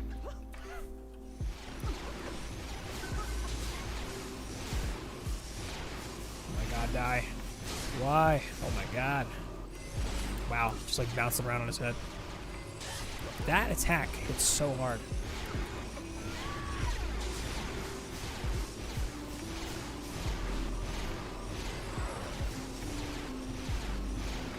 How many could you have in DD1?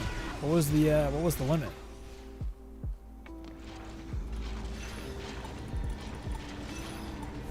The Mountain. Ogre's name. If I was usually created for DD, I'd have montages of dying by the most ridiculous things. Oh, on lava mines? That'll get you. Yeah, I guess I could find some footage of myself dying. I do die pretty often. Actually, I don't know if I have much footage captured of myself dying. I may or may not have a compilation of a dev dying on my channel. Maybe more than one compilation of said dev dying. Maybe. Oh god. Wow, I barely lived that. I'm getting out of here. That's too much.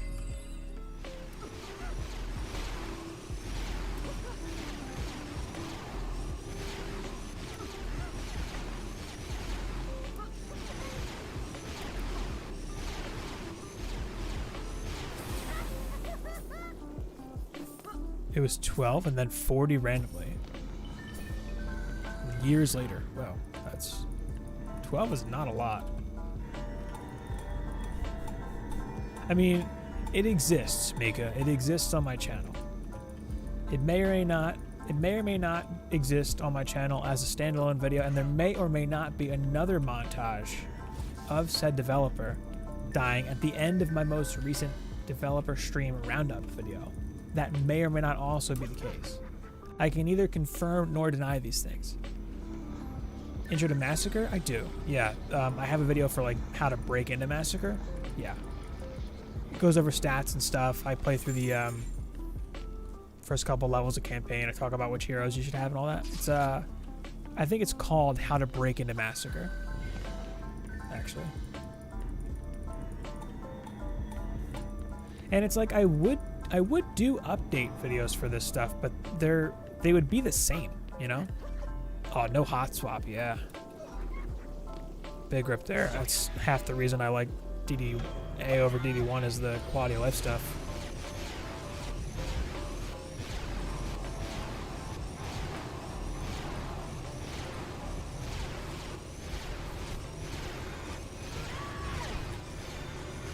I think it's actually called How to Break Into Massacre. I'm not sure if it's in a playlist. I think there's a playlist called like DDA progression that it would be in, probably. But there's a search bar at the top of like every YouTube channel that you can search for videos. Like not the YouTube search, but like within their channel, you know. Just doing duo ancient mind with a buddy. Not really doing much. I couldn't get past wave 12. Ooh. It's harder. It's harder multiplayer. Significantly harder. Yeah, the collecting mana from chests, like that's another big thing that I don't miss. Like having to go to the forge to swap heroes. Like the way you put down defenses feels better in this game too. There's a lot that I like better. Yeah, it's rough. I'm glad they didn't do that for this game.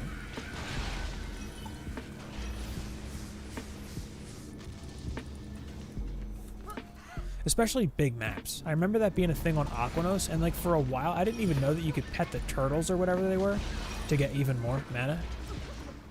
That's a mechanic that I don't miss.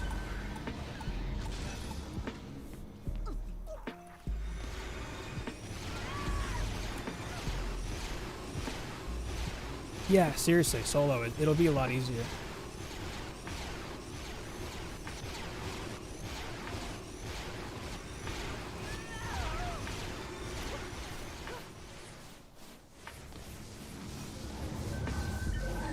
Bam. Well, I think my timing is going to be about right here. I was thinking about going 5 or 6 hours for this one, and it looks like hitting 83. Running lava mines and then just breaking into Massacre is going to put me about there anyway. So that sounds about right for this one. Mixed mode overall not bad. I think survival's easier though, a lot easier. And it's mostly because of these skeletons. Like they just eat walls. Does your survival build for Nightmare work for Massacre? For which? For this? Honestly, I don't know. Probably not, because sirens, a physical siren would completely ruin this build. But I have other builds for Massacre Prom. And honestly, Massacre, I would say Gardens is probably the easier run than Prom. Bam.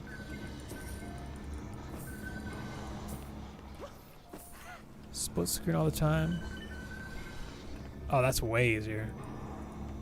Steals your chest. Yeah. I do miss some things about, like, being able to play split screen was nice. I mean, we'll get that with DDA eventually, though.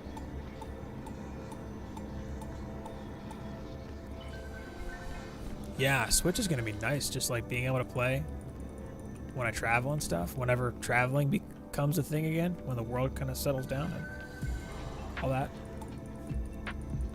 But, yeah, that'll be nice. I'm thinking about going to PAX East, which would be cool. Obviously, it's not going to be out by then. I think that's like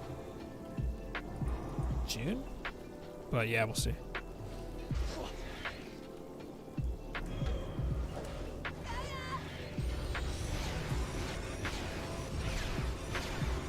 Oh, Ancient Mines. Yeah, it does. Yeah.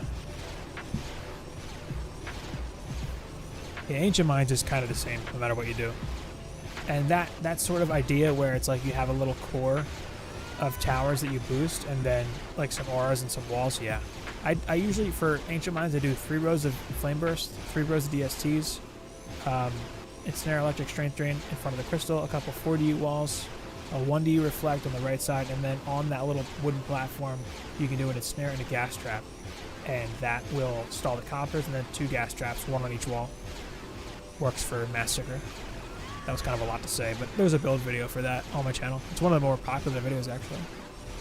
Any info on when, if they're adding additional heroes and maps? No dates have been announced yet, but probably within the next few months we'll see some stuff about that, or possibly they'll drop. It's like anyone's guess at this point. They've been talking about new maps for a while, new maps and heroes for a little while. And snares do, yeah, they work on Coppers. They're really good for Coppers, actually.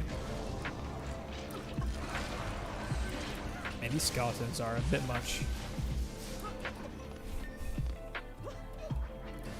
Yeah, we'll see. I mean, if they just run it at a low res, like, it'll probably be in, like, 480p or something. Whatever. I mean, as long as it runs.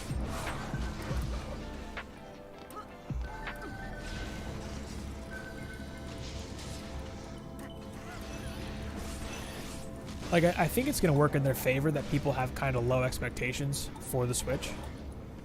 You know? Like, no one's expecting immaculate graphics.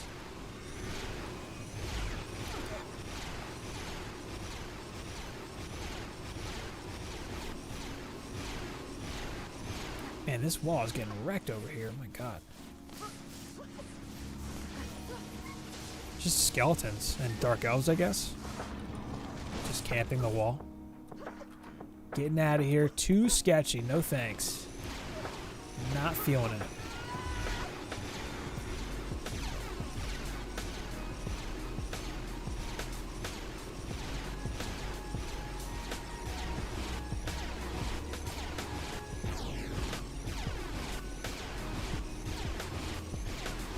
I think 2 more wave 23 starts on normal survival would get me there to 83.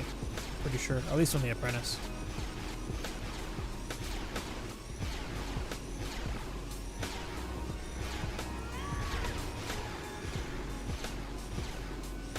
Anytime. My pleasure. What's left? What is this? Just skeletons. Man, this wall gets wrecked out here. Oh my god. Ooh. Maybe I should just do 1 more of these to definitely get me there. Yeah, I'll just do that, just for the guaranteed. Another godly giraffe. Amazing. Amazing. Alright, I'm gonna just do a quick sweep for a minigun. Just because my Huntress currently has no weapon right now. Because I sold it, not thinking. Not even thinking about it.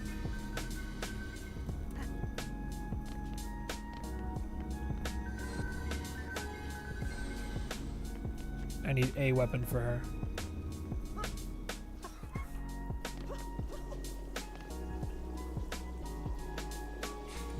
Alright, I'm gonna do regular survival for 1 more from wave 22. That should put me at 83.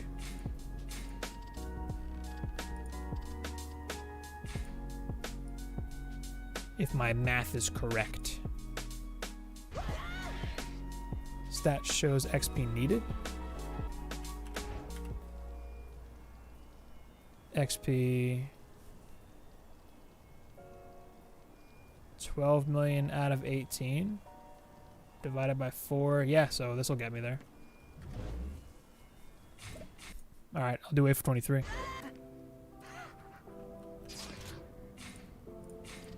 Pretty sure. I mean, if it doesn't, that's fine because I'm still gonna do that lava mines run anyway. Alright, I'm going to try to remember to pop each of these victory chests on my Huntress to go for a minigun or a paintball gun that I can actually use.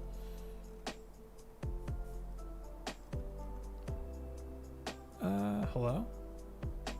What am I doing here? Oh, walls. I got 46 mil, I think it was.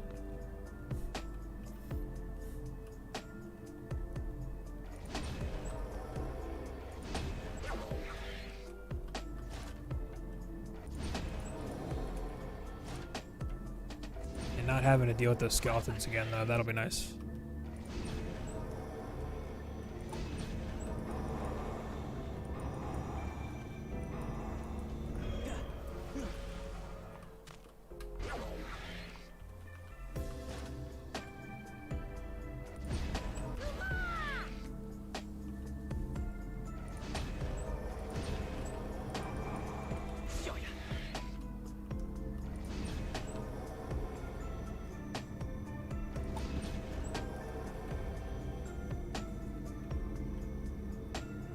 Feels not worth it. Oh yeah, it's in terms of like how big of a pain in the butt it is to like keep the walls alive from those skeletons. Yeah, it's kind of, I don't know. I mean, I don't really need the loot modifier extra for the gear or anything. Like, yeah, it's not really worth it, in my opinion either. You right.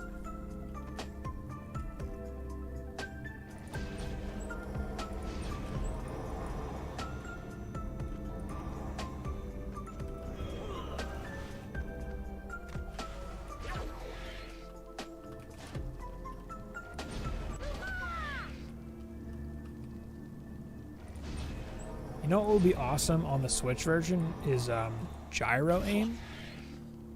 That would be really cool. Pretty sure that's not coming, but gyro aim is so much more precise. It would make building a lot easier.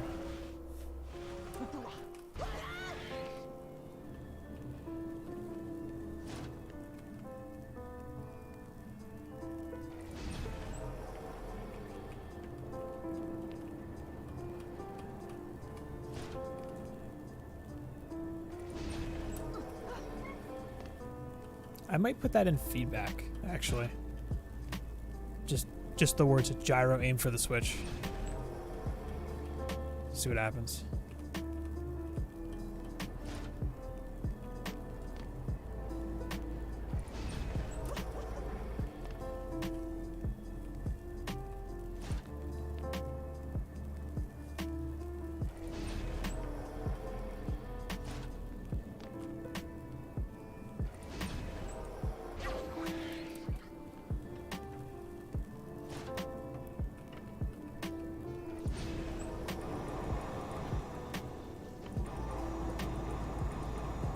Ah, did it again, didn't I? Yep.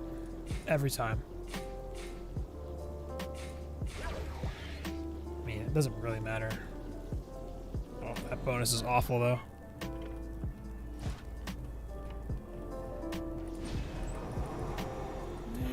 Not much better than the... Oh, it's not really much better at all. Whatever. RIP that mana.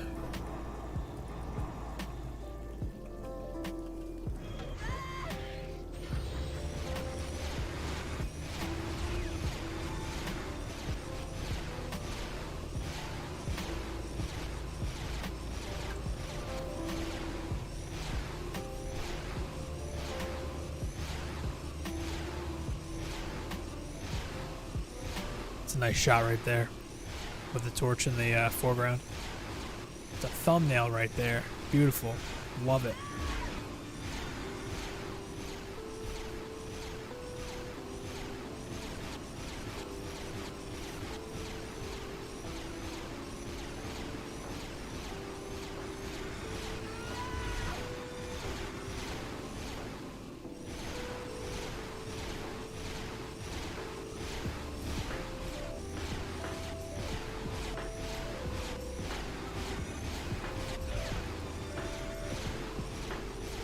I might actually, I think my survival build for Massacre will work on Nightmare, because I think the range of my DSTs will be plenty. I mean, I can add points to it too. But I'm thinking I'm going to see a pretty big stat hike from hitting 83 on this guy, because I have some 83 gear waiting for me, I know that. At least a couple giraffes, I know that. This color scheme might have to go, though.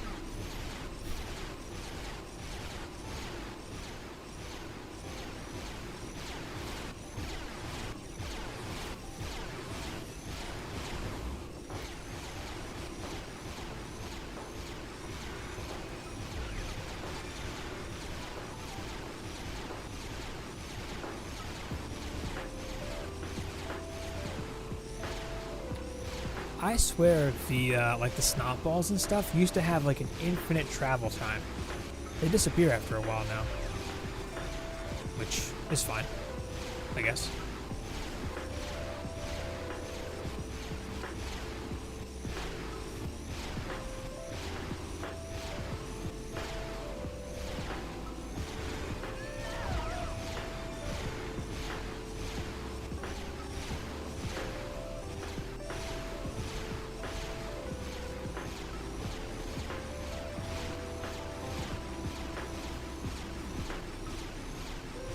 That copter kind of makes it to the map.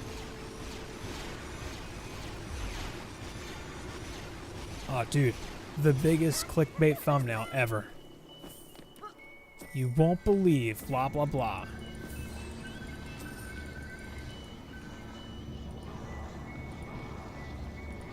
Did you, Fisk, did you try streaming with your capture card?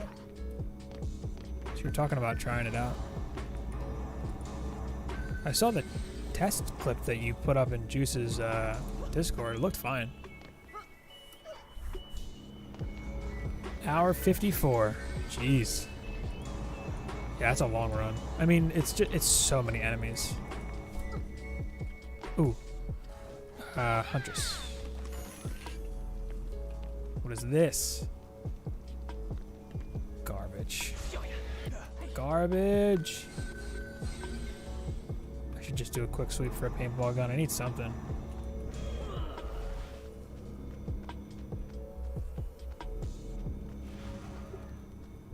Otherwise, I'm gonna actually have to level that blunderbuss and use that and see, because the DPS hunters will be the go-to hero for lava mines for like a few waves, probably.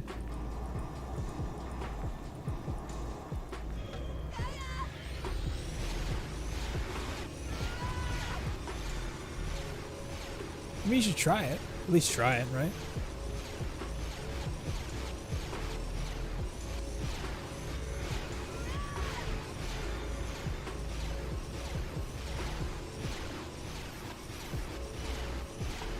And even if you're limited to 720, that's almost better. It's almost better to do 720 because that's a lot less data coming in for someone to receive on their phone or whatever. And you don't always have the option. I'm assuming you would be doing it on Twitch. You don't always have the option to change your resolution on Twitch. If you did it on YouTube, it would be, you can always change it on YouTube, at least as far as I know.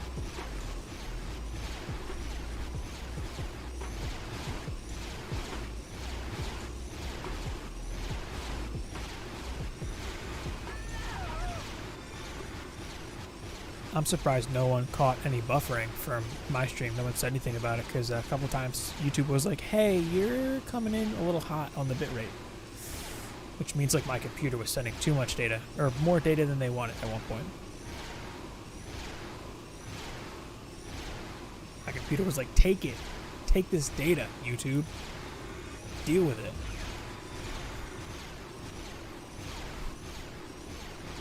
I honestly wasn't sure I'd hit 83.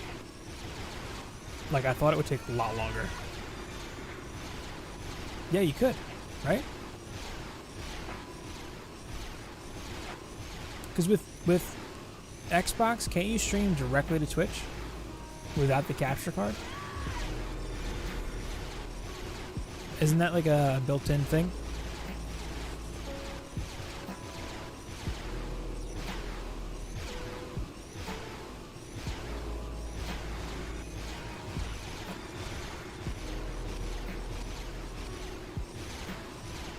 Would you look at this? Would you look at this? It's probably trash. Probably complete trash.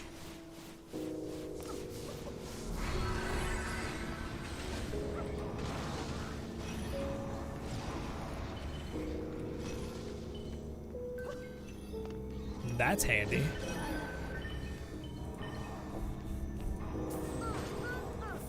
Basically just like a PC.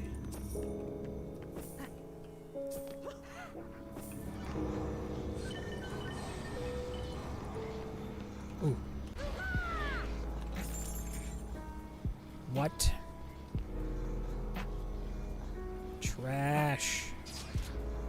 Good bracers? Nope. Man, rough life. I have a DPS weapon on my monk. That'll have to do.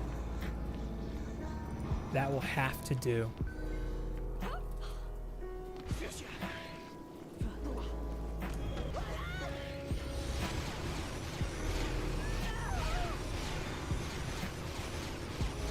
no way in heck I'm grinding my Huntress to 83. Actually, you know what I could do if I really wanted to snag her a quick weapon is just run campaign. Nightmare campaign Alch Labs and grab a disintegrator real quick. Could do that. Better than nothing.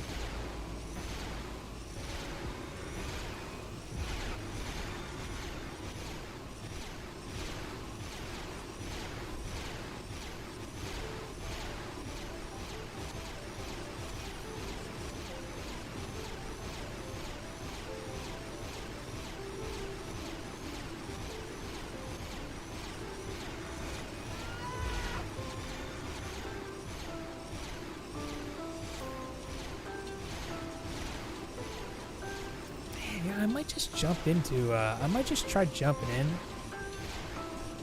to the campaign without the Steam bot and seeing what happens.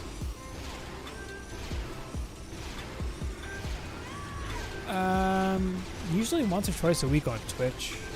On here, the only reason I had such a big gap on YouTube for streams with this account is because I lost the data and had to restart this profile. My hard drive failed, so I lost the local save file. Otherwise, I would have been streaming this more often, like once or twice a week, I guess.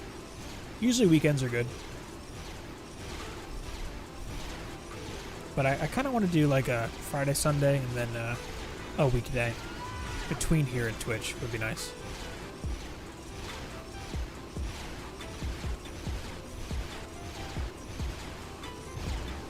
This was a pretty quick run. Come in a little under 15 minutes, like 14 something. Good luck, Reaper. Ooh, what's this? What? I can't get that.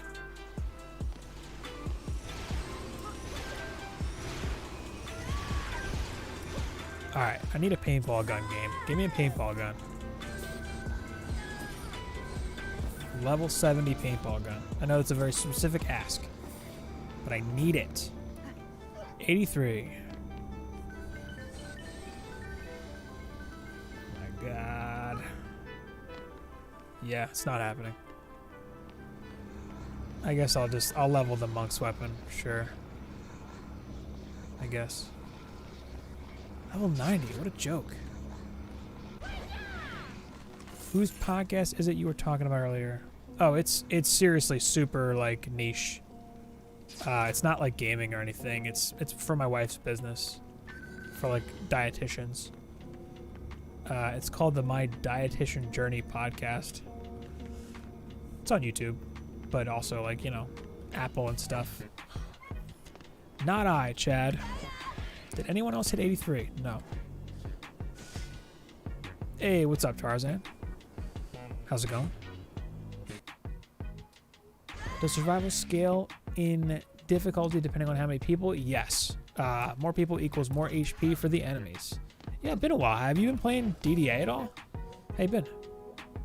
Has been a while. Ooh.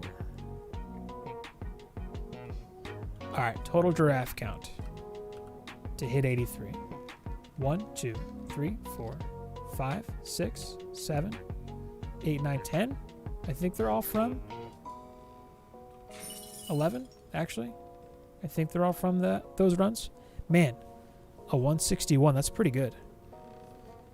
Been on League, sick. League's fun. Paintball gun's good. I mean, it's a good entry-level weapon to like jump in and start with, sure. Ooh. It's a good stat stick.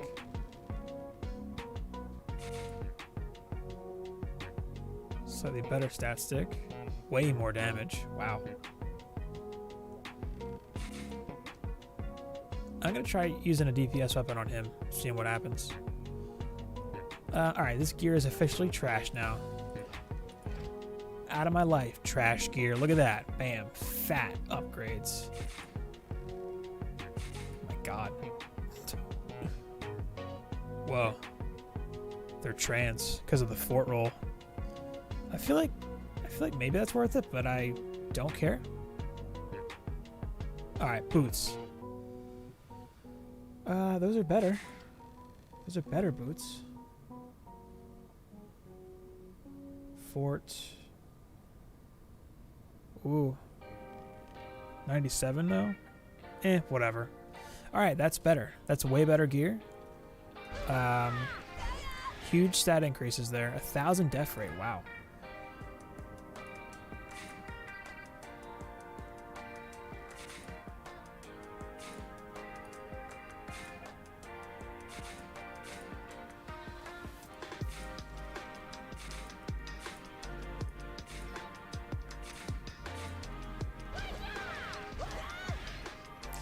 That's a big stat jump. That's a lot. I feel like it's a lot. Lame cat copter. Rip. It's bad? Yeah, nice. What's a good weapon for the Huntress? Best weapon's the Dragoon from the Summit. If you're a Nightmare, it's going to be a 3 projectile disintegrator from Alk Labs. Anthem found your vid, guys. Great help climbing. Oh, thanks for checking out the channel. Pixia Doge. How's it going? Struggling with Nightmare? Oh yeah, it's a rough life out there if you're first breaking in. But yeah, playing multiplayer, it does make things harder. All right, let's get a DPS weapon up here.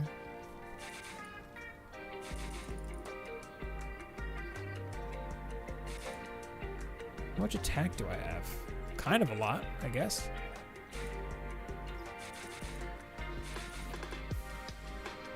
Sure.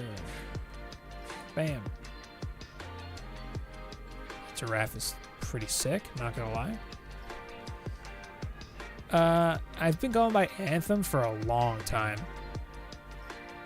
Oh yeah, survival. Either survival or campaign, but survival would be better.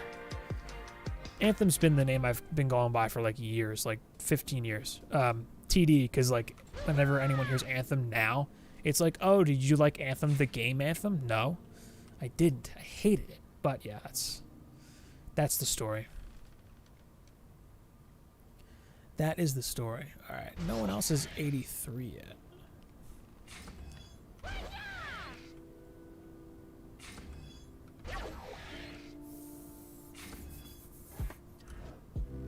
They're all 82. How close are they? Pretty close. Whatever. Man, 1,800 power is a lot.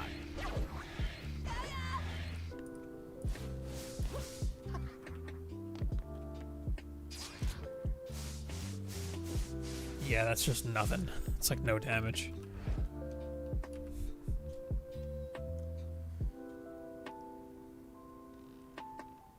I mean, it's not nothing, but, you know. Alright. 41 million. Worth it. Worth it.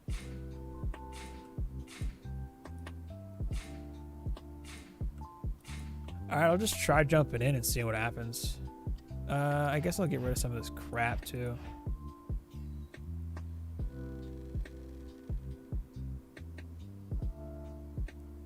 $200K in mass.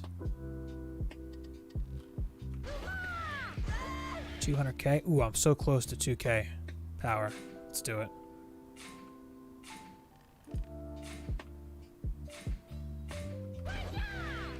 Bam, 2K power. How about that? Nice. All right, sick.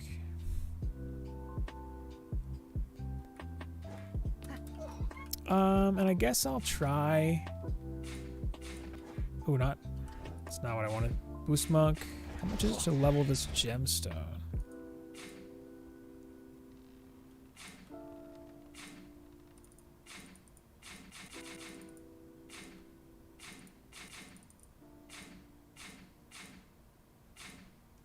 $11 mil, easy, done. I might actually use him.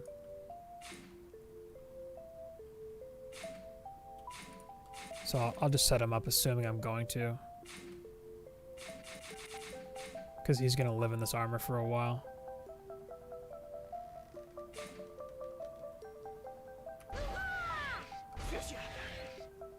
$815 skill.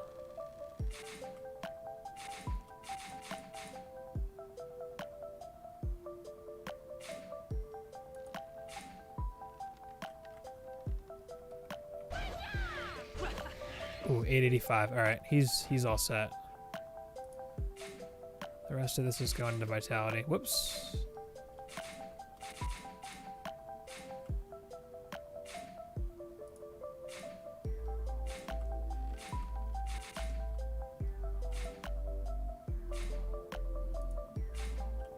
Man, is this his best weapon? I feel like it is.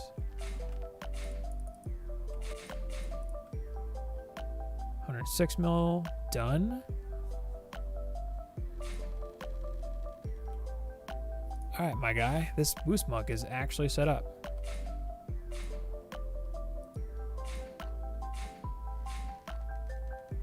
Alright. Good enough. Just grab some points and the rest of this stuff. Just fire damage over physical? Yeah, it's better in Massacre. I'm not going into attack on this guy. And elemental damage doesn't take as big of a hit. Actually, Juicebags just made a video about this. His most recent upload talks about this, but in Massacre, you get like a damage boost. Like, check this out. I'm going to go to a Nightmare Tavern real quick. And then I'm going to shoot this staff, right? So 119k.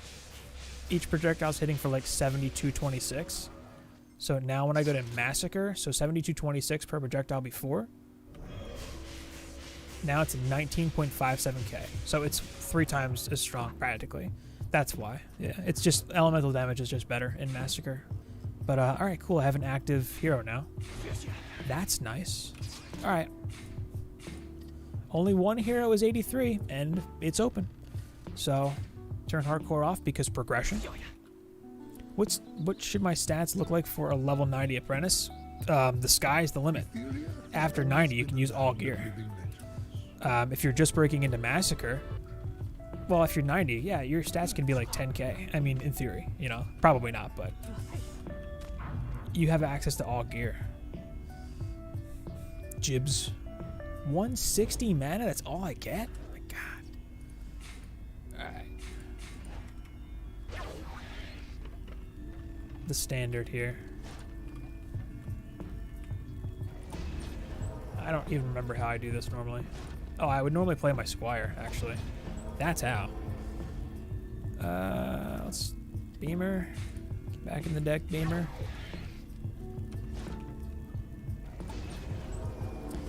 And I'll try the Apprentice. He's got a DPS weapon.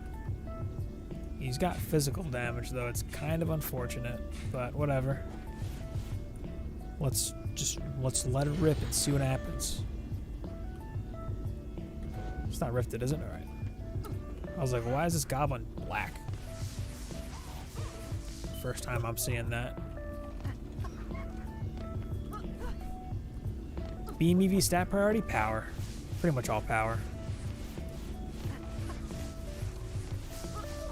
Yeah, godly gear is going to be strictly from Massacre survival. Yeah. You're not going to see it in campaign. Man, I feel like I can DPS this ogre. Eventually. Alright, same strategy as what I would normally do in what do you call it?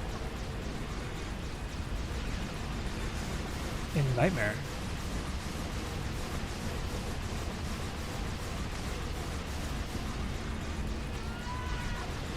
Wandering Donut. If you build with one apprentice and switch to another apprentice, you don't keep the bonus. Nah. It's got to be the same apprentice. Alright, sweet. Yeah, that's pretty nice.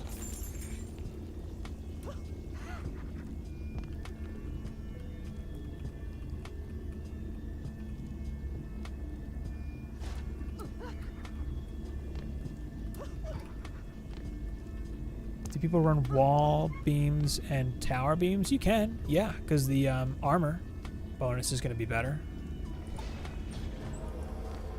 Oh, my range is actually kind of trash.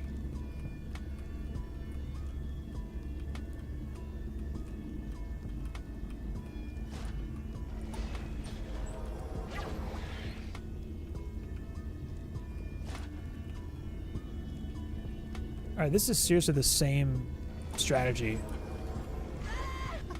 as Nightmare. Just works, apparently. Bam.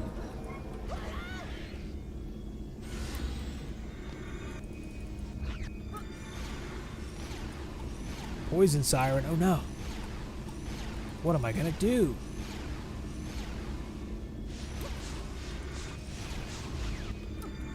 It's a dead Jinn. Man, no build timer. Actually super nice. I feel like I could kill her, but I don't think it's worth it.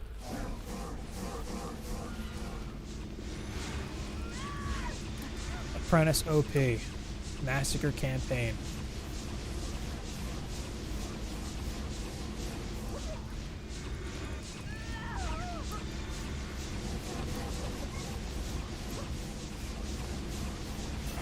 Done. Direct. Alright, this is easier than I thought it would be.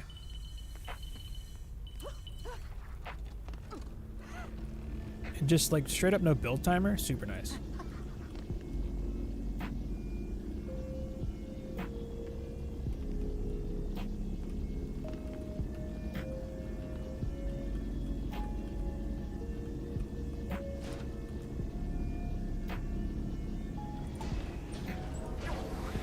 Looks like it's on the beam. Should be fine. Alright, I feel like my auras are not quite big enough. Yeah, well, maybe on the beam. They'll be bigger. Strength drain? Yes. Kind of. Range, please. Cool.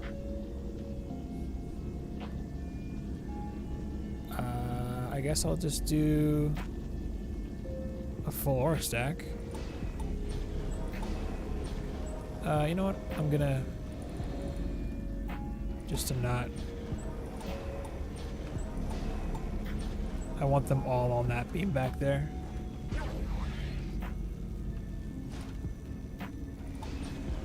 Three left. I don't feel like I need gas, so I'll do explosives. Man, tiny range.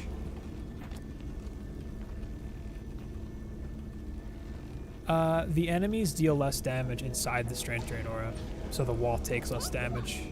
Like this strength drain will reduce enemy incoming damage by 54%. Yeah.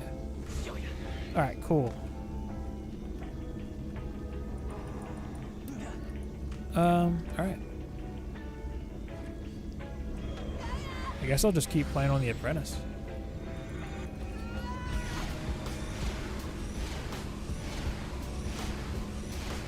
If I got a physical siren, that would be kind of a bummer, but I do have electric and fire damage, so it wouldn't be a big deal. And I could just, well, I couldn't kill a physical siren because my weapon's physical, but I want to just shoot this one and see how much damage am I doing. Oh, she didn't even aggro to me yet. I'm not going to bother killing her. Just going to leave him alone.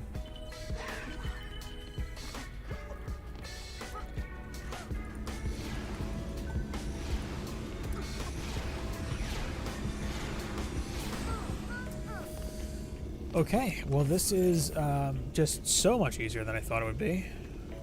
Oh, I should pop that on my Huntress, just to get a minigun. Just to get a gun on her.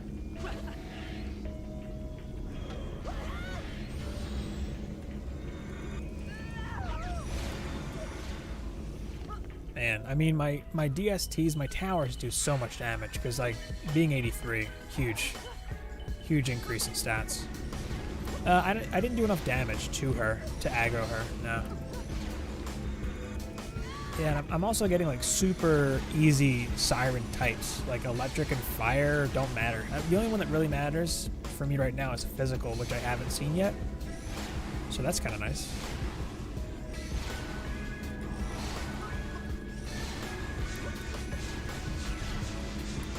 Overdrive, big overdrive. But you can totally farm wave 5 sirens. I'll try to kill a siren wave 5 to show her drops. Let me see if I can kill this one maybe.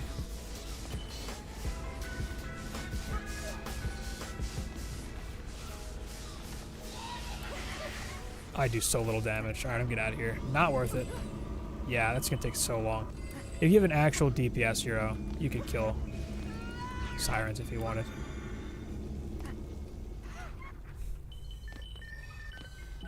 Wave 5 every time. Let me swap to the, I'll just swap to the boost monk. Try to kill one.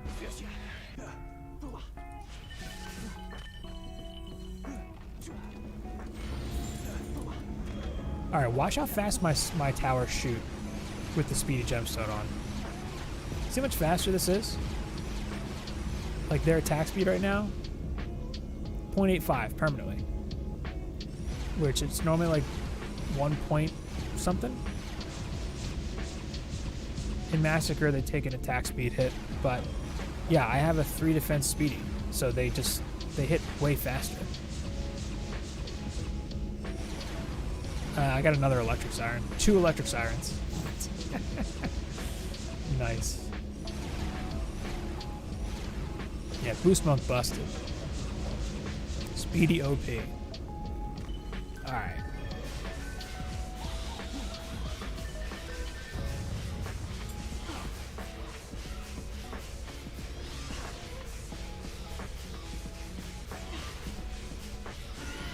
Loot Pinata. Look at all that stuff.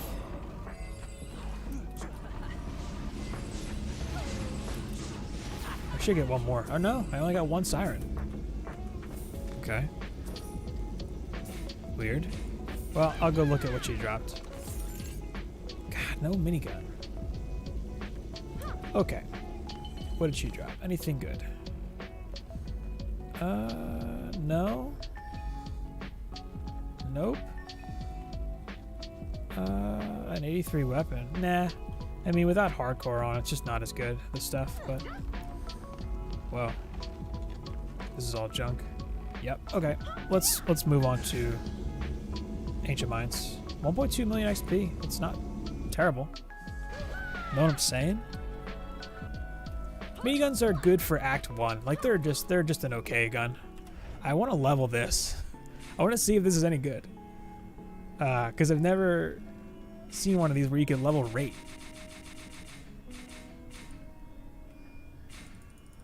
Totally gonna waste money to... That's so weird. I've never seen one of these where you could level rate. How fast can these go?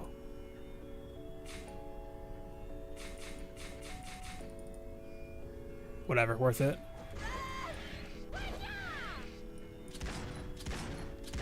Wait, what?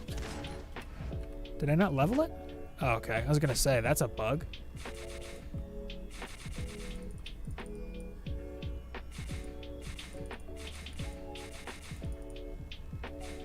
Worth it. Wait, what? It keeps not leveling it. What am I doing wrong here? Alright, I'm not gonna mess with that here. Whatever. I want to see for science what that's like leveled, but I guess not. The game said no.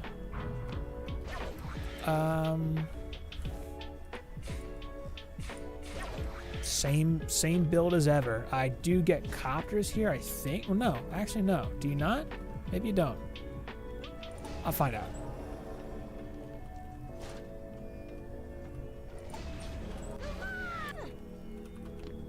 I don't know what that was about.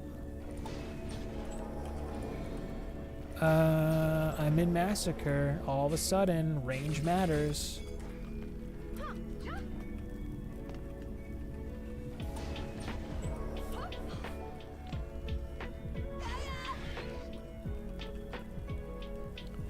Yeah, I'll level it when I go back to the tavern. I guess then I'll be allowed. Maybe? I don't know. That was weird. Whatever.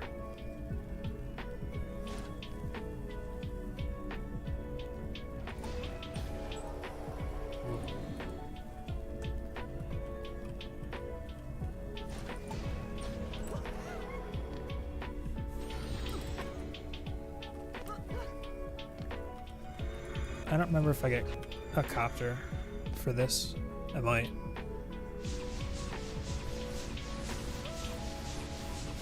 It is the lo-fi playlist from Stream Beats, which is a bunch of copyright-free music that anyone can use for like YouTube and Twitch and stuff. It's really nice. I like it too. Like, it's good to just listen to. Alright. I feel like the Boost Monk is the way better active hero now.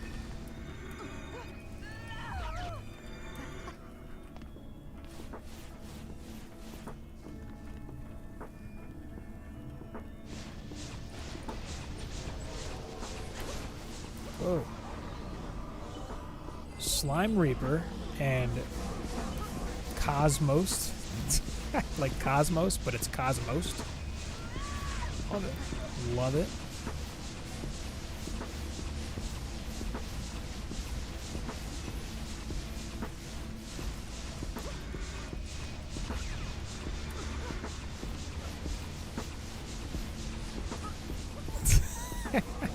Well, rather than, you know, it's my go-to music for streaming, but if I'm just trying to listen to some music, it's good for that too. That's what I meant. And he's dead. All right. Give me a freaking minigun. Ooh. Well, if I can't upgrade a rate, it's useless, but okay. Better than nothing. I'm going to lock it. Although for science, I bet that other weapon is better. Alright, do I get a copter game? Tell me. Yes, I do. Man, this used to be a challenge. Now I don't have a build timer. Favorite to listen to? It kind of depends on my mood, I guess. I feel like that's the cop-out answer that everyone says, but it's true. Depends on what I'm feeling that day or whatever.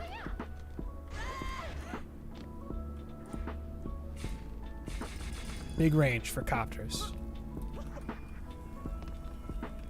That would be great, because then it's another option.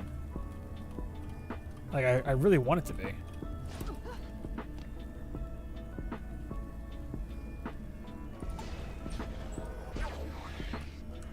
Beams.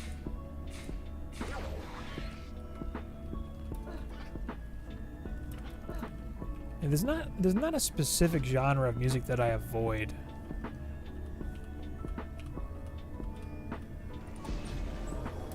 Hello? Do you have a preference? Like if you could pick anything? Everybody's on the beam. I might have a good enough range for that.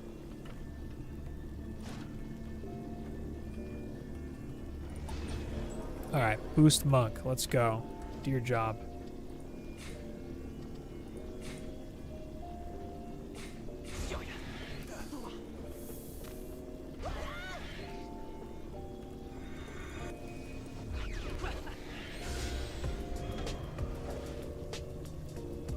Big on country? Mainly rock and hip hop. Big on country? Yeah, a lot of people do the whole everything but country thing when you ask them what they listen to. That's a popular answer.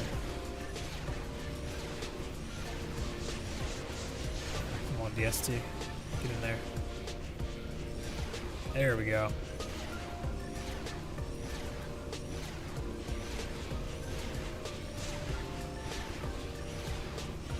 Beautiful. They'll die eventually. Feel like I can help a little bit. Ah. There goes the copter. Timmy the Yeeter. God.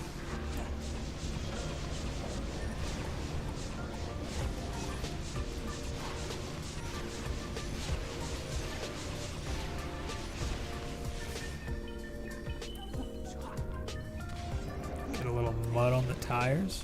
Sure. It's a very country music line. Rap. Rock second. Whoop. Whew.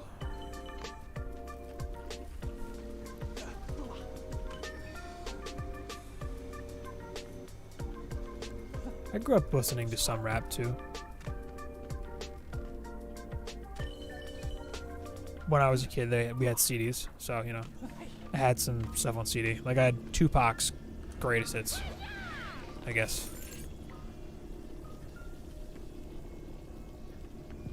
But Tupac and Eminem, when I was young, were like the big ones that I listened to. All right, I should finish this build.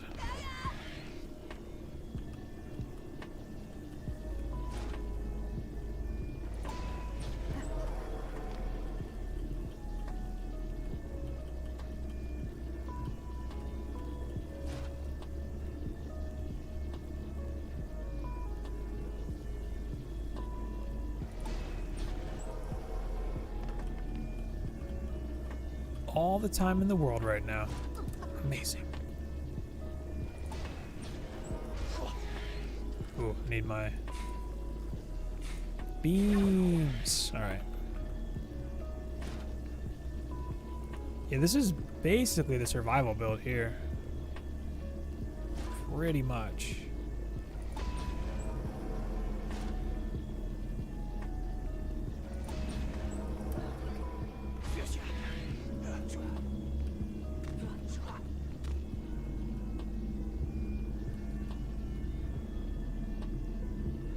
Summer '69 by Bryan Adams. It's my jam.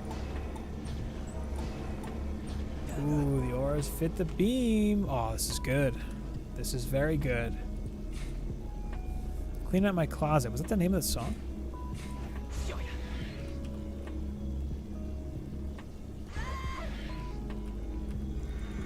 I had his first, like I had the Marshall Mathers LP and the Slim Shady LP. I can't remember which one came first.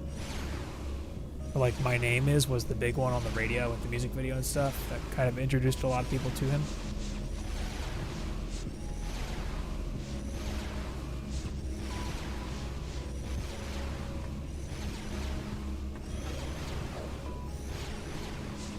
First real sex dream.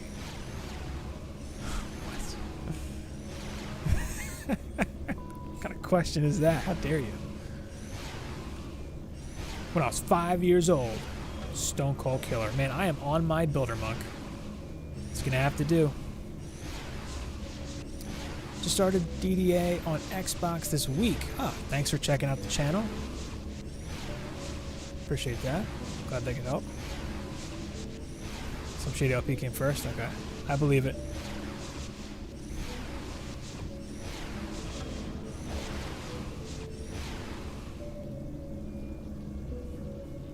What's alive still? Is it a djinn? Ooh, I can't kill it either. Alright, well, I'm gonna have to sell this stuff and let it come in.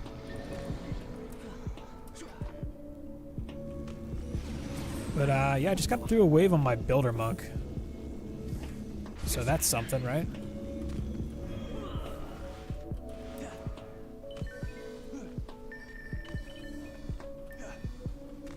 Alright, I'll put that stuff back. Kind of feel like I don't need both, but this is basically the... I'll put it here. This is the survival build that I would say anyone breaking in should try. Let's see if it works for them.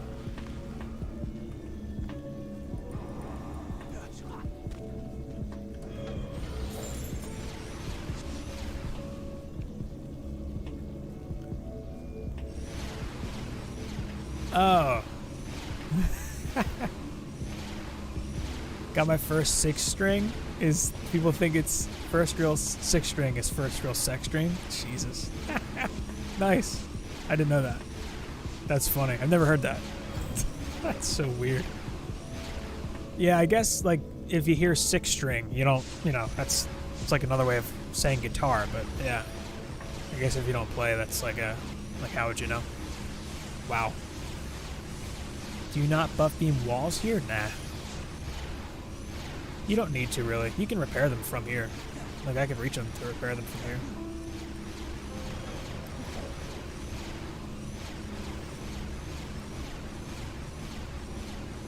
Yeah, he says 6-string. That's funny. What are the chances of getting Rifted Armor on Nightmare Campaign? There's always a chance. It's just random. Like, sometimes it's a weapon, sometimes it's armor. But there is a chance, yeah. I've gotten Rift Armor from campaign before. You can.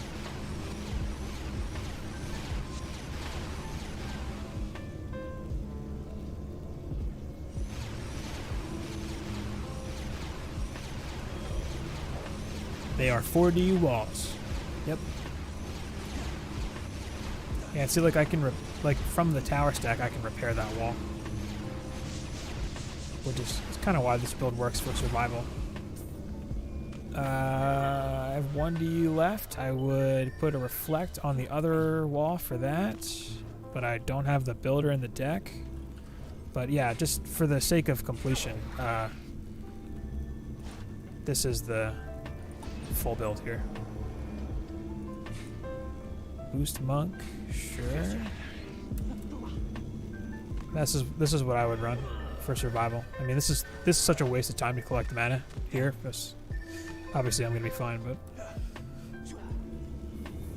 to reflect projectiles to help the walls stay healthier. What can happen is archers can bunch up right here and shoot the wall, and ogres throw snot balls. And then on this side, ogres sometimes come off of the coppers and land on this platform, and they'll just stand there and chuck snot balls at the wall, and this will block them. So the reflects help quite a bit.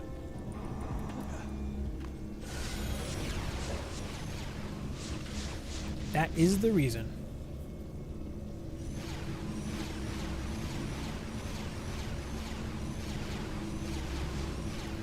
But here we are.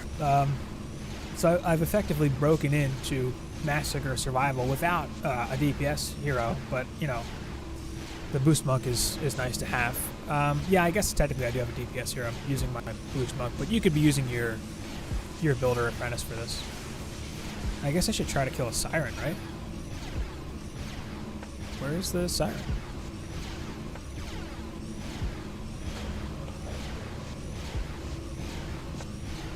Yeah, it reflects just for... Ooh, there's... she's fire. I can't kill a fire siren. Rip. Oh, well.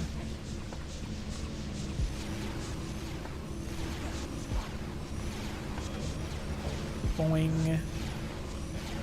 Yeah, I can just repair the wall from here.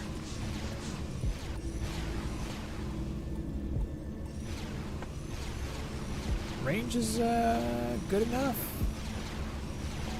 Good enough here, yeah. I feel like I could do survival. I'm not gonna do that for this stream, but the next one, I'll break into Massacre Survival and see how far I can get with level 83 gear and stuff.